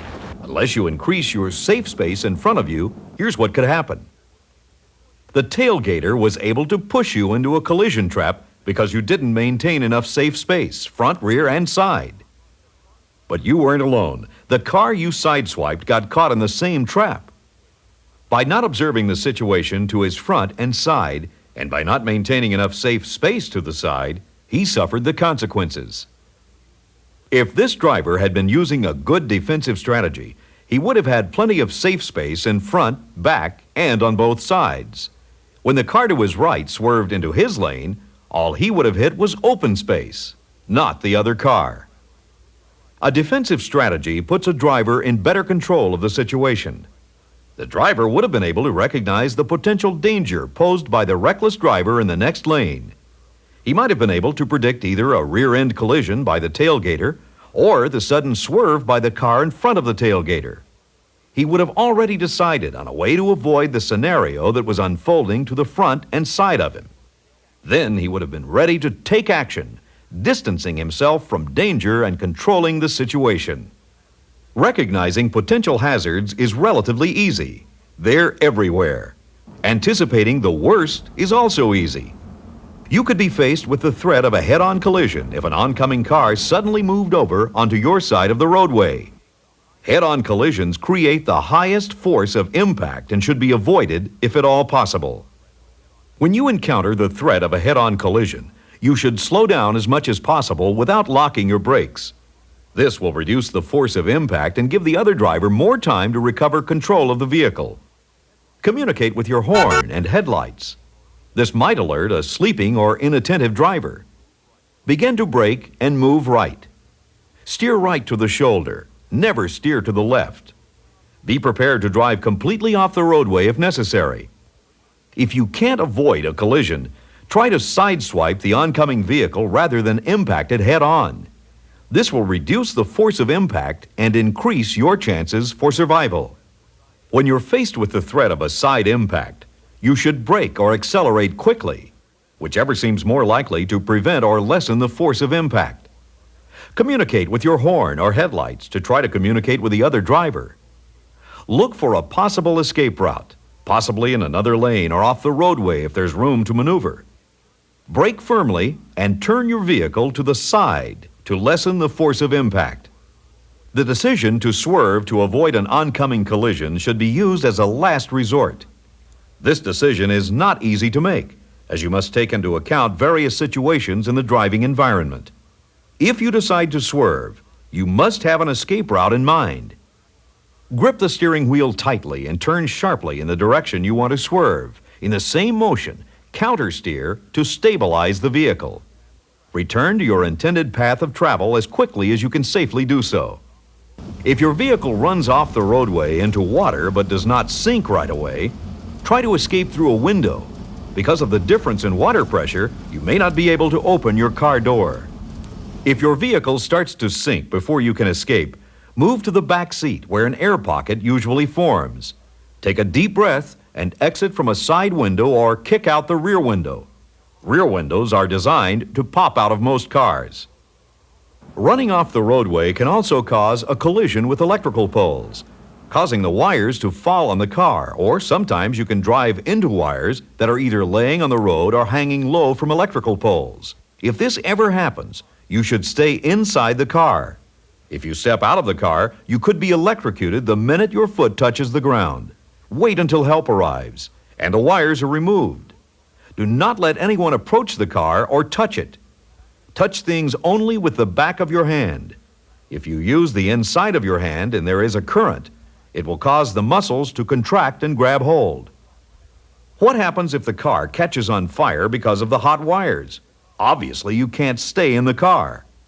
Open the door. Crouch in the open door and spring out as far as you possibly can. Land with both feet as far away from the car as possible. Roll forward so you won't stumble backward and make contact with the car. If your car ever catches fire while you're driving, try to take the following action. Steer off the road immediately to an open area away from buildings and/or people. Turn off the ignition to cut the electrical power to the engine. Get any passengers out of the vehicle and as far away as possible. Assess the situation to determine if it is a serious car fire or a small fire you can deal with yourself. If you don't have a fire extinguisher, stay away from the car. If you determine you can deal with the fire, use a rag or clothing to protect your hands when opening the hood. Turn the fire extinguisher directly on the fire. Remember, water is not effective in oil and fuel fires. Wait for help to arrive. Never work under the hood while the engine compartment is hot. You always try to take the path of least resistance. Whether it's to avoid a head-on collision, side impact collision, or any other emergency situation on the road, taking the path of least resistance involves choosing the escape route that will decrease the risk of injury and damage to the drivers and vehicles involved. When your car runs off the pavement, allow the car to decelerate. Do not brake hard, as this will cause a skid because of your tires being on two different types of surfaces. The skid will be, in all likelihood, toward the slicker surface. If you have an ABS system, do not pump the brakes. Use an even pressure. Don't try to swing back onto the pavement. That could cause your vehicle to flip over.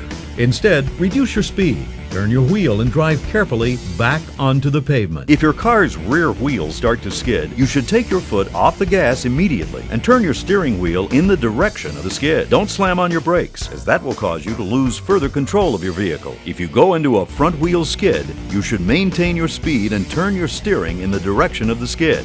Once again, don't slam on the brakes.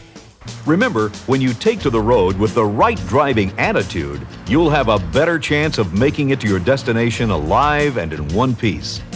You'll make it a point to have a defensive driving strategy for the hazards you face on the road.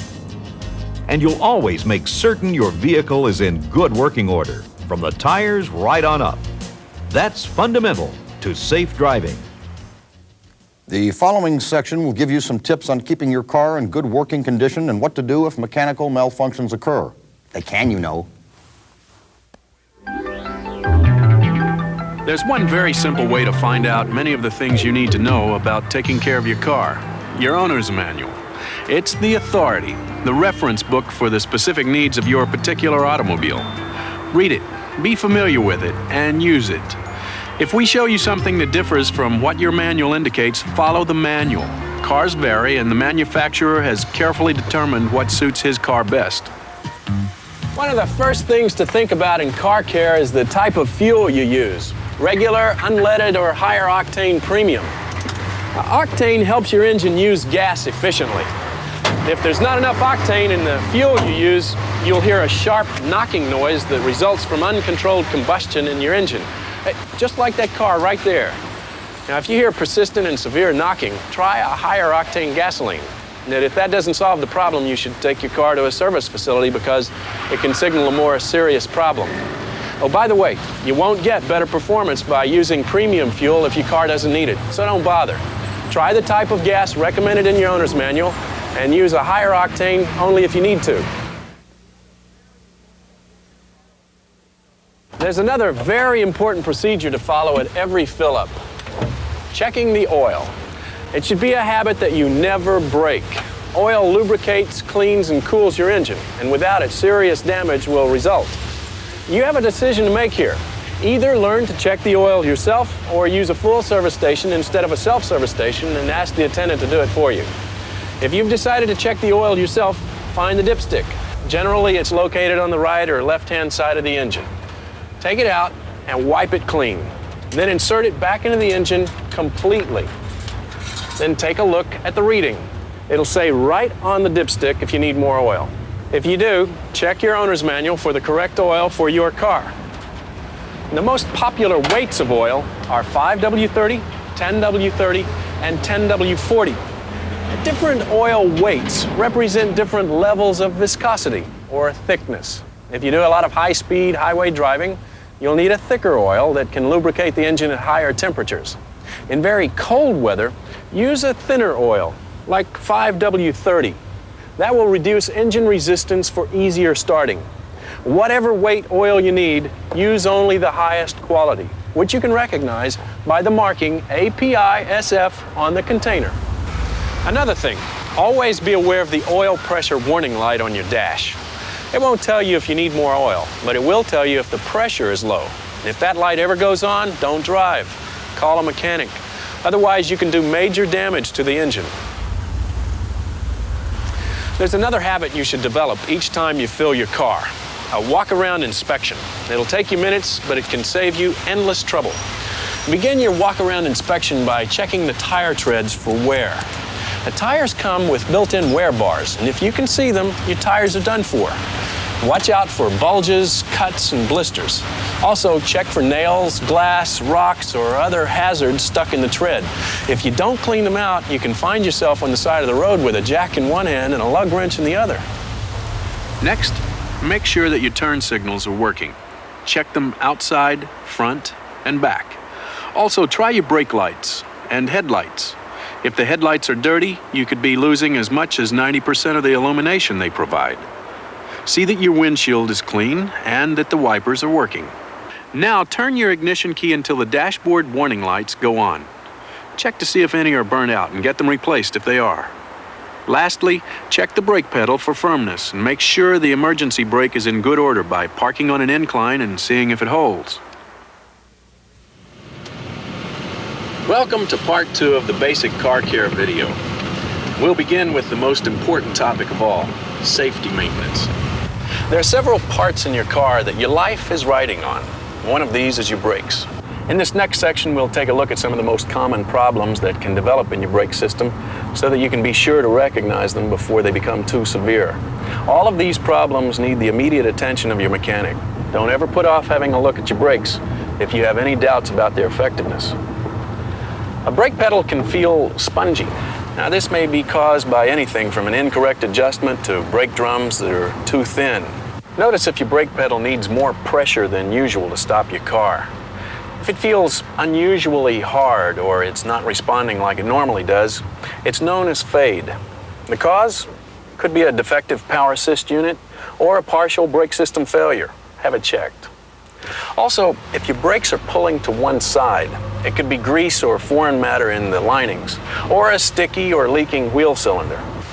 The grease on the linings or pads can also cause your brakes to grab, endangering yourself and your occupants. And if the steering wheel shimmies when you apply the brakes, it's another sign of trouble and should be checked out. Noises like squealing or a vibrating noise can also have many different sources. Besides being an annoying noise, it's another signal of excessive wear.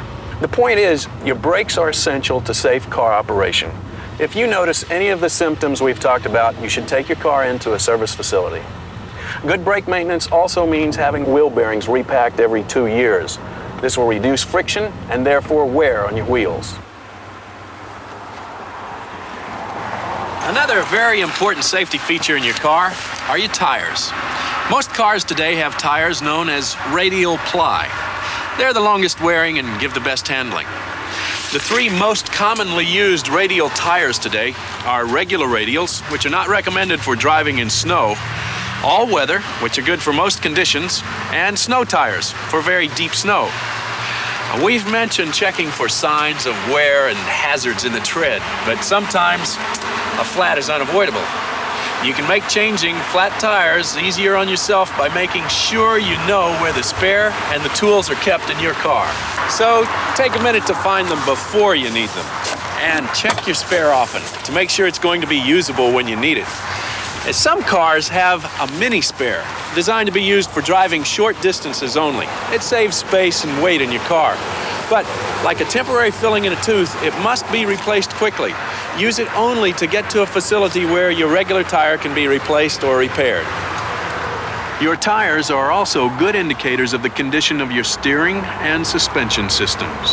Heavy tread wear on one side of a tire spells alignment problems. Sudden failure of your suspension system or steering is uncommon, since the problems usually develop gradually as a result of wear. But you should be on the alert for too much play in your steering wheel. If you can turn it more than 2 inches before the wheels move, it's too much. In cars with power steering, be alert if the steering wheel becomes extremely difficult to turn and needs immediate attention. Other suspension or steering trouble signs are front end shimmy or wobbling and pulling to the side as you drive. Any of these can indicate a need for realignment or wheel balancing. There's one more feature you should always be aware of: your safety belts. When properly worn, safety belts save lives and reduce injuries in an accident. Since you should be wearing them every time you drive, be sure they're in good working order. There's no point in putting them on if they'll fail in an emergency. Check your safety belts by braking sharply. They should engage immediately. Check the passenger safety belts too. You owe it to them. If you have a child, make sure you use a child restraint system which meets federal standards.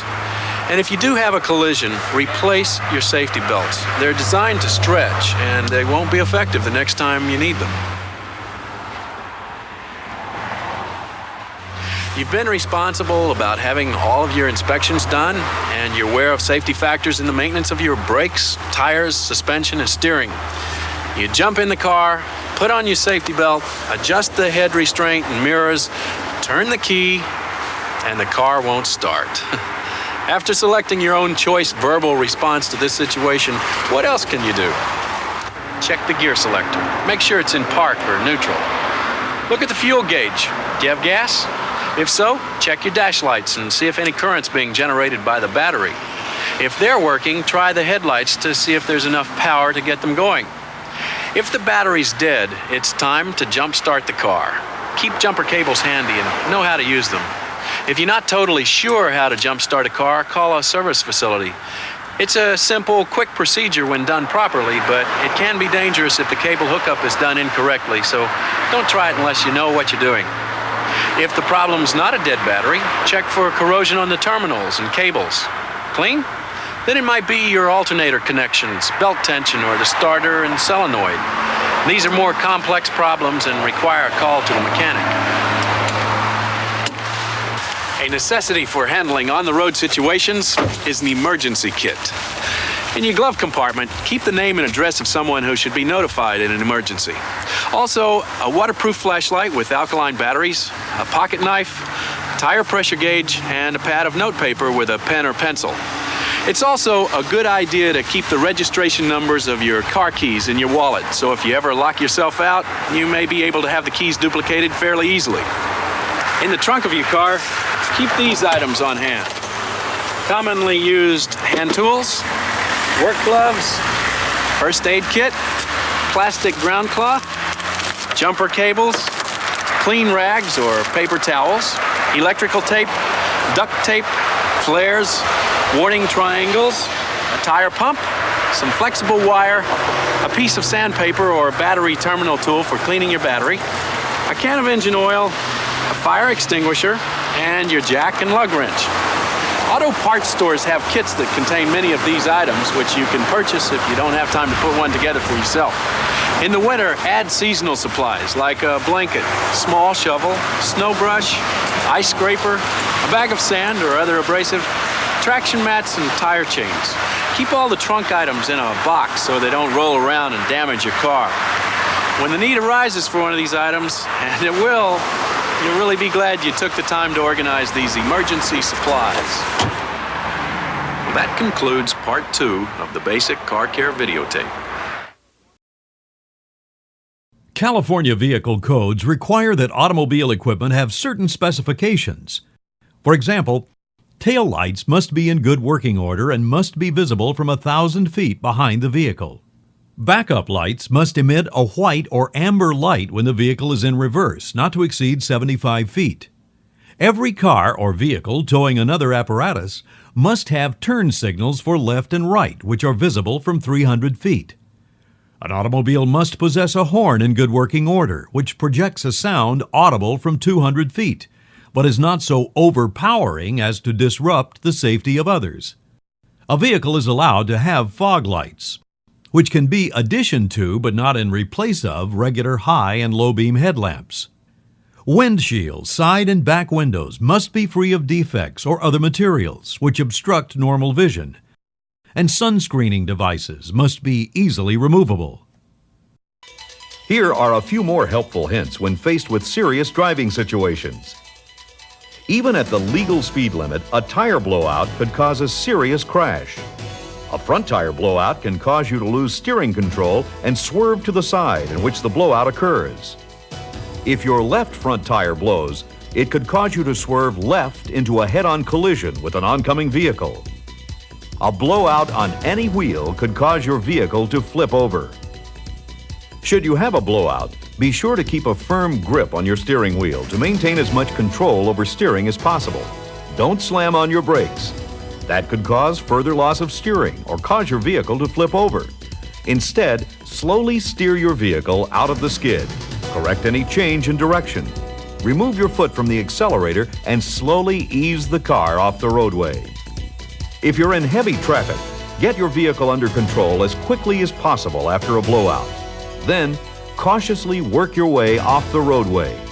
Look before you change lanes and use your turn signals. Never try to change a tire on the roadway. It's better to slowly drive the car off the road before attempting to change a tire.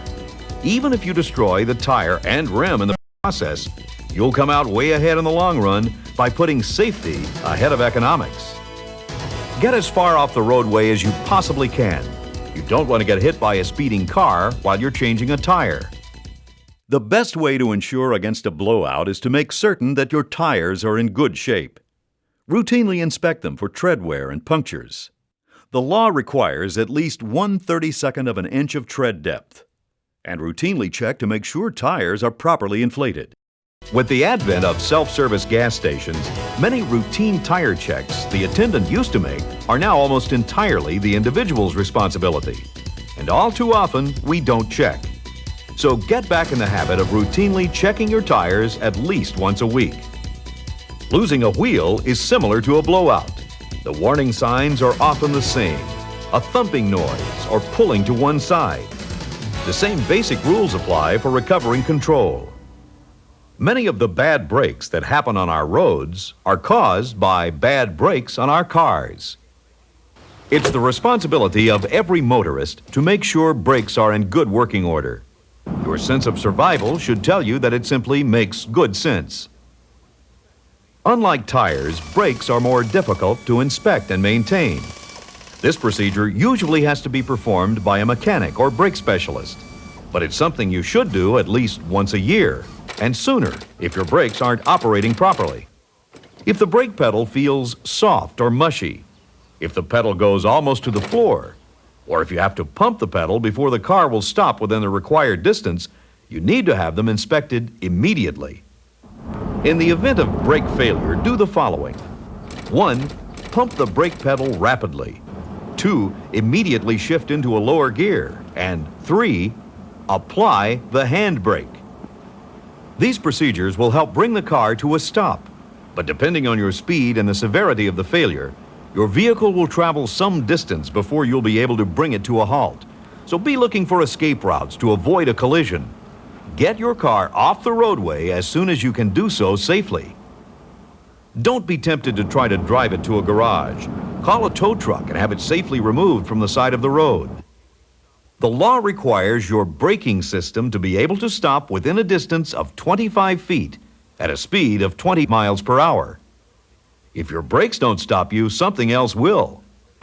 Your vehicle's steering mechanism is another critically important part of safe driving.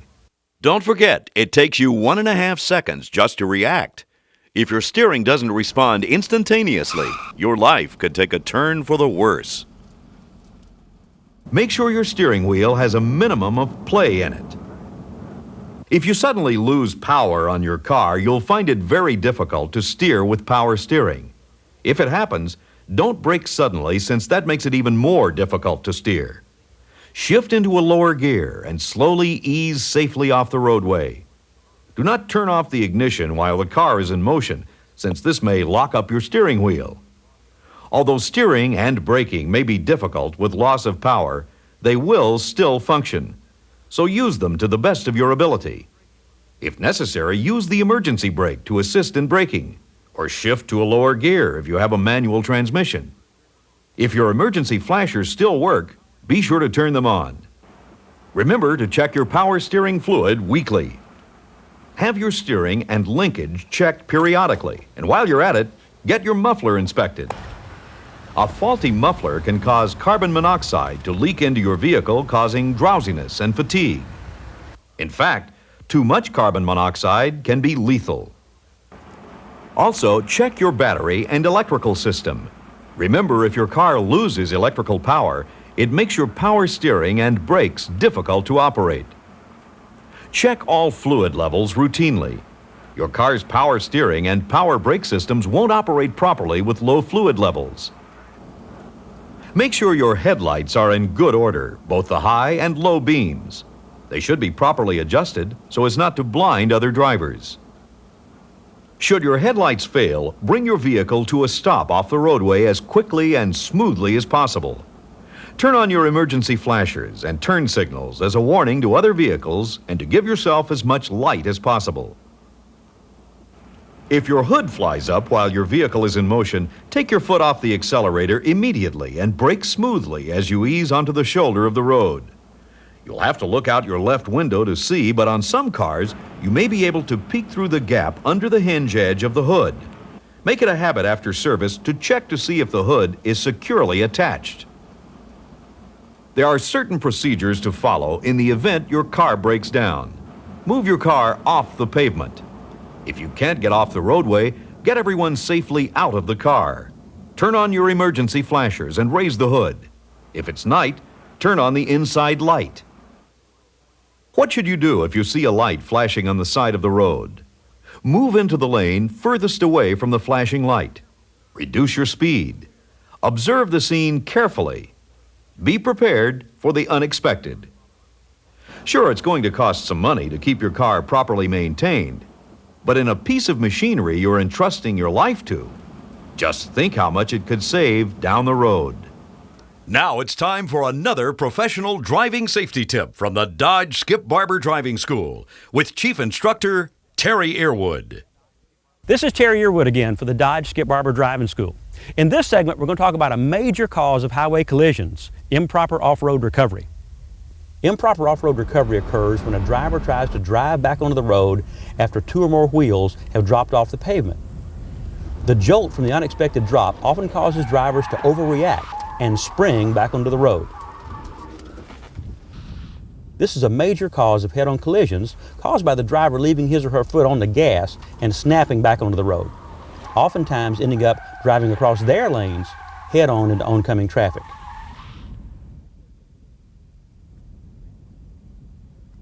The best way to avoid a collision when your wheels run off the road is to slow down. With ABS brakes, you can brake pretty firmly and then steer straight down the edge of the road. Once you have control of the car, ease your car gently back onto the pavement into the normal flow of traffic. In some instances, there may not be time to slow gradually. For example, if there's a stalled car in your path. If this is the case, be ready for the second reaction that occurs when you have to toss the car back up onto the pavement. This reaction can create a spring energy that can cause you to oversteer. And if you don't come off the gas and grip the wheel firmly, the car can snap across both lanes into oncoming traffic. Remember, the key to safe driving is awareness, to keep a cool head in a hot situation. Then the tendency to overreact is minimized. In an off-road recovery situation, wherever possible, slow down, get a firm grip on the wheel before returning to the roadway. I'm Terry Earwood. for the Skip Barber Driving School.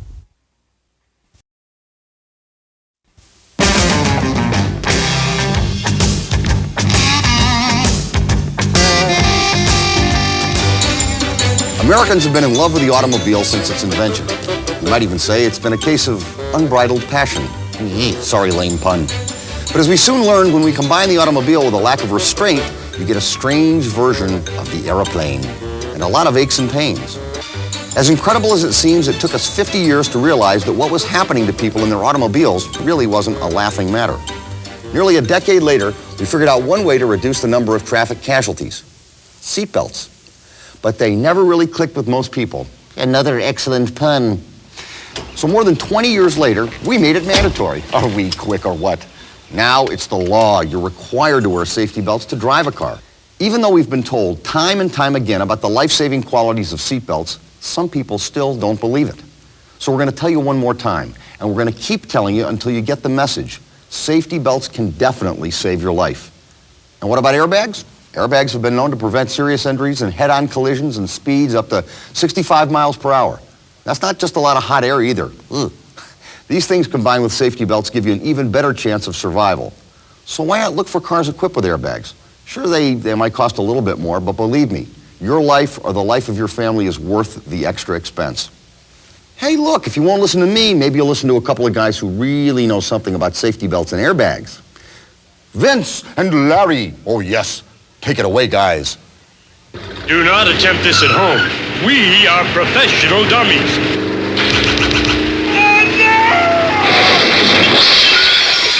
All right, pal, that's it. That was the last crash test for me. But Vince... Yeah, you know what?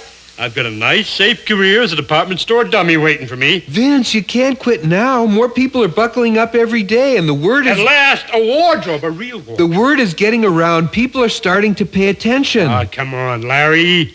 Look, we're munching on wiper blades so the people will remember to buckle up, and nobody's listening. But Vince, they are. There are new films and videos being made right now about all kinds of crash protection devices, automatic safety belts, airbags. Hey, are you going to show me one? Safety belts. It's an idea most of us have grown up with. By the time we're old enough to drive, we've heard the message a dozen different ways. Such a simple idea. You're safer when you wear a safety belt. Even so, there are still people who don't wear safety belts. Maybe they just don't realize what a difference safety belts can make. Here's what can happen when a car crashes into something, even at a moderate speed. Within 1/10 of a second, the car stops, but unbelted. The driver or passenger continues to move forward. The average person will hit the dashboard with a force of 3 tons. In 1/50th of a second, the head will crash through the windshield.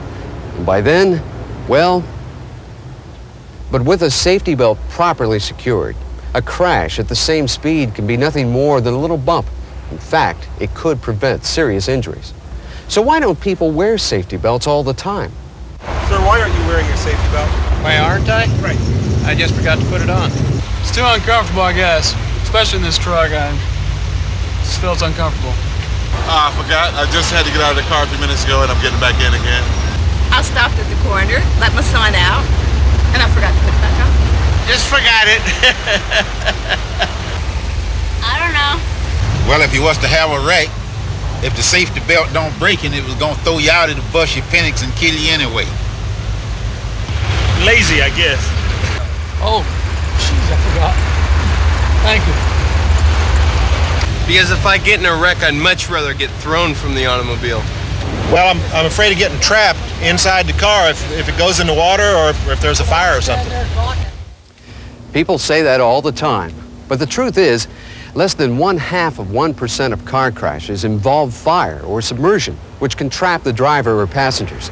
And even then, people secured by safety belts have a better chance to survive because the belt holds them upright in the seat, and they aren't as likely to be knocked unconscious. Here's another reason people give for not wearing safety belts. Well, if I was on the highway, I would wear it. I'm just going a couple blocks to the store. Why bother? Just going up to the store. The fact is, most crashes that cause death or injury happen within 25 miles of home at speeds of 30 to 40 miles per hour. Without a safety belt, death has been known to occur at speeds as low as 12 miles per hour. But people wearing safety belts have survived crashes at up to 60 miles per hour. Makes you think, doesn't it? And while you're thinking about it, let's look at the proper way to wear a safety belt. See, safety belts are designed to hold you in your seat on impact and to help you absorb the forces of a crash in the strongest areas of your body. Your pelvis is a very strong bone, capable of withstanding great forces. So your lap belt should be worn here, 2 to 4 inches below the belt line. Not over your abdomen like this, but low on the lap, against your thighs. Adjust it so it's comfortable, but snug. Your shoulder belt should come over the shoulder and across the chest, never behind your back or under your arm, and make sure it's not too slack. This is the proper positioning for an infant seat, facing the rear of the car. Never take an infant anywhere in a car, not even home from the hospital, without putting the baby in a properly installed crash-tested infant carrier. Most work something like this, but check the instructions that come with yours for proper use. If you can't afford an infant carrier, there are service organizations that will help you rent or buy one. Up to 90% of child deaths and 80% of injuries can be prevented through proper use of child safety seats. NHTSA estimates that a total of 14,903 lives were saved in 2003 by the use of safety belts. That includes children. NHTSA estimates that 446 children under age 5 were saved as a result of child restraint use. In total, an estimated 7,020 young lives were saved by child restraints from 1975 through 2003. Every time you get in a car, use safety belts and proper child safety restraints. For your child's sake, for your sake, and for one more good reason. It's the law, right? Every time you get in a car, use safety belts and proper child safety restraints. For your child's sake, for your sake, and for one more good reason, it's the law, right? Right. In closing, let's look at the most common excuse people give for not wearing a safety belt. Just never got in the habit. It takes only 3 seconds to fasten a safety belt. See? 3 seconds. Yet wearing one increases your chances of surviving a crash by as much as 50%. So make it a habit. Safety belts. Smart from the start. Hey there, won't be long now. Won't be long till what, old buddy? Till we're off to store dummy stardom. You know, with these automatic safety belts and airbags keeping people safe in their cars. Well, not everybody. Oh, sure. And you know, the new shows are getting the safety message out far and wide. Well, yeah, we but... can quit this business, man. Come on. No more gear shift guacamole, you know what I mean? Vince, brace yourself. There are still people out there who don't buckle up. What? What are you trying to tell me? You mean they really think it's safer to get thrown out of their cars than to stay in them during a crash? We've been busting our... If only they could see what we see every day. Not wearing your safety belt and hoping to get thrown clear of your car is asking for it. You're 4 times safer if you stay inside your car. And once an impact is over, you have a much better chance of getting out if you're conscious. Look, I don't care how good a driver you are, you can't avoid every crash, and you can't predict when one's going to happen. Just loading the kids to go to the store, huh? Most crashes happen less than 25 miles from home, and at low speeds. But it doesn't take much to do a lot of harm. I know. I've been there. You know, by going through all these tests, Vince, we're helping engineers design some terrific car safety devices. What are you doing? Hey, buddy, this is going to be a front-ender. I gotta save this face for my modeling career. Vince, we're dummies. We don't buckle up or use airbags. Oh, no! You could learn a lot from a dummy. Buckle your safety belt. Front seat belts are required equipment if seat belt anchorages were part of the original equipment of your automobile. This applies to most cars on the road today.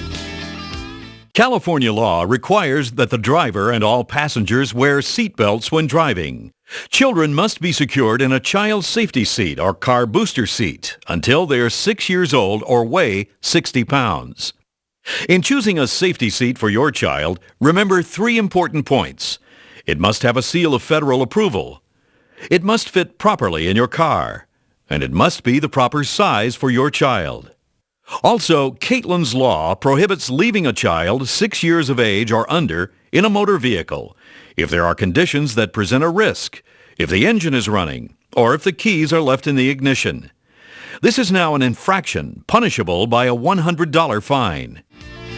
Drivers wearing safety belts have more control over their cars in emergency situations and are therefore more likely to avoid collisions. If you're involved in a collision, your safety belts are designed to keep you well within the safety zone within your car. This helps you maintain better control of the vehicle to avoid secondary collisions. By making the impact of the first crash work on you sooner, belts give you the benefit of increased stopping distance while dissipating the forces of the impact quickly. The belt takes the brunt of the impact instead of your body taking it through glass and steel. Proper wearing of seat belts is very important during pregnancy. For maximum protection from seat belts, seats should be upright. Extend the latch plate and belt as far as you can, attaching the buckle until it clicks. If a longer belt is needed, extenders are available from automobile dealers, usually at no charge. Position the lap belt as low on your hips as possible. It should settle snugly around your hip and pelvic bones and across your upper thighs. There should be no slack in the lap belt portion. Position the shoulder belt over your shoulder, collarbone, and down across your chest. Many cars offer a comfort feature in this system that will allow a small amount of slack. It works like a window shade. Pull the belt out at least 5 inches and let it retract. Pull it out again about an inch and release. Since seat belt mechanisms vary, consult the owner's manual for your vehicle. Hello, I'm Barbara Mandrell. Whoever said there was an exception to every rule was wrong. I know from experience. Here's one rule you should always follow. Wear your safety belt. Some people think their chances of surviving a collision increase if they're thrown from the car. Those people are mistaken. The risk of being injured or killed is 25 times greater if you're thrown from your car. Safety belts increase your chance of remaining conscious and unhurt in any crash. If you need to get out of your car quickly, you need to be conscious to do that. No matter how brief you drive, you must buckle up. Most collisions happen within 25 miles of your home at speeds under 40 miles an hour. There's no excuse for not using your safety belt. When you consider the protection afforded by seat belts, it's extremely foolish not to wear them. Approximately 35,000 people who don't buckle up die annually in cars, light trucks, and vans that are equipped with safety belts. About 50% of these people could have been saved if they buckled up. Safety belts cut your chances of being killed or maimed in a crash by about 50%. Keep in mind that 3 out of 4 collisions happen within 25 miles of home, and 80% of traffic deaths occur when a vehicle is traveling 40 miles an hour or less. Even if you're just driving around the corner, buckle that safety belt. Safety belts help occupants in 5 ways. There is a ride down in which the belt begins to stop the wearer as the car is stopping. The belt keeps the head and face of the wearer from striking objects like the steering wheel, windshield, interior post, or dashboard. The belts spread the stopping force evenly across the strong parts of the body.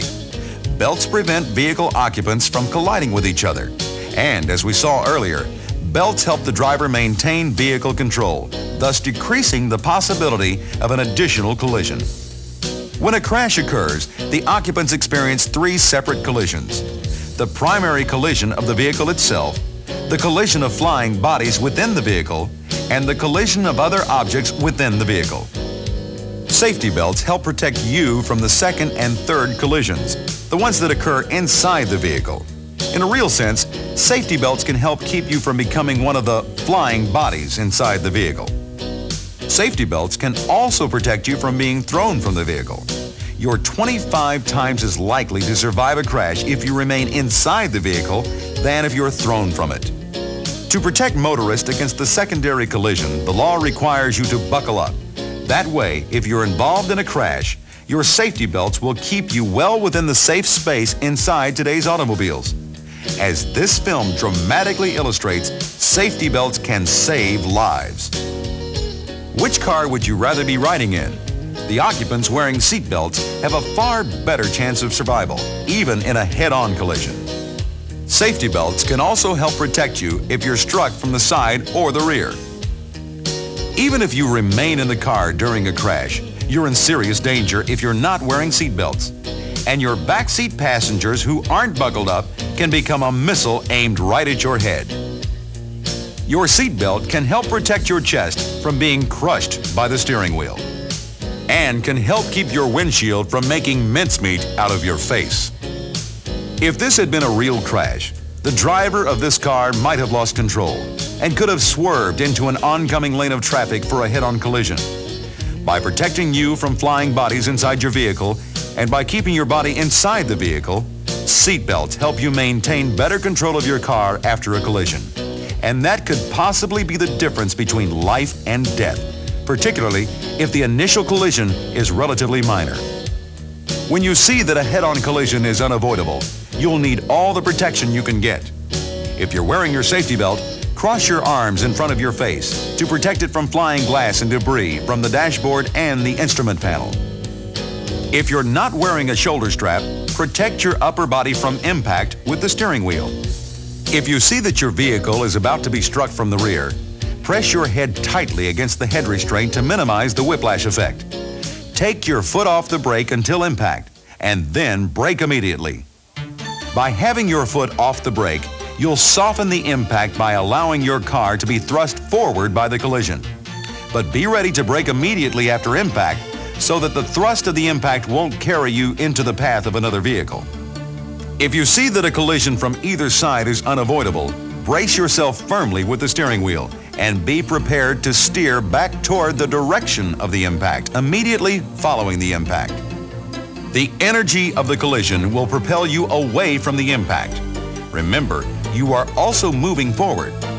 After the impact, you will be moving forward at an angle that could carry you right into the path of an oncoming vehicle, possibly causing a far more serious head-on collision. If you are struck from the right, you must steer back to the right as quickly as possible in order to stabilize the direction in which you are moving.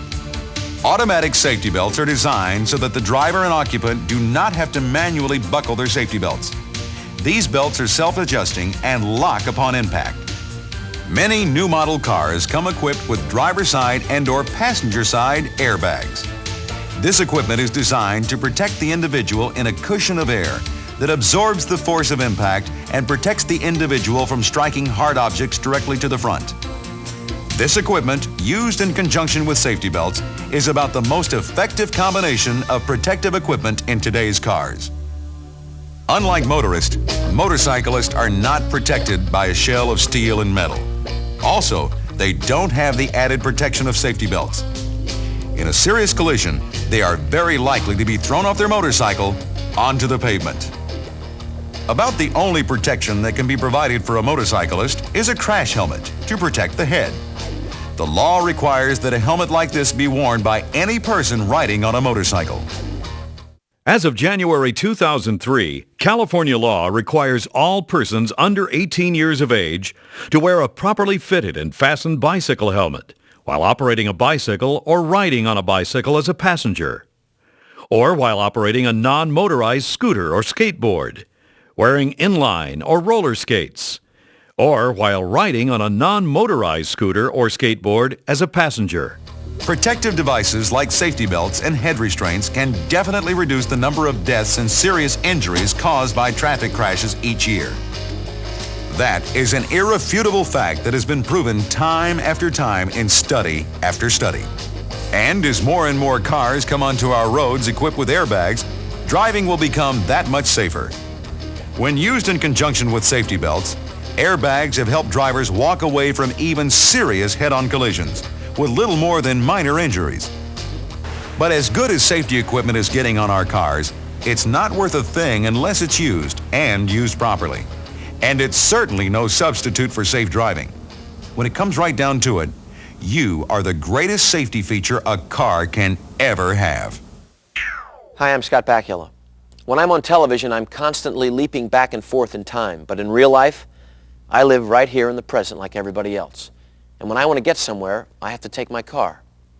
While we may never actually figure out how to travel in time, let's take a quick leap into the future to see some of the ways technology is starting to change the way we do travel. Here's something called head-up display. Some cars already have it. Head-up display projects a see-through image on your windshield, so you can check your speed without taking your eyes off the road. That makes it easier for you to concentrate on the road ahead. The guys in lab coats are also working on radar-like sensors that will let you know when you're traveling too close to the car in front of you. Brake. And something called adaptive cruise control will automatically vary your speed depending on the flow of traffic. And then there's onboard navigation systems, which may take the place of conventional maps. And with the help of existing traffic control centers and satellite communications, someday onboard navigation systems will keep you updated on conditions ahead. You may never have to fold up a map again. You'll have more time to concentrate on the one job that no computer or device can do for you: driving safely. You know, watching that segment kind of reminds me of my dad and those immortal words, "Look, friend, I'll drop you like a bad transmission. I ought to knock you into next week. I'll stop you like a bad check. Even with my strange upbringing, I've always believed that safe car care makes good sense. Well, we're coming up on crunch time again.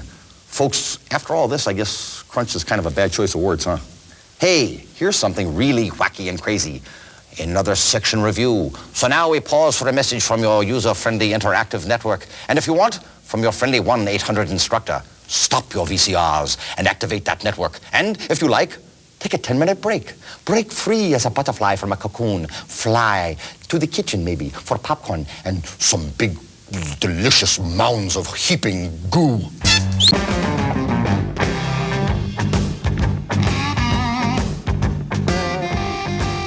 As if we didn't already have enough traffic on the road, we've got drunk drivers to make it even worse. There are more than 160 million licensed drivers in this country and 95 million drinkers. When you mix that many drinkers with that many drivers, you get a deadly concoction. Of course, there's one less drinker and driver now that Bob here bought the farm. He'll be missed, this hail fellow well met. One day you're the life of the party, the next day you're history. That's the way it goes when you drink and drive. This is what old Bob's car looked like after they scraped him out of it with a putty knife. Talk about getting smashed. I guess Bob had been drinking some pretty stiff cocktails. Too bad he ended up a stiff. Too bad for him, his wife, and his 3 children, as well as the innocent lives that were taken. In this case, a young man and his pregnant wife. We've all heard the grim statistics. Someone is killed in an alcohol-related collision every 32 minutes. Alcohol is responsible for 55% of all traffic fatalities, and yet we keep on killing ourselves at a record pace, mainly by hitting the sauce and then hitting the road. Well, this segment hopefully will change your mind about drinking and driving. Please, this is the most important section in this entire course, so pay attention. We're trying to save your life here. I'm Phil Donahue, and I'm about to say something you probably already know. Drinking and driving don't mix. Of all the violent crimes in America, drunk driving tops the list year after year. We call alcohol-related crashes accidents. Some have been called murders by the courts. Many involve a choice. A person knows that he or she has had too much to drink, yet drives anyway. Had they not chosen to get behind the wheel, the tragedy might never have happened. Some of us are beginning to get the message. The number of Americans killed in alcohol-related crashes has gone down a lot since 1980. Some of us, however, still think it's okay to drink and drive. Some of us think we can handle the right amount and still keep out of trouble. You are about to see a documentary that may finally change your mind and your behavior. It's called Drinking and Driving: The Toll, the Tears. You got beer in the car? I have another rum and coke,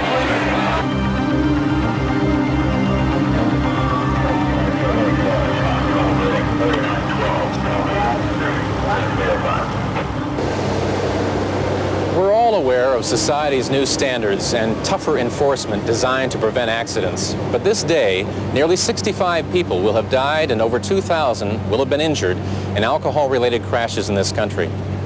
Alcohol remains our cultural elixir, our favorite escape, and a mistake for millions of Americans.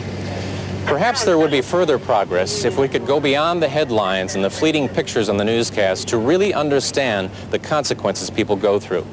Those consequences are long-term and deeply felt. What follows are actual cases of people who felt so strongly about trying to prevent the nightmare for others that they were willing to relive their own. None want sympathy.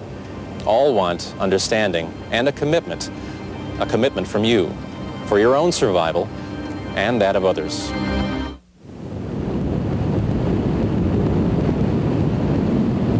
Margaret Haley, devout Catholic, mother of 11, was returning from a prayer meeting on a summer afternoon when she was killed in a car accident on a federal parkway in Virginia.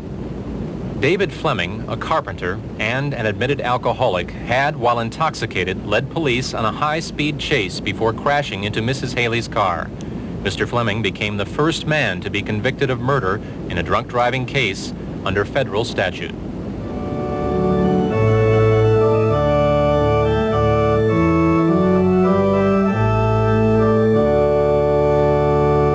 Who gives this woman to be married to this man? Her mother and I. A new family begins. Two families extend. And the human family is strengthened. For Dick Haley, a father of the groom, it is a happy moment. All of his 11 children are assembled again. But even here, there is a void to fill with faith. For Margaret, wife and mother and keeper of the family spirit, gone over 2 years, is still missed. We had been a team working to raise a family, and the partnership of husband and wife had been broken, and the real question is, what does the Lord want me to do next? There's obviously a void. The decisions one used to share of, say, what college one should go to,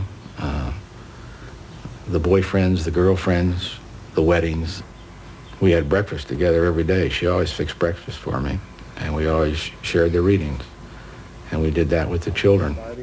With this ring I thee wed. With this ring I thee wed. It's only now, with Lou's wedding and facing the next year, that one looks around and the kids are 2 years into college, and I'm here, that the true impact is probably really going to set in. What do you mean, the true impact? Well, the true impact being a single life as opposed to the married life that I had, been exposed to for the 33 years. Lou's mother, Peggy, a woman of profound faith, is with us. The total shock initially is overwhelming. I never considered myself to be a person that would break out in tears at the call. I did when my dad cried, and I did at different times during the funeral that I knew were special to my mother.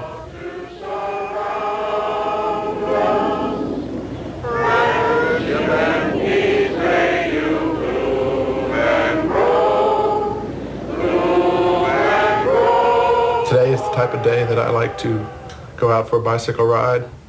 I live just up the street, and come in, visit my mom. It would have been the type of day.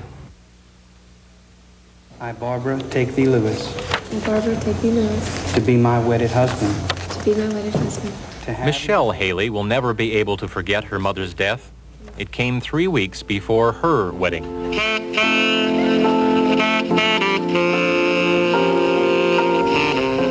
My mom and I had made many arrangements together to just go into the florist and the photographer. And so I guess those were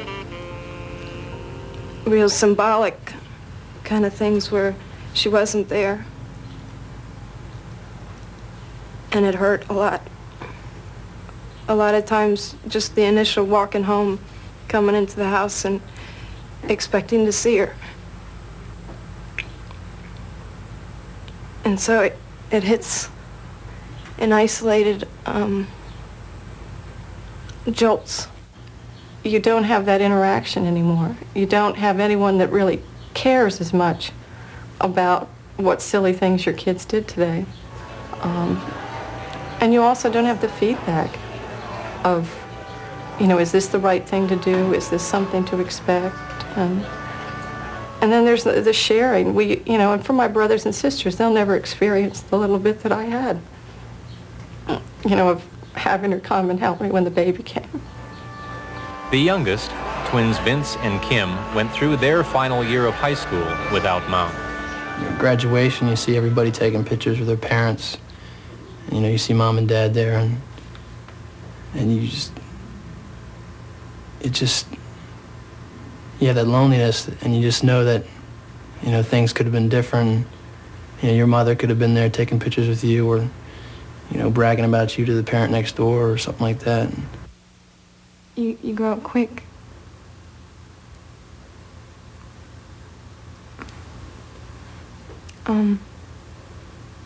I guess you think about what she would have done, you know, everyday things. And,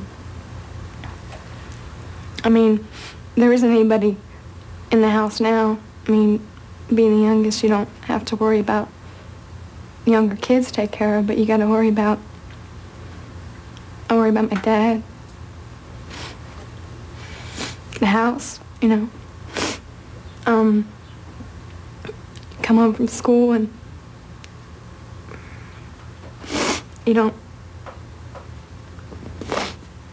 there's nobody there to talk to. I can remember plenty of times, months later, where I'll tell a friend, you know, I'll go home and tell Mom. I pronounce that they are husband and wife together in the name of the Father and of the Son and of the Holy Spirit. Those whom God hath joined together, let no man put asunder. The Haleys believe that God simply called Mother to him, and that the family must establish itself in a new way. I never felt outright anger for Mr. Fleming. That doesn't mean that I don't miss Peggy and all those things that go with it and the whole change in lifestyle. But one has to start over again and pick up the pieces and go forward and try to find out what your vocation in life is. Coming to jail. It's probably the most humiliating, degrading thing that'll ever happen to a person.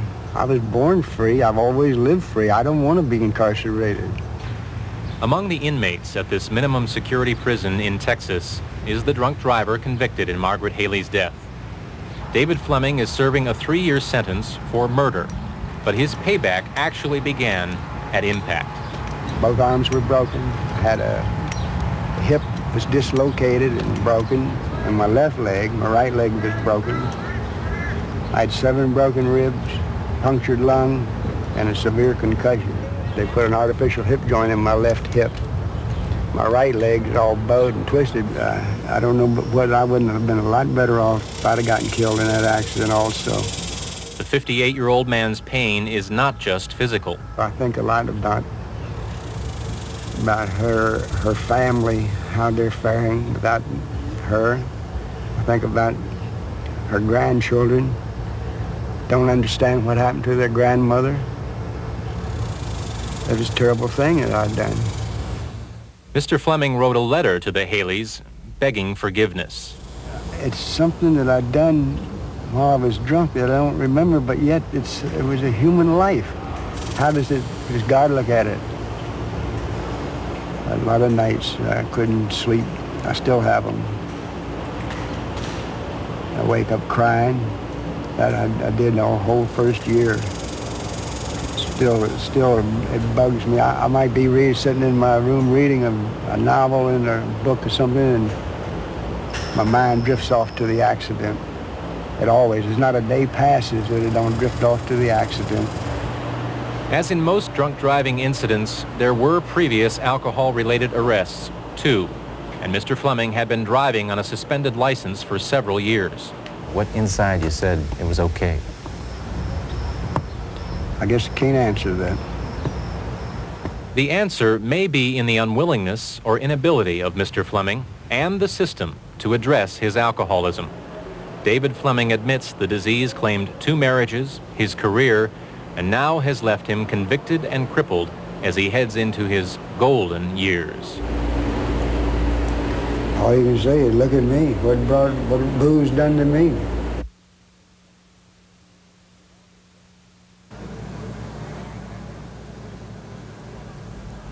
In August 1984, Teddy Crisp, his wife, and 3 daughters were among 7 people killed at a bus stop in one of the worst auto accidents in the history of the nation's capital. 42-year-old Robert Williams pleaded guilty to 7 counts of manslaughter and was sentenced to a total of 35 years in prison. No chance of parole.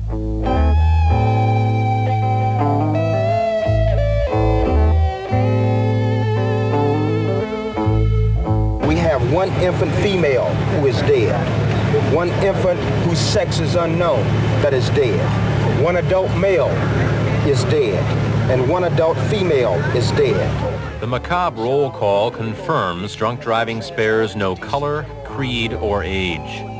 I said, Lord, no. I said, my daughter down there, she's going home. She can go home. She can go catch. She can go home. In an instant, 7 people wiped out. Among them, a family of 5, the Crisps, Teddy and Sandra and Sante, Sophia, and 2-week-old Tandra. They had to carry me to the morgue to see my son. That is when I believed it. I didn't believe it until I saw it for myself. At the morgue, Teddy and his family were numbers. To Sarah Crisp, they were family, flesh and blood, like her 5 other kids and her other grandchildren. She was shaken, unable to attend the funeral, and the loss affected her health.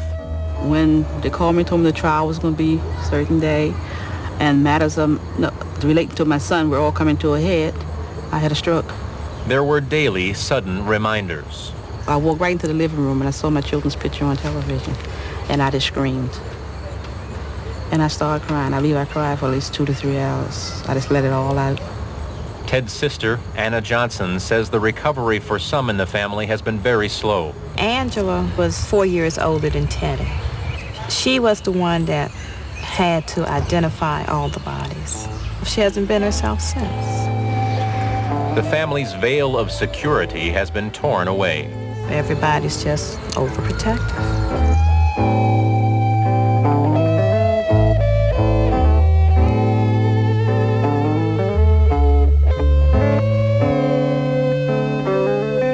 Robert Williams could not say no to life in the streets, to the fruitless shortcuts. But the crime that brought him here for the rest of his life was not one of his robberies or anything that would earn him bragging rights among inmates. He didn't mean it. He didn't even remember it happening. Only the aftermath. You know, if it was any way that I could have saved them, even by losing my own life, I would have saved them kids. I wouldn't have ran over them. None of them. I was wondering why all them people had to die, and I still lived, you know, and I couldn't understand that because of the type of life that I have lived, you know, and you got 7 innocent people and children, you know, and didn't even get a chance to live, see what life was all about. When you're responsible for 7 lives that was lost, you know, because of my negligence and my stupidity, you know, you have to deal with that. Do you wish you hadn't made it through alive? Yeah, I wish I hadn't. You know, because there's a lot more suffering to be done. Williams was 8 weeks out of prison the day of the accident, happy to be free. At 42, determined, he said, to stay straight and not die in jail. But he drank at a wedding reception and also took morphine. He blacked out at the wheel. When you start drinking, you're not driving. You don't think about driving under the influence of alcohol because you're not going anywhere at that particular time. But once the alcohol started setting in and it started working on you, then you lose a sense of thinking. There's no rationale for it. You know, stupidity. Williams had cared for more in life than the fast buck.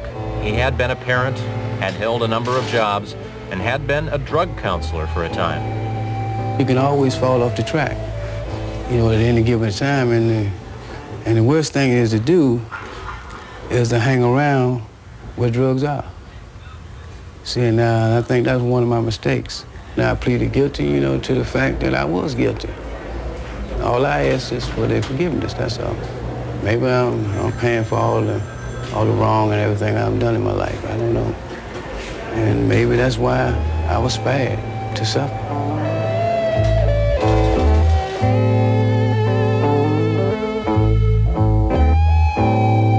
They're buried at Harmony Cemetery, and my husband is also buried there. Do you go to the cemetery at all? I haven't been in yet. Why? I haven't been able to face up to it. But when my mind tells me to go, I'll go.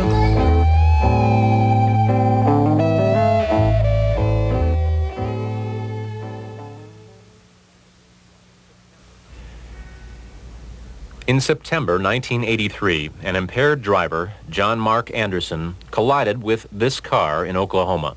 Susan Kern and 3 other college students were inside. One died. Susan was paralyzed and spent 7 months in a hospital. She is still trying to recover.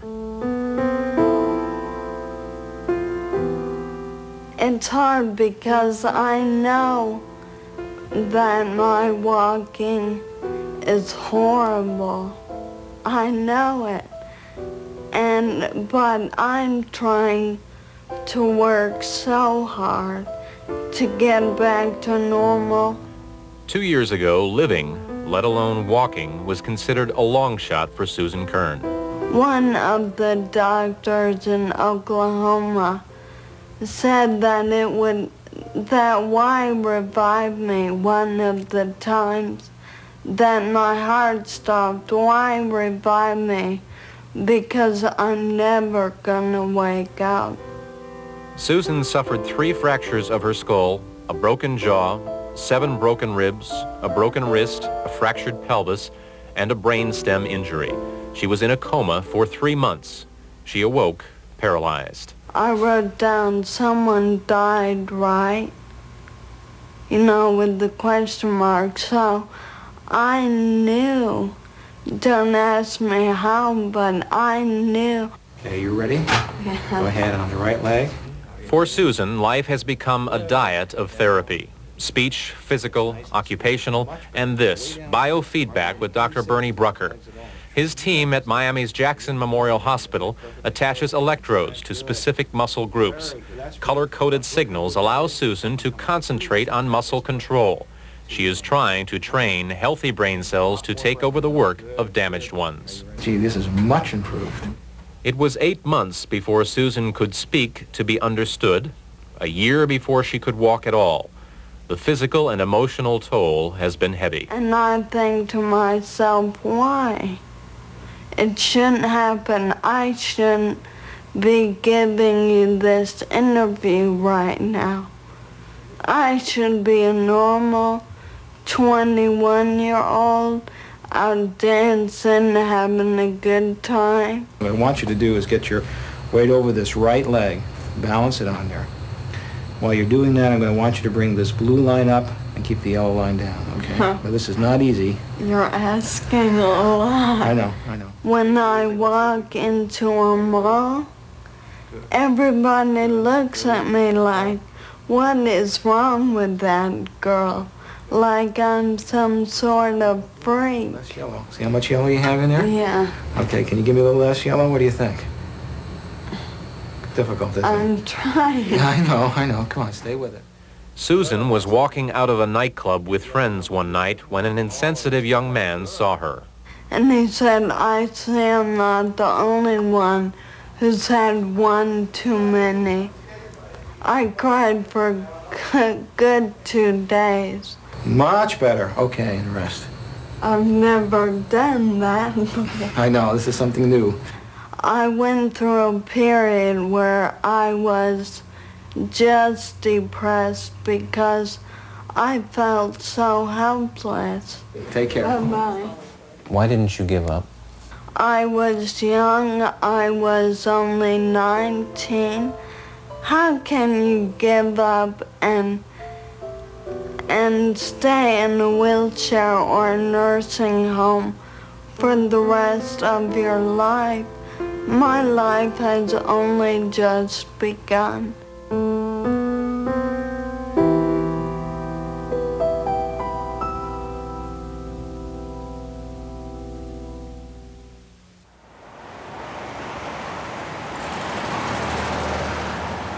In 1981, Congressional Press Aide Maura Corrigan was rendered mindless and paralyzed in a car accident.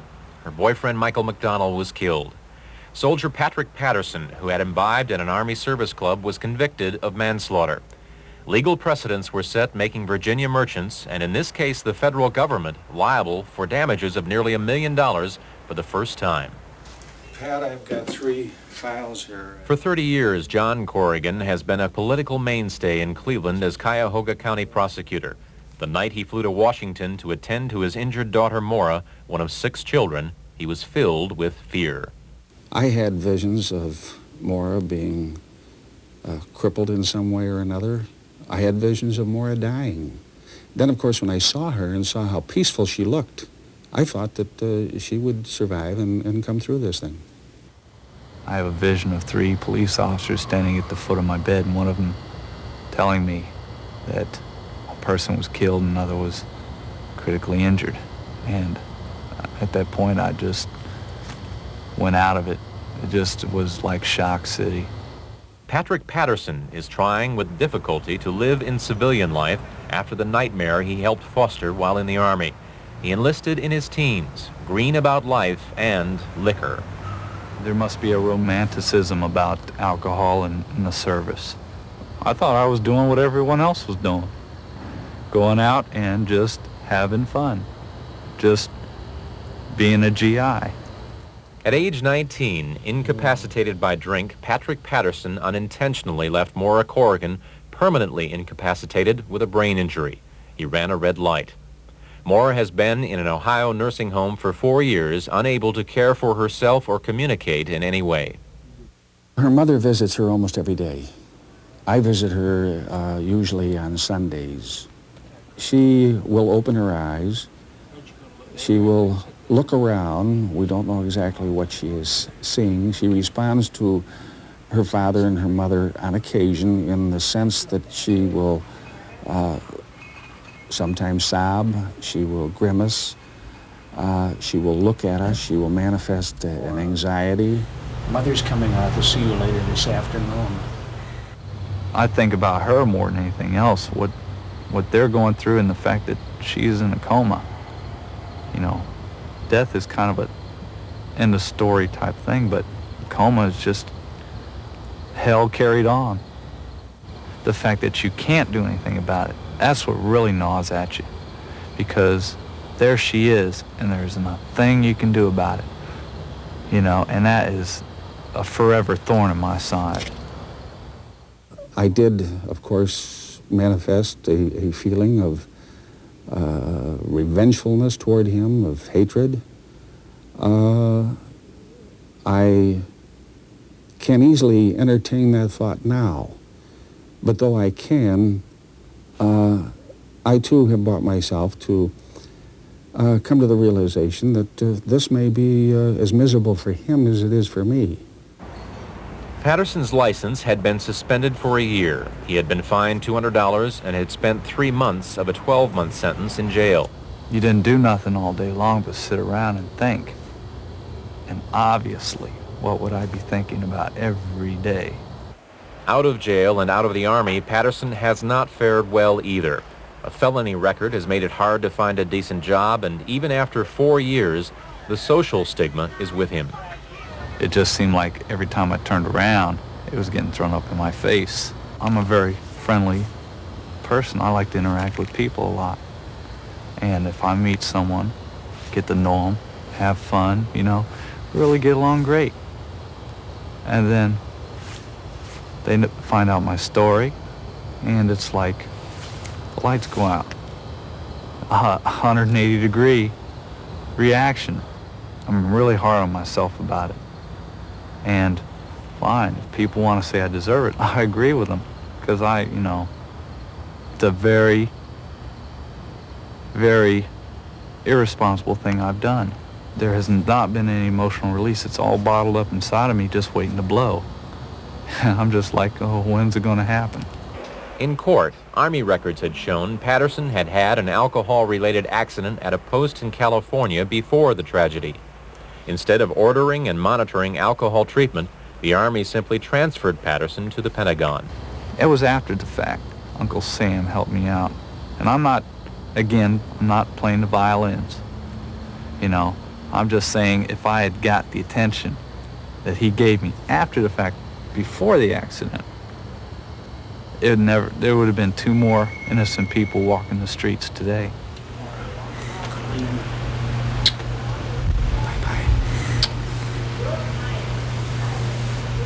As an attorney, John Corrigan is glad some legal precedents have been set.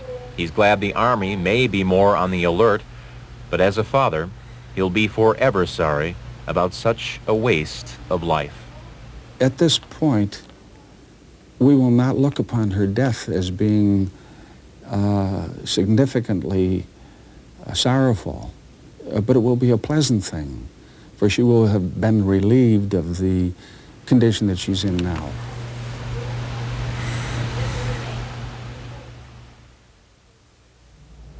Police say 24-year-old Linda Davenport was going 100 miles per hour on a bridge over Tampa Bay.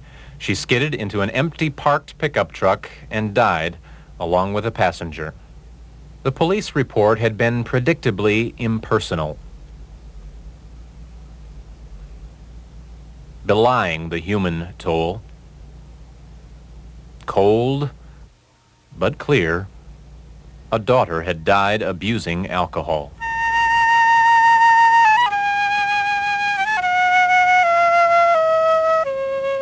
Every year, as long as we are alive, we will light a candle and we'll cry all over again. Stepfather Rich Parsons and mother Barbara Parsons hold a tombstone unveiling at the grave of their daughter, Linda Davenport. It is a ritual in the Jewish faith signaling the end of a year of mourning. Yes, you were all the wonderful things I just said, but you also hurt us, tore a hole in our lives that will never mend. I was the one who told my wife that her daughter was dead when I got the call from her boyfriend, Scott. And I don't think I'll ever, in my entire life, forget the look on her face. And I said, there's been a mistake. I'm going downstairs and make a pot of coffee because I know they're going to call me back and tell me that it's not true. I've come out here a lot in the past year, and let me tell you, it's a pretty rotten way to carry on a conversation with a child you love. Your baby. Part of you, part of your bones and blood are in this hole. I trashed my kitchen. I want her back. I don't want this anymore. This is awful. Anger? Absolutely. It's my loss. The stone itself is unfinished on the sides because I felt her life was. Visits at 2 o'clock in the morning are not extraordinary. I say, why did you leave me? How could you do this to me? Don't you understand that my life revolved around you?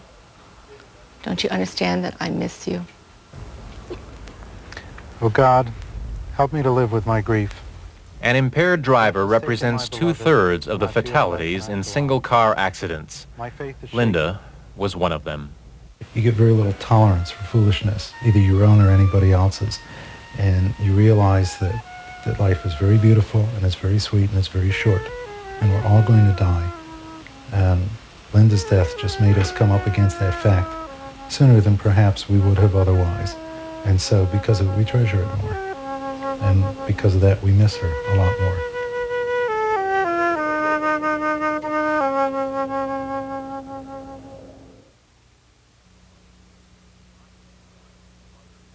Roxanne White, a mother raising 3 kids on her own, was convicted of 2 counts of automobile homicide in the deaths of the Lawson girls in 1982. 3 years later, a jury in Maryland, in a record judgment, ordered her to pay $8.1 million in damages to the victims' parents. It was the end of a night out with friends. Sleepy and intoxicated, Roxanne White slammed into the back of a station wagon parked on the shoulder. A mother with her 3 children had stopped to check a map. 7-year-old Jackie Lawson and 12-year-old Colleen Lawson were killed, their mother and brother injured. I thought about them. I used to have nightmares over them. In my mind, I was trying to visualize what they looked like. You understand what I'm trying to say? And I wanted them to forgive me. The anxiety began right after learning of the deaths. For a while before trial, Miss White, who was separated from her husband, could not take care of her own little girls, Carmen and Brandy. I had to get away from them. I was thinking about the other little girls, especially looking at their eyes. You know, I had trouble looking at them in the eyes. It's like had visions of what Mrs. Lawson was going through. Women drivers are not exempt from serious consequences. Roxanne White had her teeth knocked out and facial fractures. There was the humiliation of a highly publicized trial, and she spent 16 months of a 2-year sentence in prison. When you're in a place like this or you're in jails, there's very, very few people who considers you of any worth. It's like being in a closet. It's like you can see daylight, but it's still dark. I mean, there's nothing out there that you really want to see, you know? It's like you're screaming inside. Your life is a memory. I spent many nights just looking out the window. It was lonely. People you care about, you know, they're home. You're not there to say goodnight. What bothered me, I guess, mostly at that time is saying goodbye to my kids, because, you know, my children and I were close. Stop. I don't like this interview. Why? I just want to go, okay? It's hard. I know it's hard. You can help others, convince others that they should never go through this. They're not going to listen. The majority isn't. Yeah.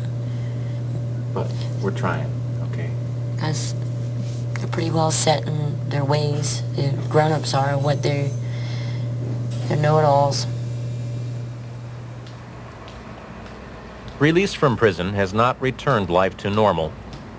Once you're outside there, the protection's gone, I guess. Facing people, starting over, wondering how people are going to accept you. Her license revoked, the search for child care and even a decent-paying waitress's job close to home has been difficult and expensive.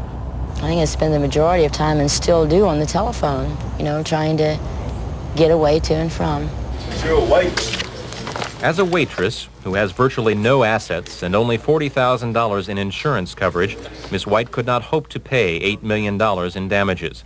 Nevertheless, the court may attempt to attach a part of her salary for years to come. My mistake. Turning the ignition on. How can you simply say, I'm sorry? You know what I'm saying? It's not enough. It's like you want to comfort them in some sort of way, you know. It's like, you know, I didn't mean to do this. You know, I have children of my own. You know, I mean, who would go out and hurt a child?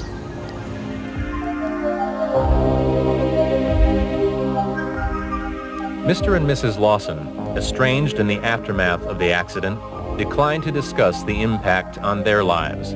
They said they didn't want to go through the pain again.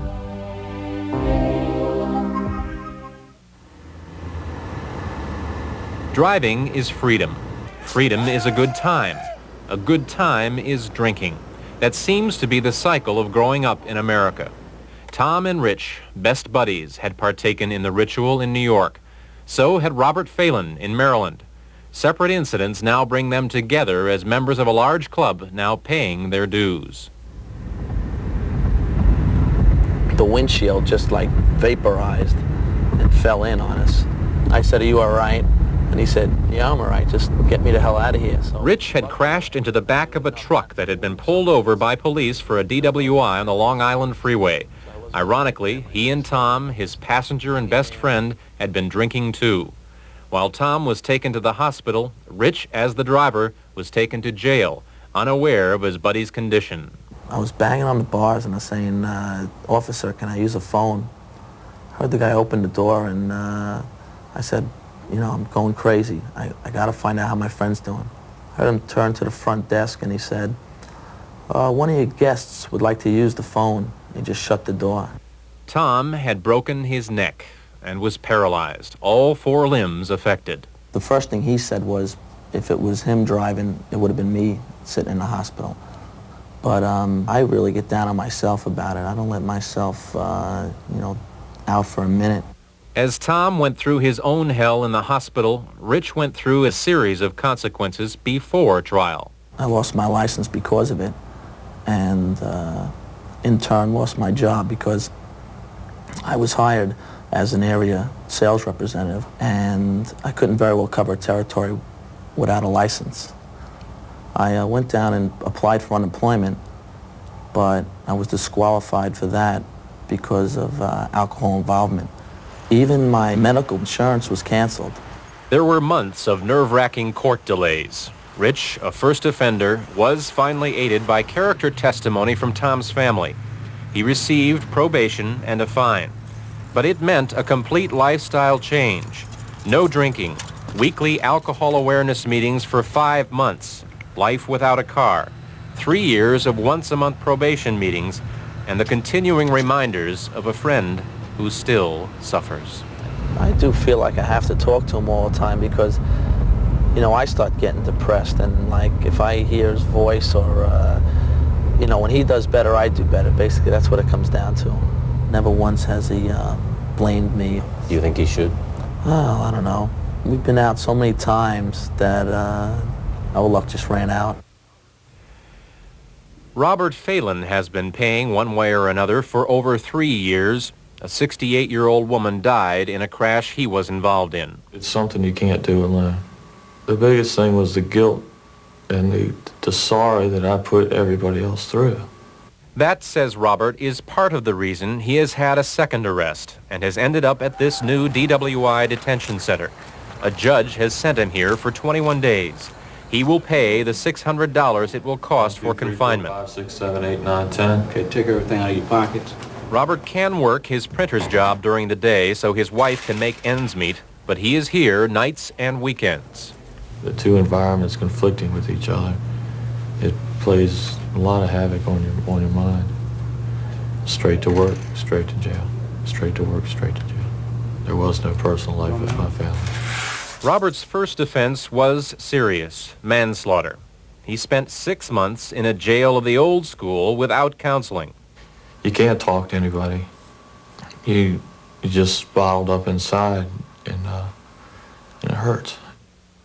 After release, there was virtually no follow-up in probation and no treatment for the emotional baggage he was carrying. I went into a state of depression, and I started drinking again. Here, Robert and others are receiving alcohol counseling every night. Robert is forced to face himself, deal with his repressed feelings over the first incident, and identify his real problem, alcohol. I didn't think I had a problem. My interpretation of an alcoholic was somebody that stood around the fire barrel in the long overcoat drinking wine out of a bag, which I know now that's not true. After his release, Robert Phelan will spend 5 years on probation. But this time he will be in Maryland's drunk driver monitoring program. He will have to attend 3 alcohol counseling sessions a week and meet with his assigned monitor once a week for an indefinite period. I know myself now that I can't drink another drink. Whereas before, I thought I could have 1 or 2. And there wouldn't be any penalty for it, but there's always a penalty for it. Around the country, the phone is ringing and the emergency room is calling. Sometimes it's the morgue. The staggering number of Americans hit by life's biggest punch in the nose, the sudden death of a family member, is getting to us. We are finally realizing that Americans don't have a drinking problem. America has a drinking problem. Our nation can benefit from AA's counsel to its members. Although it's difficult, accept that you have a problem. There is ample evidence, however, that the United States of America in the matter of consumption of alcohol is still kidding itself. For example, we continue to use the phrase alcohol and drugs. Alcohol is a drug. We place a health warning on cigarettes, which will almost certainly kill the user, but place no such caution on a bottle of wine or a six-pack, which, if consumed, could kill the user and the Margaret Haleys and the Ted Crisps of America. We expose our children to television commercials which suggest that drinking is the American thing to do, a patriotic entitlement for a hard day's work. We make drinking under the age of 21 illegal, but feature beer commercials within the telecast of college sporting events. And have you ever noticed that the happy people in the beer and wine commercials never actually consume the product? That is television's self-imposed restriction.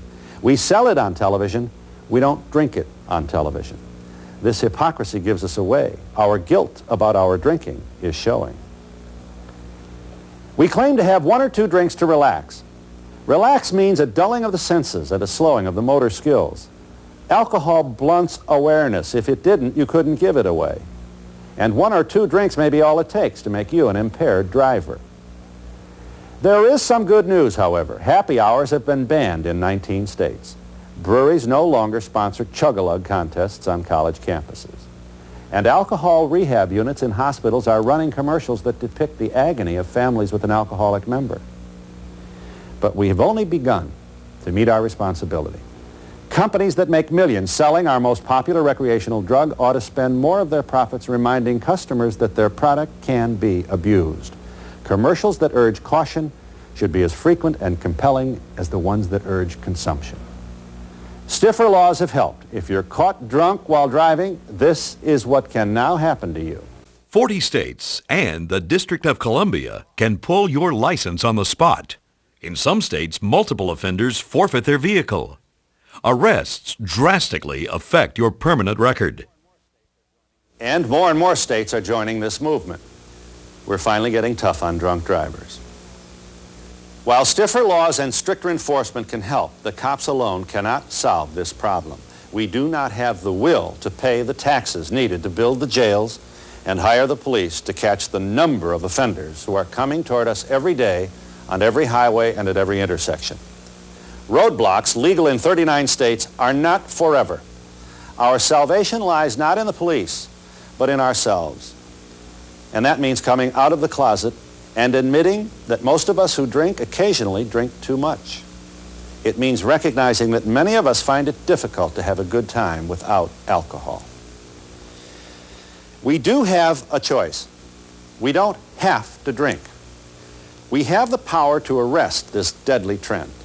Our children are watching us, and their lives may very well depend on how honest we are with ourselves and with them. The people in this documentary consented to share their pain with us because they believe it might save lives. They believe the memory of their loved ones is honored by their speaking through the tears and saying, "Don't let this happen to your family." Let's not waste their courage. I'm Phil Donahue. Well, there's a sobering thought for you. Were you listening? In spite of the fact that we're constantly being warned of the dangers of drinking and driving, some people just persist in this destructive behavior. Let's watch and listen now as we learn about driving's most serious problem. As you all know, a drug is any substance, prescribed or otherwise, legal or illegal, ingested or injected, in expectation of achieving a more desirable physical or mental state. Drug use means taking any drug in any amount under any circumstance, and a drug user is anyone who uses drugs for any reason. And if you don't already know, alcohol is considered a drug. Alcohol-related traffic crashes are those in which ethyl alcohol was found to be present in one or more of the drivers involved. That's not rubbing alcohol. Legally intoxicated means having a blood alcohol level of 0.08% in California, or not having normal use of mental and physical faculties by reason of the introduction of alcohol, a controlled substance, a drug, or combination of 2 or more of these substances into the body. DWI is used as the abbreviation for driving while intoxicated. DUID stands for driving under the influence of drugs, while DUI stands for driving under the influence. All these initials, when associated with the task of driving, spell only one word: trouble. BAC stands for blood alcohol concentration. It is a test of blood or breath used to measure the percentage of alcohol found in the bloodstream. Alcohol has serious physiological effects on drivers. Physical fitness is a major aspect of being a safe driver. The use and abuse of alcohol and other drugs pose a serious health problem that can severely impair a person's ability to properly perform the driving task.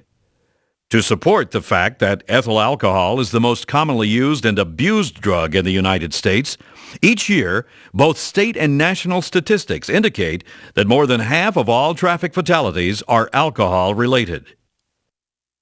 Remember, you can be convicted of driving under the influence with a blood alcohol content of less than 0.08%. However, in California, 0.08% is legally DUI. In general, BAC and the accompanying impairment of essential bodily functions is primarily dependent on a person's size and the amount of alcohol ingested in a given period of time. Loss of driving ability and the accompanying probability of a traffic collision dramatically increases as a person's BAC increases. Use of any drug may adversely affect driving ability, so avoid them at all costs while driving. Taking more than one drug at a time is particularly dangerous since each can add significantly to the impact of the other, especially when one of the drugs is alcohol. Let's look a little closer at what happens when you drink alcohol and what the physiological effects are. Larger people have a greater volume of blood than smaller people and will generally acquire a lower BAC from a given quantity of alcohol. However, additional body weight in the form of fat is not helpful as alcohol will not dissolve in fatty tissue. The more alcohol a given drink contains and the more drinks a person consumes in a given period of time, the higher BAC it will produce. A larger serving will usually contain more alcohol and produce a higher BAC than smaller ones. All other factors being equal, the shorter the time period in which drinking occurs, the higher one's BAC will be. Conversely, the longer period of time after drinking, the lower the BAC becomes. All this boils down to, in layman's terms, is the more you drink, the more drunk you'll get. Although no food will absorb or neutralize alcohol, it may initially coat the stomach lining and slow absorption somewhat. However, this situation is only temporary. After you've had a drink or two, you'll begin to feel the effects. The decision is up to you. Are you too drunk to drive? Only you can decide. But your judgment has been impaired by the alcohol. Are you really capable of deciding if you can safely drive at this point? You may never know. Would you want to be on an airplane flown by a pilot in your condition? Or have a surgeon operate on you after he'd had 5 drinks? You wouldn't? Then why would you let yourself get behind the wheel of a car, especially when your vision is affected? About 90% of what a driver identifies in a traffic scene is through the sense of vision. Levels of alcohol as low as 0.03% BAC can lessen one's muscular control by relaxing the fine eye muscles and thereby adversely affecting visual acuity, depth perception, peripheral vision, color recognition, and night vision. The ability to foresee or anticipate what is likely to happen depends on one's ability to accurately process the information previously identified. Alcohol impairs these mental functions. As with anticipation, the decision phase involves the brain and thinking process. Experimentation has shown that levels as low as 0.045% BAC reduce these abilities up to 15%. Of particular concern is the willingness of a driver to take greater risks after drinking. Alcohol tends to produce more uninhibited and aggressive behavior, and thus, poor driving decisions. While alcohol affects a driver's judgment and thinking first, it will gradually impair motor skills and muscle coordination necessary for maintaining vehicle control. Alcohol also has some serious psychological effects that can cause abnormal behavior. Alcohol is a depressant that easily qualifies as a mind-altering drug. Remember that anger and aggressive driving behavior we talked about earlier? Well, nothing can bring it out like alcohol, especially in males when placed in a competitive situation. Also, emotional control tends to be lost as more alcohol is consumed. And the ability to concentrate, especially on several sources of incoming information, is diminished.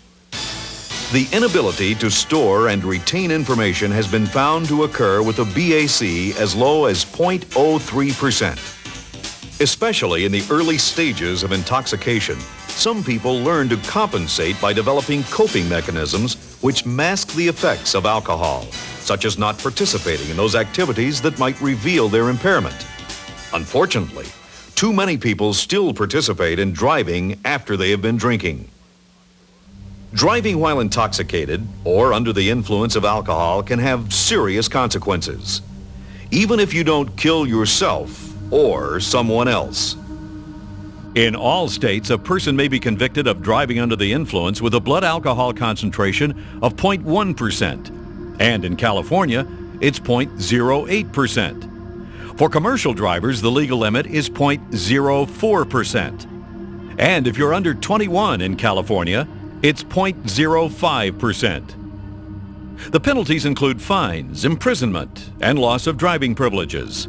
And the conviction will be considered a felony if injuries are involved. You can be fined from $390 up to $1,000 plus assessment, receive 96 hours to 6 months in jail, have your driver's license suspended for 6 months. You may be required to use an ignition interlock device, which tests your BAC every time you start your car. And if you're under 21, you may lose your license for 1 year under the zero tolerance provision. If a crash is involved, these penalties are automatically doubled. If manslaughter is involved, the penalties automatically triple.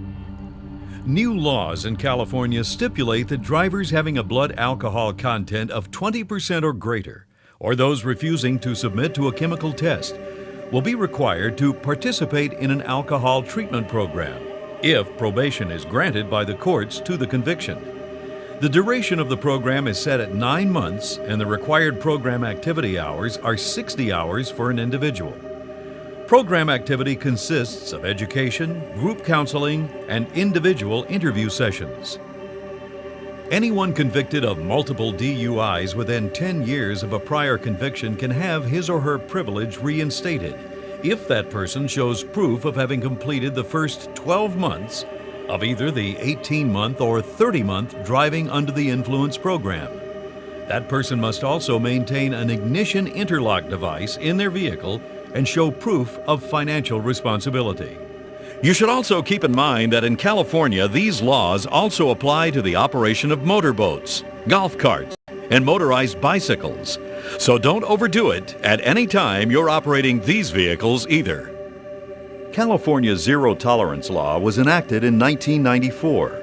The law allows for a civil or administrative license suspension for those who are under 21 years of age and drive with a BAC of 0.01% or more. The law also requires any person under 21 years old to submit to a preliminary alcohol screening device or other evidentiary test in order to determine their BAC or face a suspension for refusing to do so. More than 33% of vehicle-related teen deaths involve alcohol.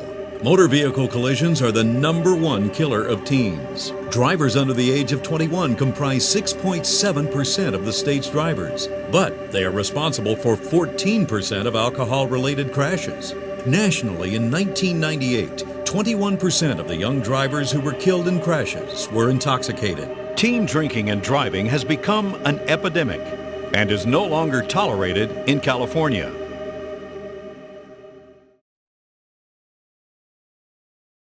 The financial burden a DUI conviction places on you can be as bad, if not worse, than the punishment. When you're first arrested, you'll need money to post bail after you're booked. Otherwise, you're likely to stay in jail pending trial. You'll also have to pay for having your car towed to the pound plus daily impoundment fees. When your case goes to trial, you'll have to hire an attorney to defend you in court. If you're convicted, there'll be a fine involved up to $2,000. If you're sent to jail, you'll be out your wages, maybe even out of a job. Your insurance premiums could rise dramatically, possibly even double what they are now. And if you kill or injure someone, you might be facing an expensive court case that will cost you attorney fees, court costs, and civil damages that could bankrupt you. Just think of what all is on the line. Your financial security, your job, your reputation, your life. Why risk it all by drinking and driving? The odds are stacked against you, and so is the law. Oh, man, isn't that going to be a swell party? Great conversation, witty people, wonderful food, even slow dancing. Yeah, there's nothing like an evening at the vomitorium to get the old juices flowing. Sorry I couldn't make it, guys, but my social calendar is booked solid. Speaking of getting booked, I mean, you knew this was coming. It's a lot easier than you think when you drink and drive. Because like the man said, the law is stacked against you, especially the implied consent law.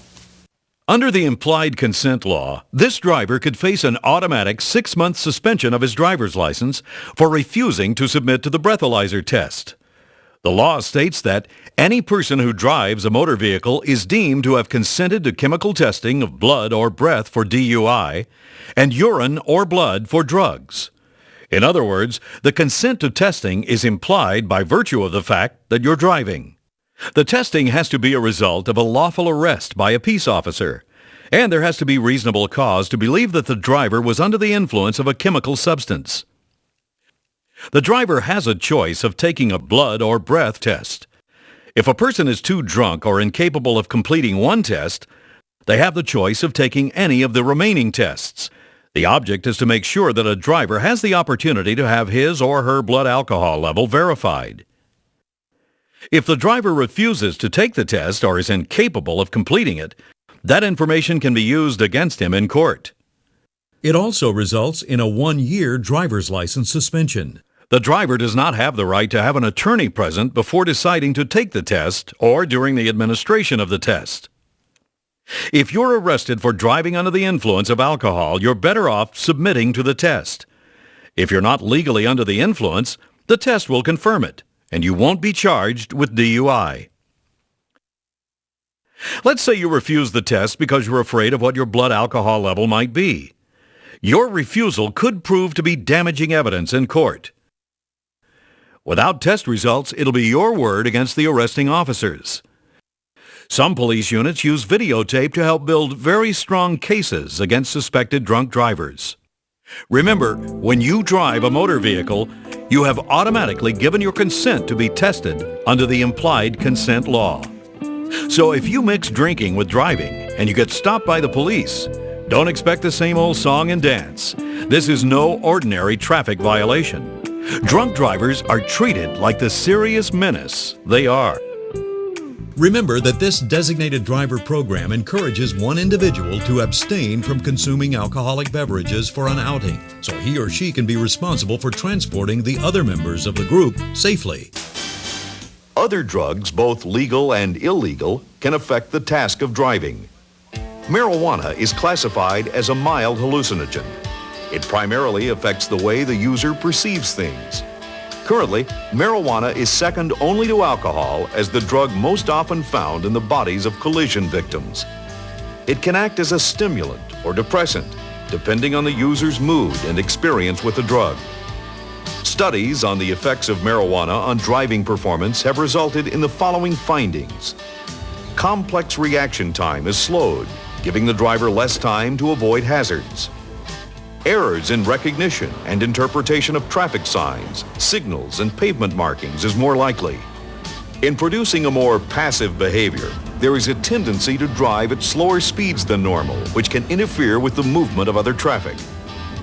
And attention span and the ability to concentrate on several things simultaneously are lowered.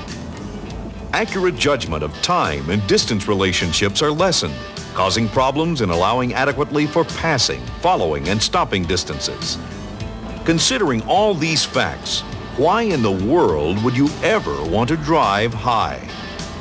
Combining marijuana and alcohol produces a synergistic effect that results in driving performance which is significantly worse than that experienced when either of the drugs are taken alone. The effects of taking 2 or more drugs at the same time can result in more than a 1+1 effect.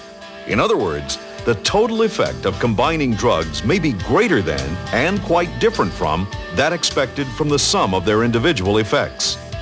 Anytime alcohol is mixed with another drug, it is likely to produce a synergistic effect, the outcome of which no one could predict. Cocaine is classified as a stimulant. It can produce extreme mood swings from feelings of joy and happiness to violent hallucinations and severe depression. Both usage and cocaine-related deaths in the U.S. have increased dramatically since 1980.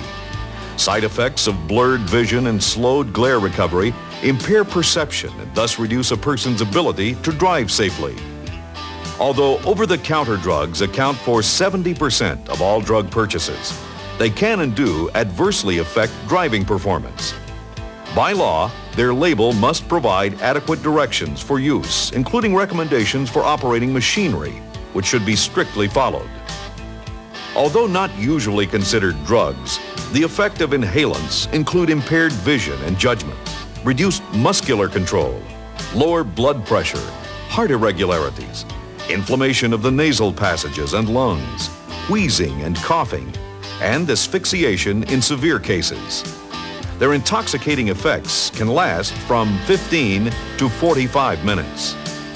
If you're old enough to drive a motor vehicle, it is assumed that you're mature enough to make rational decisions.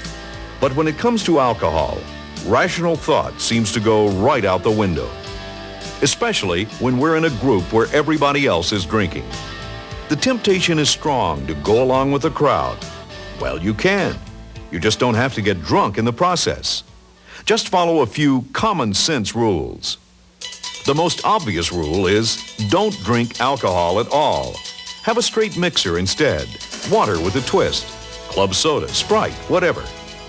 Only you and the bartender will know that there's no alcohol in your drink, so you can mix and mingle without feeling uncomfortable, and you'll be in control of your faculties. If you ever encounter a driver on the road exhibiting signs of drunkenness, try your best to avoid them. A car that is swerving or coming in and out of its lane is trouble. If you see this kind of activity, stay clear and increase your distance from the situation. The old adage, everything in moderation, nothing in excess, is a creed we could all live by when it comes to drinking. Do you think either of these guys is capable of deciding whether he's too drunk to drive? Would you want to ride with either one? Would you even want to be out there knowing these guys were on the road? I've got news for you. They are. I don't know about you, but the last thing I want to do is play dodge the drunks. I mean, come on. Even a little common sense tells me that alcohol and driving should be kept away from each other. If you can understand, even now as you're watching this, that driving under the influence could potentially ruin your own life and the lives of others, then you're on your way to owning a valuable piece of knowledge. Oh yeah, and one more thing. It's break time, so of course there's still that little matter with the interactive network. Stop your video and access the network now. And don't forget about the 1-800-INSTRUCTOR. I'll see you in a bit. I'm back! I'm back! Get up off of that thing and dance you better. Get up off! Have you taken the quiz for Section 5? If not, please stop your VCR and do so now.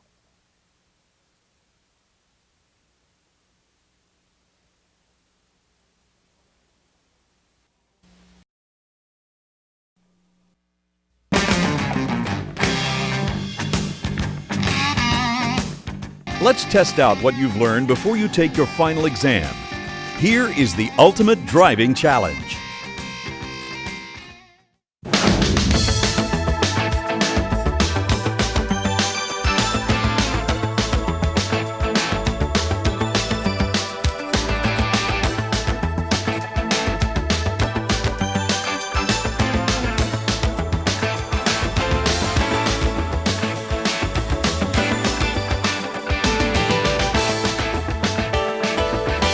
The Ultimate Driving Challenge, brought to you by General Motors. Can you meet the challenge? Hi, I'm Craig T. Nelson, and wouldn't it be great if yours was the only car on the road? But that's never the case. Tonight, we'll take you for the ride of your life to some of the most challenging driving locations and through some of the most challenging driving experiences, all from the safety of your home. You know, technology keeps on developing safer vehicles, but the one safety factor that's beyond the control of automobile designers and manufacturers is you. You may think you're a safe driver, but tonight we'll find out if that's true. We're going to put you in the driver's seat to see how you would react to some driving situations we hope you never have to face. Joining me on our cross-country journey is one of the hosts of CBS This Morning and a beautiful lady, Paula Zahn. Well, thanks, Craig. Hi, everybody. This is a change of pace from my early morning studio routine. I'm glad to be along for the ride, and what a ride it will be. We're going to show you 20 different driving situations The alternatives and answers presented to you tonight will be specific to those situations only. We're starting on one of the most challenging roadways in America, the Los Angeles freeway system. It's a complex network of roads where a single wrong move or even a moment of indecision can spell disaster. Together, we'll learn that safety isn't one thing, it's everything. So pick up a pencil and get ready to pit your skills and knowledge against our test of 20 questions. To see if you can meet the challenge, let's go with our first question. We take you to one of the most treacherous parts of the Los Angeles freeway system, the Pasadena Freeway. You're in the left lane on a crowded expressway driving at highway speed. The lanes are narrow, and the only thing between you and the oncoming traffic is a metal guardrail. The car to your right suddenly enters your lane, hitting your car and forcing you into the guardrail. What should you do? A, slam on the brakes. B, maintain your grip on the wheel while gradually braking to a stop. C, maintain your grip on the wheel and move to the right. D, turn hard to the right to avoid hitting the guardrail again. The answer is B. Maintain your grip on the wheel and brake firmly, but not to the point where your brakes lock up. Gradually steer away from the guardrail and come to a stop in the left lane once traffic behind you has reacted to your problem. Do not attempt to cross lanes of heavy traffic. Do not slam on the brakes. You could lock your wheels and skid or be struck from the rear by someone following too closely. Do not make a hard turn to the right, but get away from the guardrail as quickly as possible. Unfortunately, there are times when you can't avoid the other guy, but you can minimize damage to your car and yourself. Now, would you know how to maximize your chance of safety if your car suddenly lost contact with the road? You'll find out when we come back.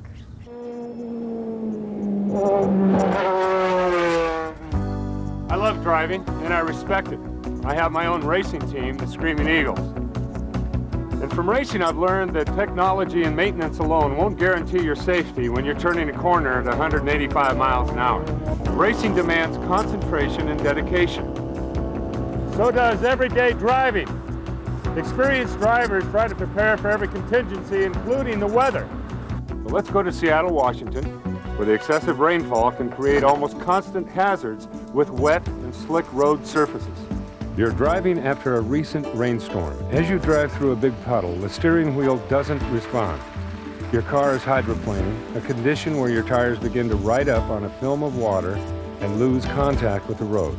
To avoid losing control of the car, the first thing you should do is A, increase speed, B, pump the brakes, C, depress the brake pedal and hold it down gently, D, ease your foot off the accelerator. The answer is D. Ease your foot off the accelerator and slow down until you regain traction. Avoid sharp turns or sudden hard braking, as this may force your car to skid. Reducing your speed on surfaces where there is standing water will help prevent hydroplaning. That police car is leading us to our next question. In any busy metropolitan area, emergency vehicles have a hard time cutting through traffic. Patients in ambulances or others awaiting help have actually died because drivers on jam city streets didn't know what to do when they heard a siren. Through the magic of computer animation, with no lives at risk, we'll test your response to just such a critical situation. You're barely moving in the far left lane on a very crowded city street. You hear a siren. Checking your rearview mirror, you see a rapidly approaching fire engine. You can't move to the right because vehicles block that route. Traffic stops completely. Your best course of action is to pull to the left to clear your lane for the fire engine. True or false? False. When you see an emergency vehicle approaching, you should immediately move to the right of your lane or the shoulder and stop. If moving to the right is not possible, then stay where you are. Do not move to your left and into oncoming traffic lanes. You might impede the path of the emergency vehicle, and you also risk a head-on collision. Emergency vehicles have the right to go into oncoming lanes to circumvent traffic. They have sirens and lights to warn others of their path. You don't. My name is Gavin Miller from Monroe, Louisiana. Here on this road, because I was driving drunk, I permanently disabled someone. I came around this curve at over 100 miles per hour. I lost control and crashed into a tree. I was thrown through the glass of my truck window and was then run over by my own truck. Fortunately, I was alone on this road and no one was injured except me. You see, I was a victim of my own drunk driving, and I'll have to live with that mistake for the rest of my life. It happened to me. It could happen to you. Education about drinking and driving has led to some progress. Over the past 9 years, the proportion of intoxicated drivers in fatal crashes has decreased by 20%. But we can still do much better than that. And now, we'll leave this track to meet a guy who's driven around a few of them himself. Let's go to the Rocky Mountains, where heavy snows, black ice, and winding roads create a challenge to any driver. Welcome to Aspen, Colorado. I'm Danny Sullivan, and I make my living racing cars. That means I get to face some of the most challenging roads all the time. Which brings us to question number 5. You're driving cautiously down a mountain road in the middle of winter. Traffic is light, but the road is snow-covered. Your car has a 4-wheel anti-lock brake system, also known as ABS. As the car ahead of you rounds the curve, it fishtails and spins into a snowbank, partially blocking your lane. You're headed straight for it. How can you avoid the collision? A. Apply brakes quickly, then release pressure as you steer around the car. B. Apply brakes fully and maintain pressure as you steer around the car. C. Pump the brakes as you steer around the car. D. Do not brake as you steer around the car. The answer is B. Apply brakes fully, maintaining pressure, and attempt to steer around the car. Applying brakes fully will activate the anti-lock system when the wheels begin to lock. Slamming on the brakes and then releasing them, as well as not applying your brakes at all, will not help reduce your speed. Pumping anti-lock brakes reduces the effectiveness of the anti-lock brake system and may even increase your stopping distance. The system senses the moment when a wheel is about to lock. The ABS system lets up on the brakes for just a split second and almost instantaneously begins to brake again. The car slows down, but the wheels never lock. If you have an older car or one without ABS, the best way to make a controlled stop is to use the threshold or squeeze braking technique. Apply the brakes firmly but short of wheel lockup. Keep the heel of your foot on the floor and use your toes to apply firm and steady pressure to the brake pedal. Having ABS can be a great help when you know how to use it. Your owner's manual can show you how, but even with ABS, you should drive with caution. Now we'll look at a question that deals with the other guy and what you can do to handle that. You're traveling down a busy 2-lane street. As you approach an intersection, an oncoming car suddenly makes an unsignaled left turn in front of the car ahead of you. The car ahead of you slams on the brakes. You hit your brakes hard, but it is too late. Your car rams into the back of the car in front of you. What could you have done to avoid this crash? A. Allowed more space between you and the vehicle in front of you. B. Swerve to the left. C. Swerve to the right. D. There was nothing you could have done to avoid the collision. The answer is A. Whenever you drive in traffic, allow plenty of distance between your vehicle and the one ahead. Space allows you time to stop safely if the other driver suddenly brakes. You know, many people think they're better drivers than they actually turn out to be. That's right. And you're a lot better off thinking about these situations and considering the alternatives and the safety of your home than when you're out on the road facing real danger. Our next question deals with a risk that incredibly many people take for granted, although it places them in tremendous danger. Here you are. You're driving down a country road and you see a sign telling you there are railroad tracks ahead. You do not see any flashing red warning lights or gate down to indicate the presence of a train. True or false? It is safe to proceed at the posted speed limit. False. Less than 1/3 of all public highway rail grade crossings have flashing lights or gates to actively warn motorists a train is approaching. At most crossings, signs and pavement markings warn motorists only that they are approaching a highway rail crossing. It is a motorist's responsibility to prevent crashes by slowing down or stopping. A train always has the right of way. I'm Jennifer Duvall of Newcastle, Indiana. At a railroad crossing much like this one, I had a collision with a train which left me paralyzed for the rest of my life. As I drove toward a track I'd crossed many times, which had an obstructed view, no signals, no stop sign, I saw a huge black wall coming down on me and I knew it was too late. The train slammed into my car and my spine was crushed. I'd like you to learn from my experience, not your own. It happened to me and it could happen to you. Waiting to make sure she was safe was the only way that Jen Duvall's tragedy could have been prevented. Fortunately, other tragedies can be avoided by drivers paying attention to road signs. They're there for your benefit. All road signs are coded by color, so if you know what the color signifies, you can grasp the general purpose of the sign before you're actually close enough to read it. Let's test your knowledge of road signs now. On one side of your screen will show you the colors of the signs. On the other side, you'll see their purpose. Try to match the color with the correct purpose.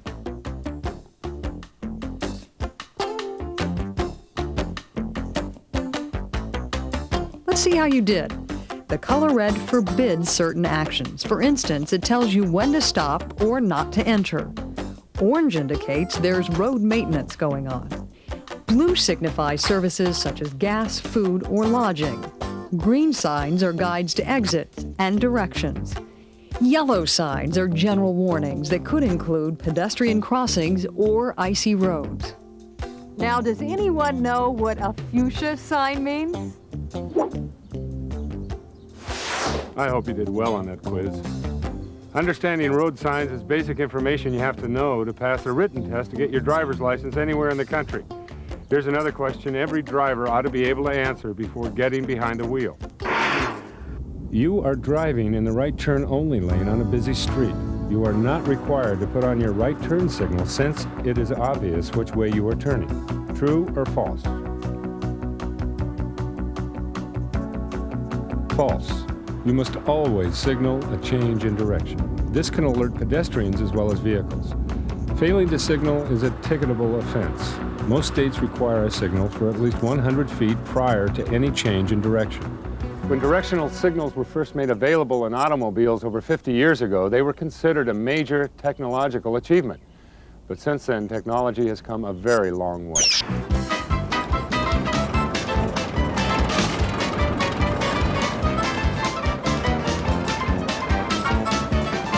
You probably won't face anything that absurd, but driver confusion at intersections happens in every big city.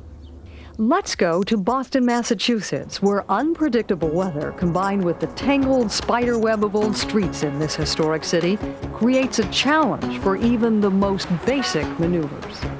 You are traveling down a major street. As you approach a mildly busy intersection, you notice the traffic signal is not functioning. A car on your right in the intersecting street is approaching the intersection at the same time. Which of the following is the proper way for you to proceed through the intersection? A. Stop and yield the right-of-way to the car on your right in the intersecting street. B. Slow down and proceed through the intersection since you are on the major street. C. Slow down, honk your horn, and carefully proceed through the intersection. D. Stop at the intersection and let all cross-traffic pass before you proceed. The answer is A. You should treat the intersection as if it were a four-way stop. Use the right-hand rule, which states that if two cars arrive in an intersection at the same time, the car to your right always has the right-of-way. On the racetrack, drivers understand that there are certain rules about sharing the road. But it's far more bewildering on streets and highways where cars have to share the road with all kinds of vehicles, including big and bulky trucks. Our next question takes us just outside Atlanta, Georgia, one of the major trucking crossroads in the country. You're following a tractor trailer on a busy two-lane highway. You want to pass. Which of the following is unsafe to do when passing trucks? A. Before driving into the passing lane, pull up as close as possible to the truck to shorten the length of the pass. B. Complete your pass as quickly as possible. C.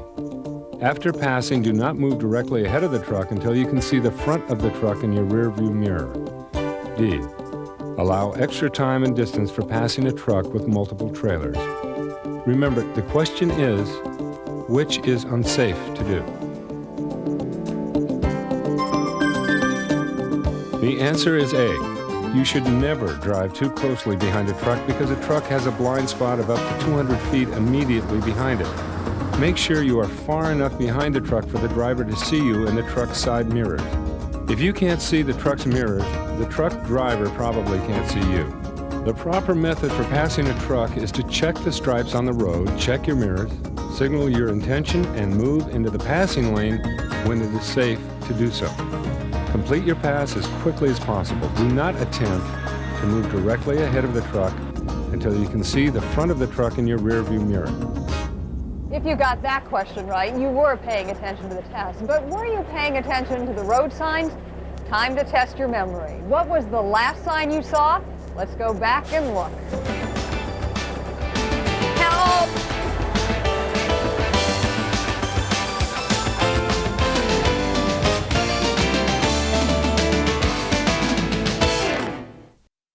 General Motors' presentation of the Ultimate Driving Challenge continues.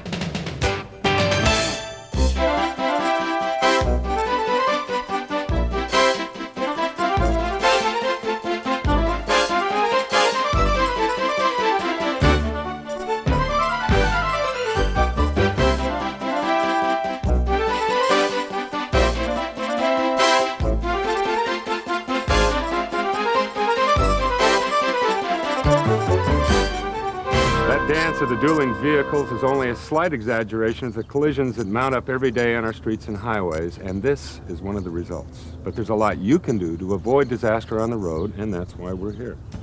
Welcome back to the Ultimate Driving Challenge. We're putting you behind the wheel tonight to make you think about what you might do in critical driving situations. Let's see if you're up to the challenge. Which of these factors is responsible for the greatest number of collisions? A. Mechanical failure of vehicle. B. Driver error. C. Poorly maintained roadways. D. Roadways made dangerous by inclement weather conditions. The answer is B. More crashes can be attributed to driver error than to any of the other factors. That means that nearly all collisions caused by driver error could have been prevented.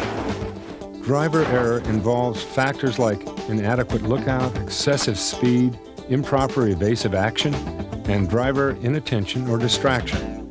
Now here's an amazing example of driver distraction. Flying William. How did he get that name?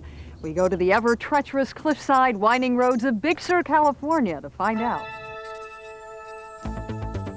Hi, my name's William Boderka. I live here in Northern California.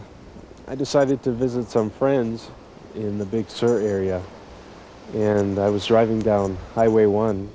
It was a drizzly, rainy day, but the coastline was spectacular. I was listening to some music, and there was a particular song I wanted to find on the tape. I took my eyes off the road for a split second, and that's all it took. When I looked back up, there was sky, there was ocean, there was rocks. My car went barreling into the rocks.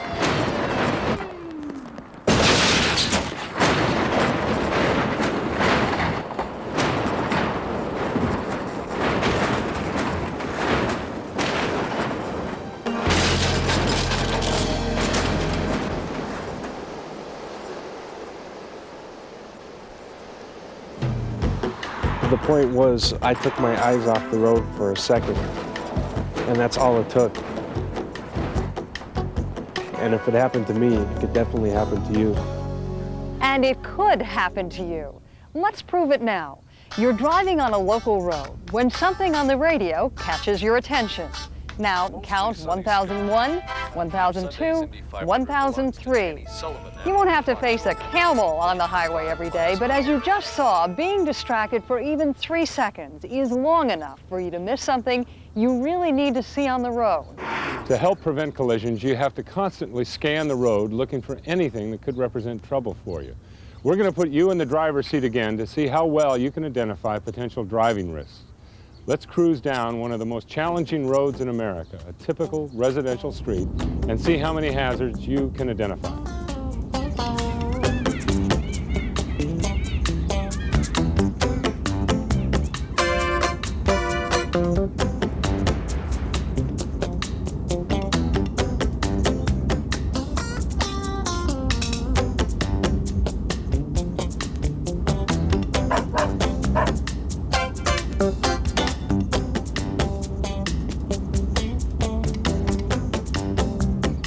How many risks did you spot?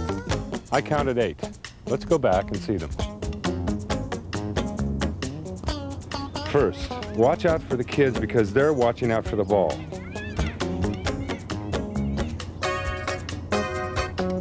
Hey, miss spotting that bike and your car may not miss it. Yeah, a person who stopped the car is probably about to get out, so look out.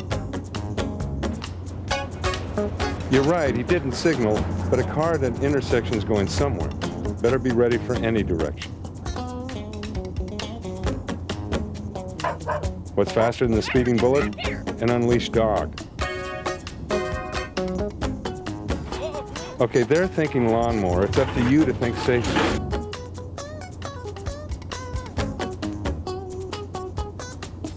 And you need to watch out for pedestrians, even if they're not watching out for you. Finally, if the turn indicator's on, someone's probably going to turn. You're not likely to face this many risks at once, but chances are you'll face at least one in a short trip. So don't be caught short. Pay attention. Those of us who live in Southern California are no strangers to flooded roadways.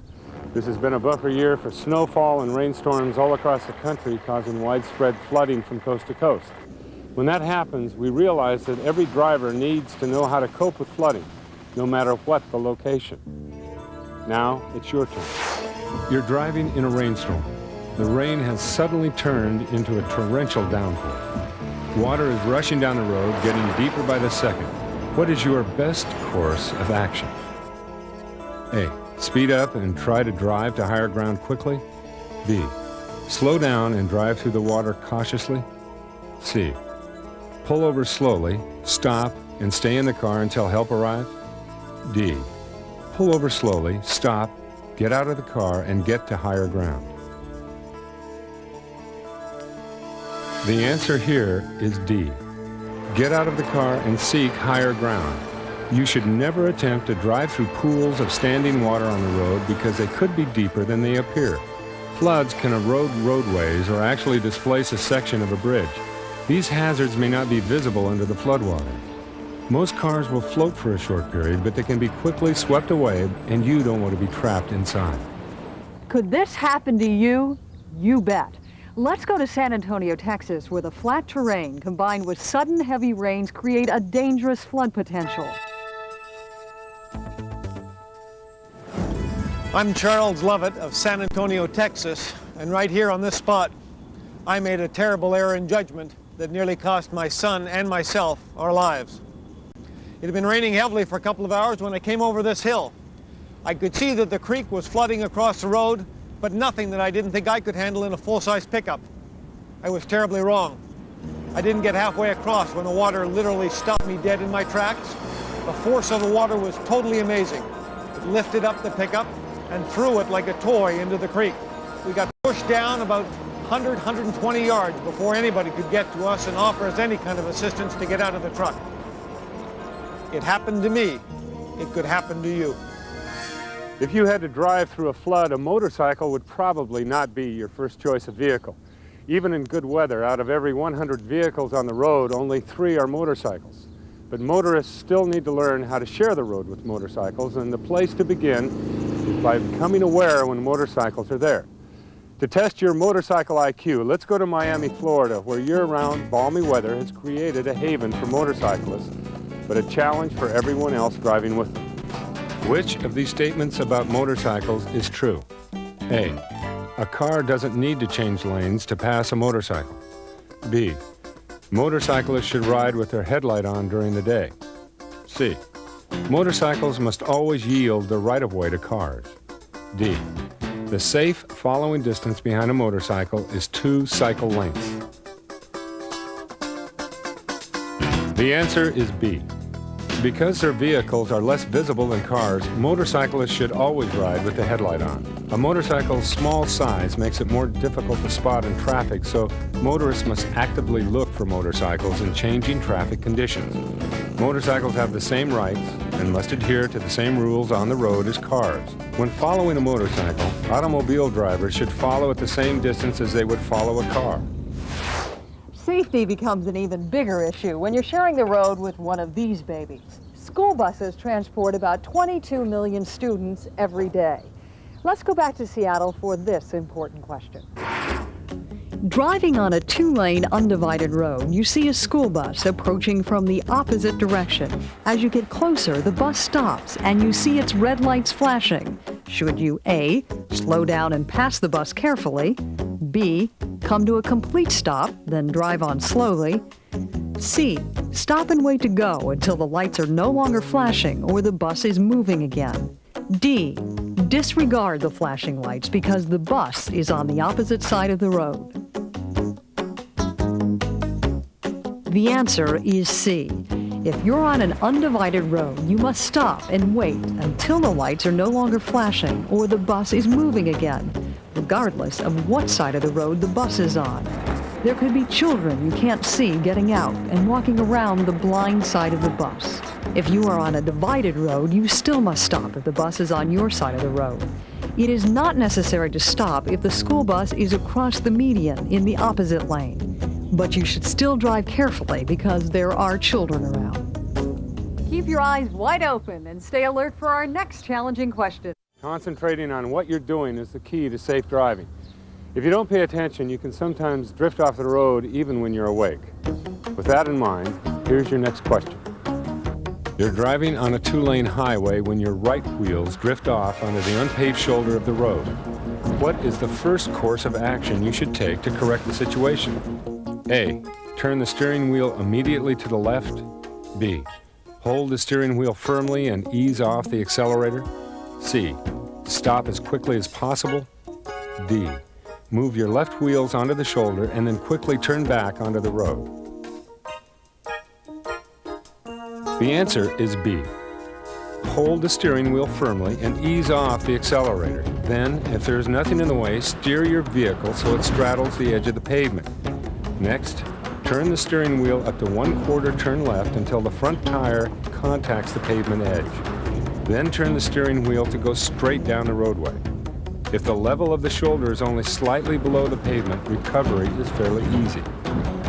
Recovery can be more difficult if the shoulder appears to be about 4 inches or more below the pavement.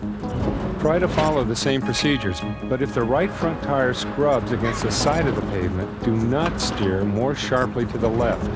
If you do, the vehicle may jump back onto the road, crossing over into oncoming traffic. Instead, ease off the accelerator and steering input, straddle the pavement once more, then try again. Sometimes what we think are the simplest driving decisions turn out to be the most challenging. For instance, you know how to make a left turn, don't you? Why don't we find out? You're pulling out of a business driveway and want to make a left turn onto a busy street. There is a special center lane for making left-hand turns. The traffic finally clears in the direction closest to you. You may turn into the center lane from the driveway, but may not drive down that lane while trying to merge. True or false? True. While it is legal to make a left turn into the special center lane, you must wait there with your right turn signal on for traffic to clear on the right before you complete your turn. When doing this, use great caution, as another car could enter that lane with the intention of making a left turn. It is not legal to drive in a shared left turn lane, and it is not safe. I'm Deidre Hall. It took me a long time to become a parent. Now that I have David Atticus, I'm going to keep him for a long time. So next to my son, my most important possession is my child's car safety seat, which brings us to the next test question. Children under 4 years of age should always be restrained in a child's safety seat except A, when you can fit the child in your safety belt while holding him. B, while feeding a baby. C, when you're bringing a newborn baby home from the hospital for the very first time. D, there are no exceptions. The answer is D. Infants and young children should always be secured in child safety seats. All 50 states legally require this for children generally up to the age of 4. Motor vehicle accidents are the #1 killer of children up to the age of 5. Consider this. A 15-pound baby can generate a sudden force greater than 300 pounds in a crash occurring at only 30 miles an hour. Even a strong adult wearing a safety belt couldn't keep hold of the baby then. The baby would be hurled into the dashboard or the windshield. If the adult were not wearing a safety belt, both adult and baby would be thrown forward. Children should always be protected with child safety restraints. Be sure to use the proper type of seat for your child and follow the manufacturer's installation instructions. A seat that's installed incorrectly is worthless. Check your owner's manual for complete details. Your next question deals with a situation we hope you never encounter, the deadliest of all collisions. It's early morning and you're driving down a 2-lane highway. In the distance, you see a car approaching in your lane at high speed. You think the driver might be drunk or asleep. You frantically honk your horn, but the car does not move out of your lane. A head-on collision appears imminent. What is your best course of action? A, slow down and carefully move to the left. B, slow down and pull off to the right. C, stop as quickly as possible and stay in your lane, waiting for the other car to react and move back into its proper lane. D, turn hard to the left so the oncoming vehicle will strike the side of your car instead of hitting it head-on. The answer is B. First, reduce your speed as much as possible and wait as long as possible to pull out of your lane. Then, pull as far to the right as you can. If necessary, drive clear off the road. If you have to hit something, aim for something soft such as shrubbery. Going off the road is not without risk. There is a possibility you may be injured. But in most cases, any choice is better than a head-on collision where the risk of serious injury is greater. So move to the right. Here's a driver who couldn't avoid a head-on collision. Let's go to Norfolk, Virginia, where an ordinary drive turned into an extraordinary challenge. My name is Denise Russ from Norfolk, Virginia. I'm a registered nurse. I was driving home from work, and right before I reached the Rappahannock River Bridge, an oncoming car swerved into my lane and hit me head-on. I was going 55 miles an hour. The crash happened so fast I didn't have time to react, and I had 37 broken bones. I believe I'm alive because I was wearing my safety belt and was in a car equipped with an airbag. You just never know what the other driver's going to do. It happened to me. It could happen to you. All new cars will have to come equipped with driver and passenger side airbags. That's a federal law. The government knows about airbags, but how much do you know? Let's find out. Our last question takes us to Detroit, Michigan. These days, the Motor City makes more than just automobiles. It also manufactures airbags. You're driving a car equipped with an airbag. In which of the following situations should you expect your airbag to deploy? There may be more than one answer. A, your car is rear-ended by another car at about 20 miles per hour. B, you misjudge your stopping distance and your car runs into a stopped car at around 10 miles per hour. C, your car is sideswiped by another car at about 25 miles per hour. D, without warning, another car runs a stop sign. Your car strikes the side of the other car at 35 miles per hour. The answer is D. Airbags supplement the safety belt and are designed to inflate in moderate and severe frontal or near frontal collisions only.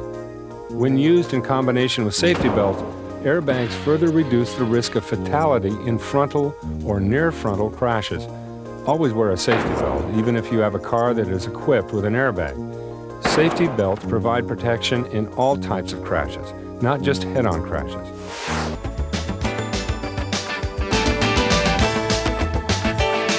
How did you do on tonight's test? If you got almost everything right, congratulations, you're a safe driver. We'd all be willing to share the road with you. Well, if you didn't score that well, at least you now have a better idea of what you need to do. Stay alert, look ahead, and be ready for emergencies before they happen.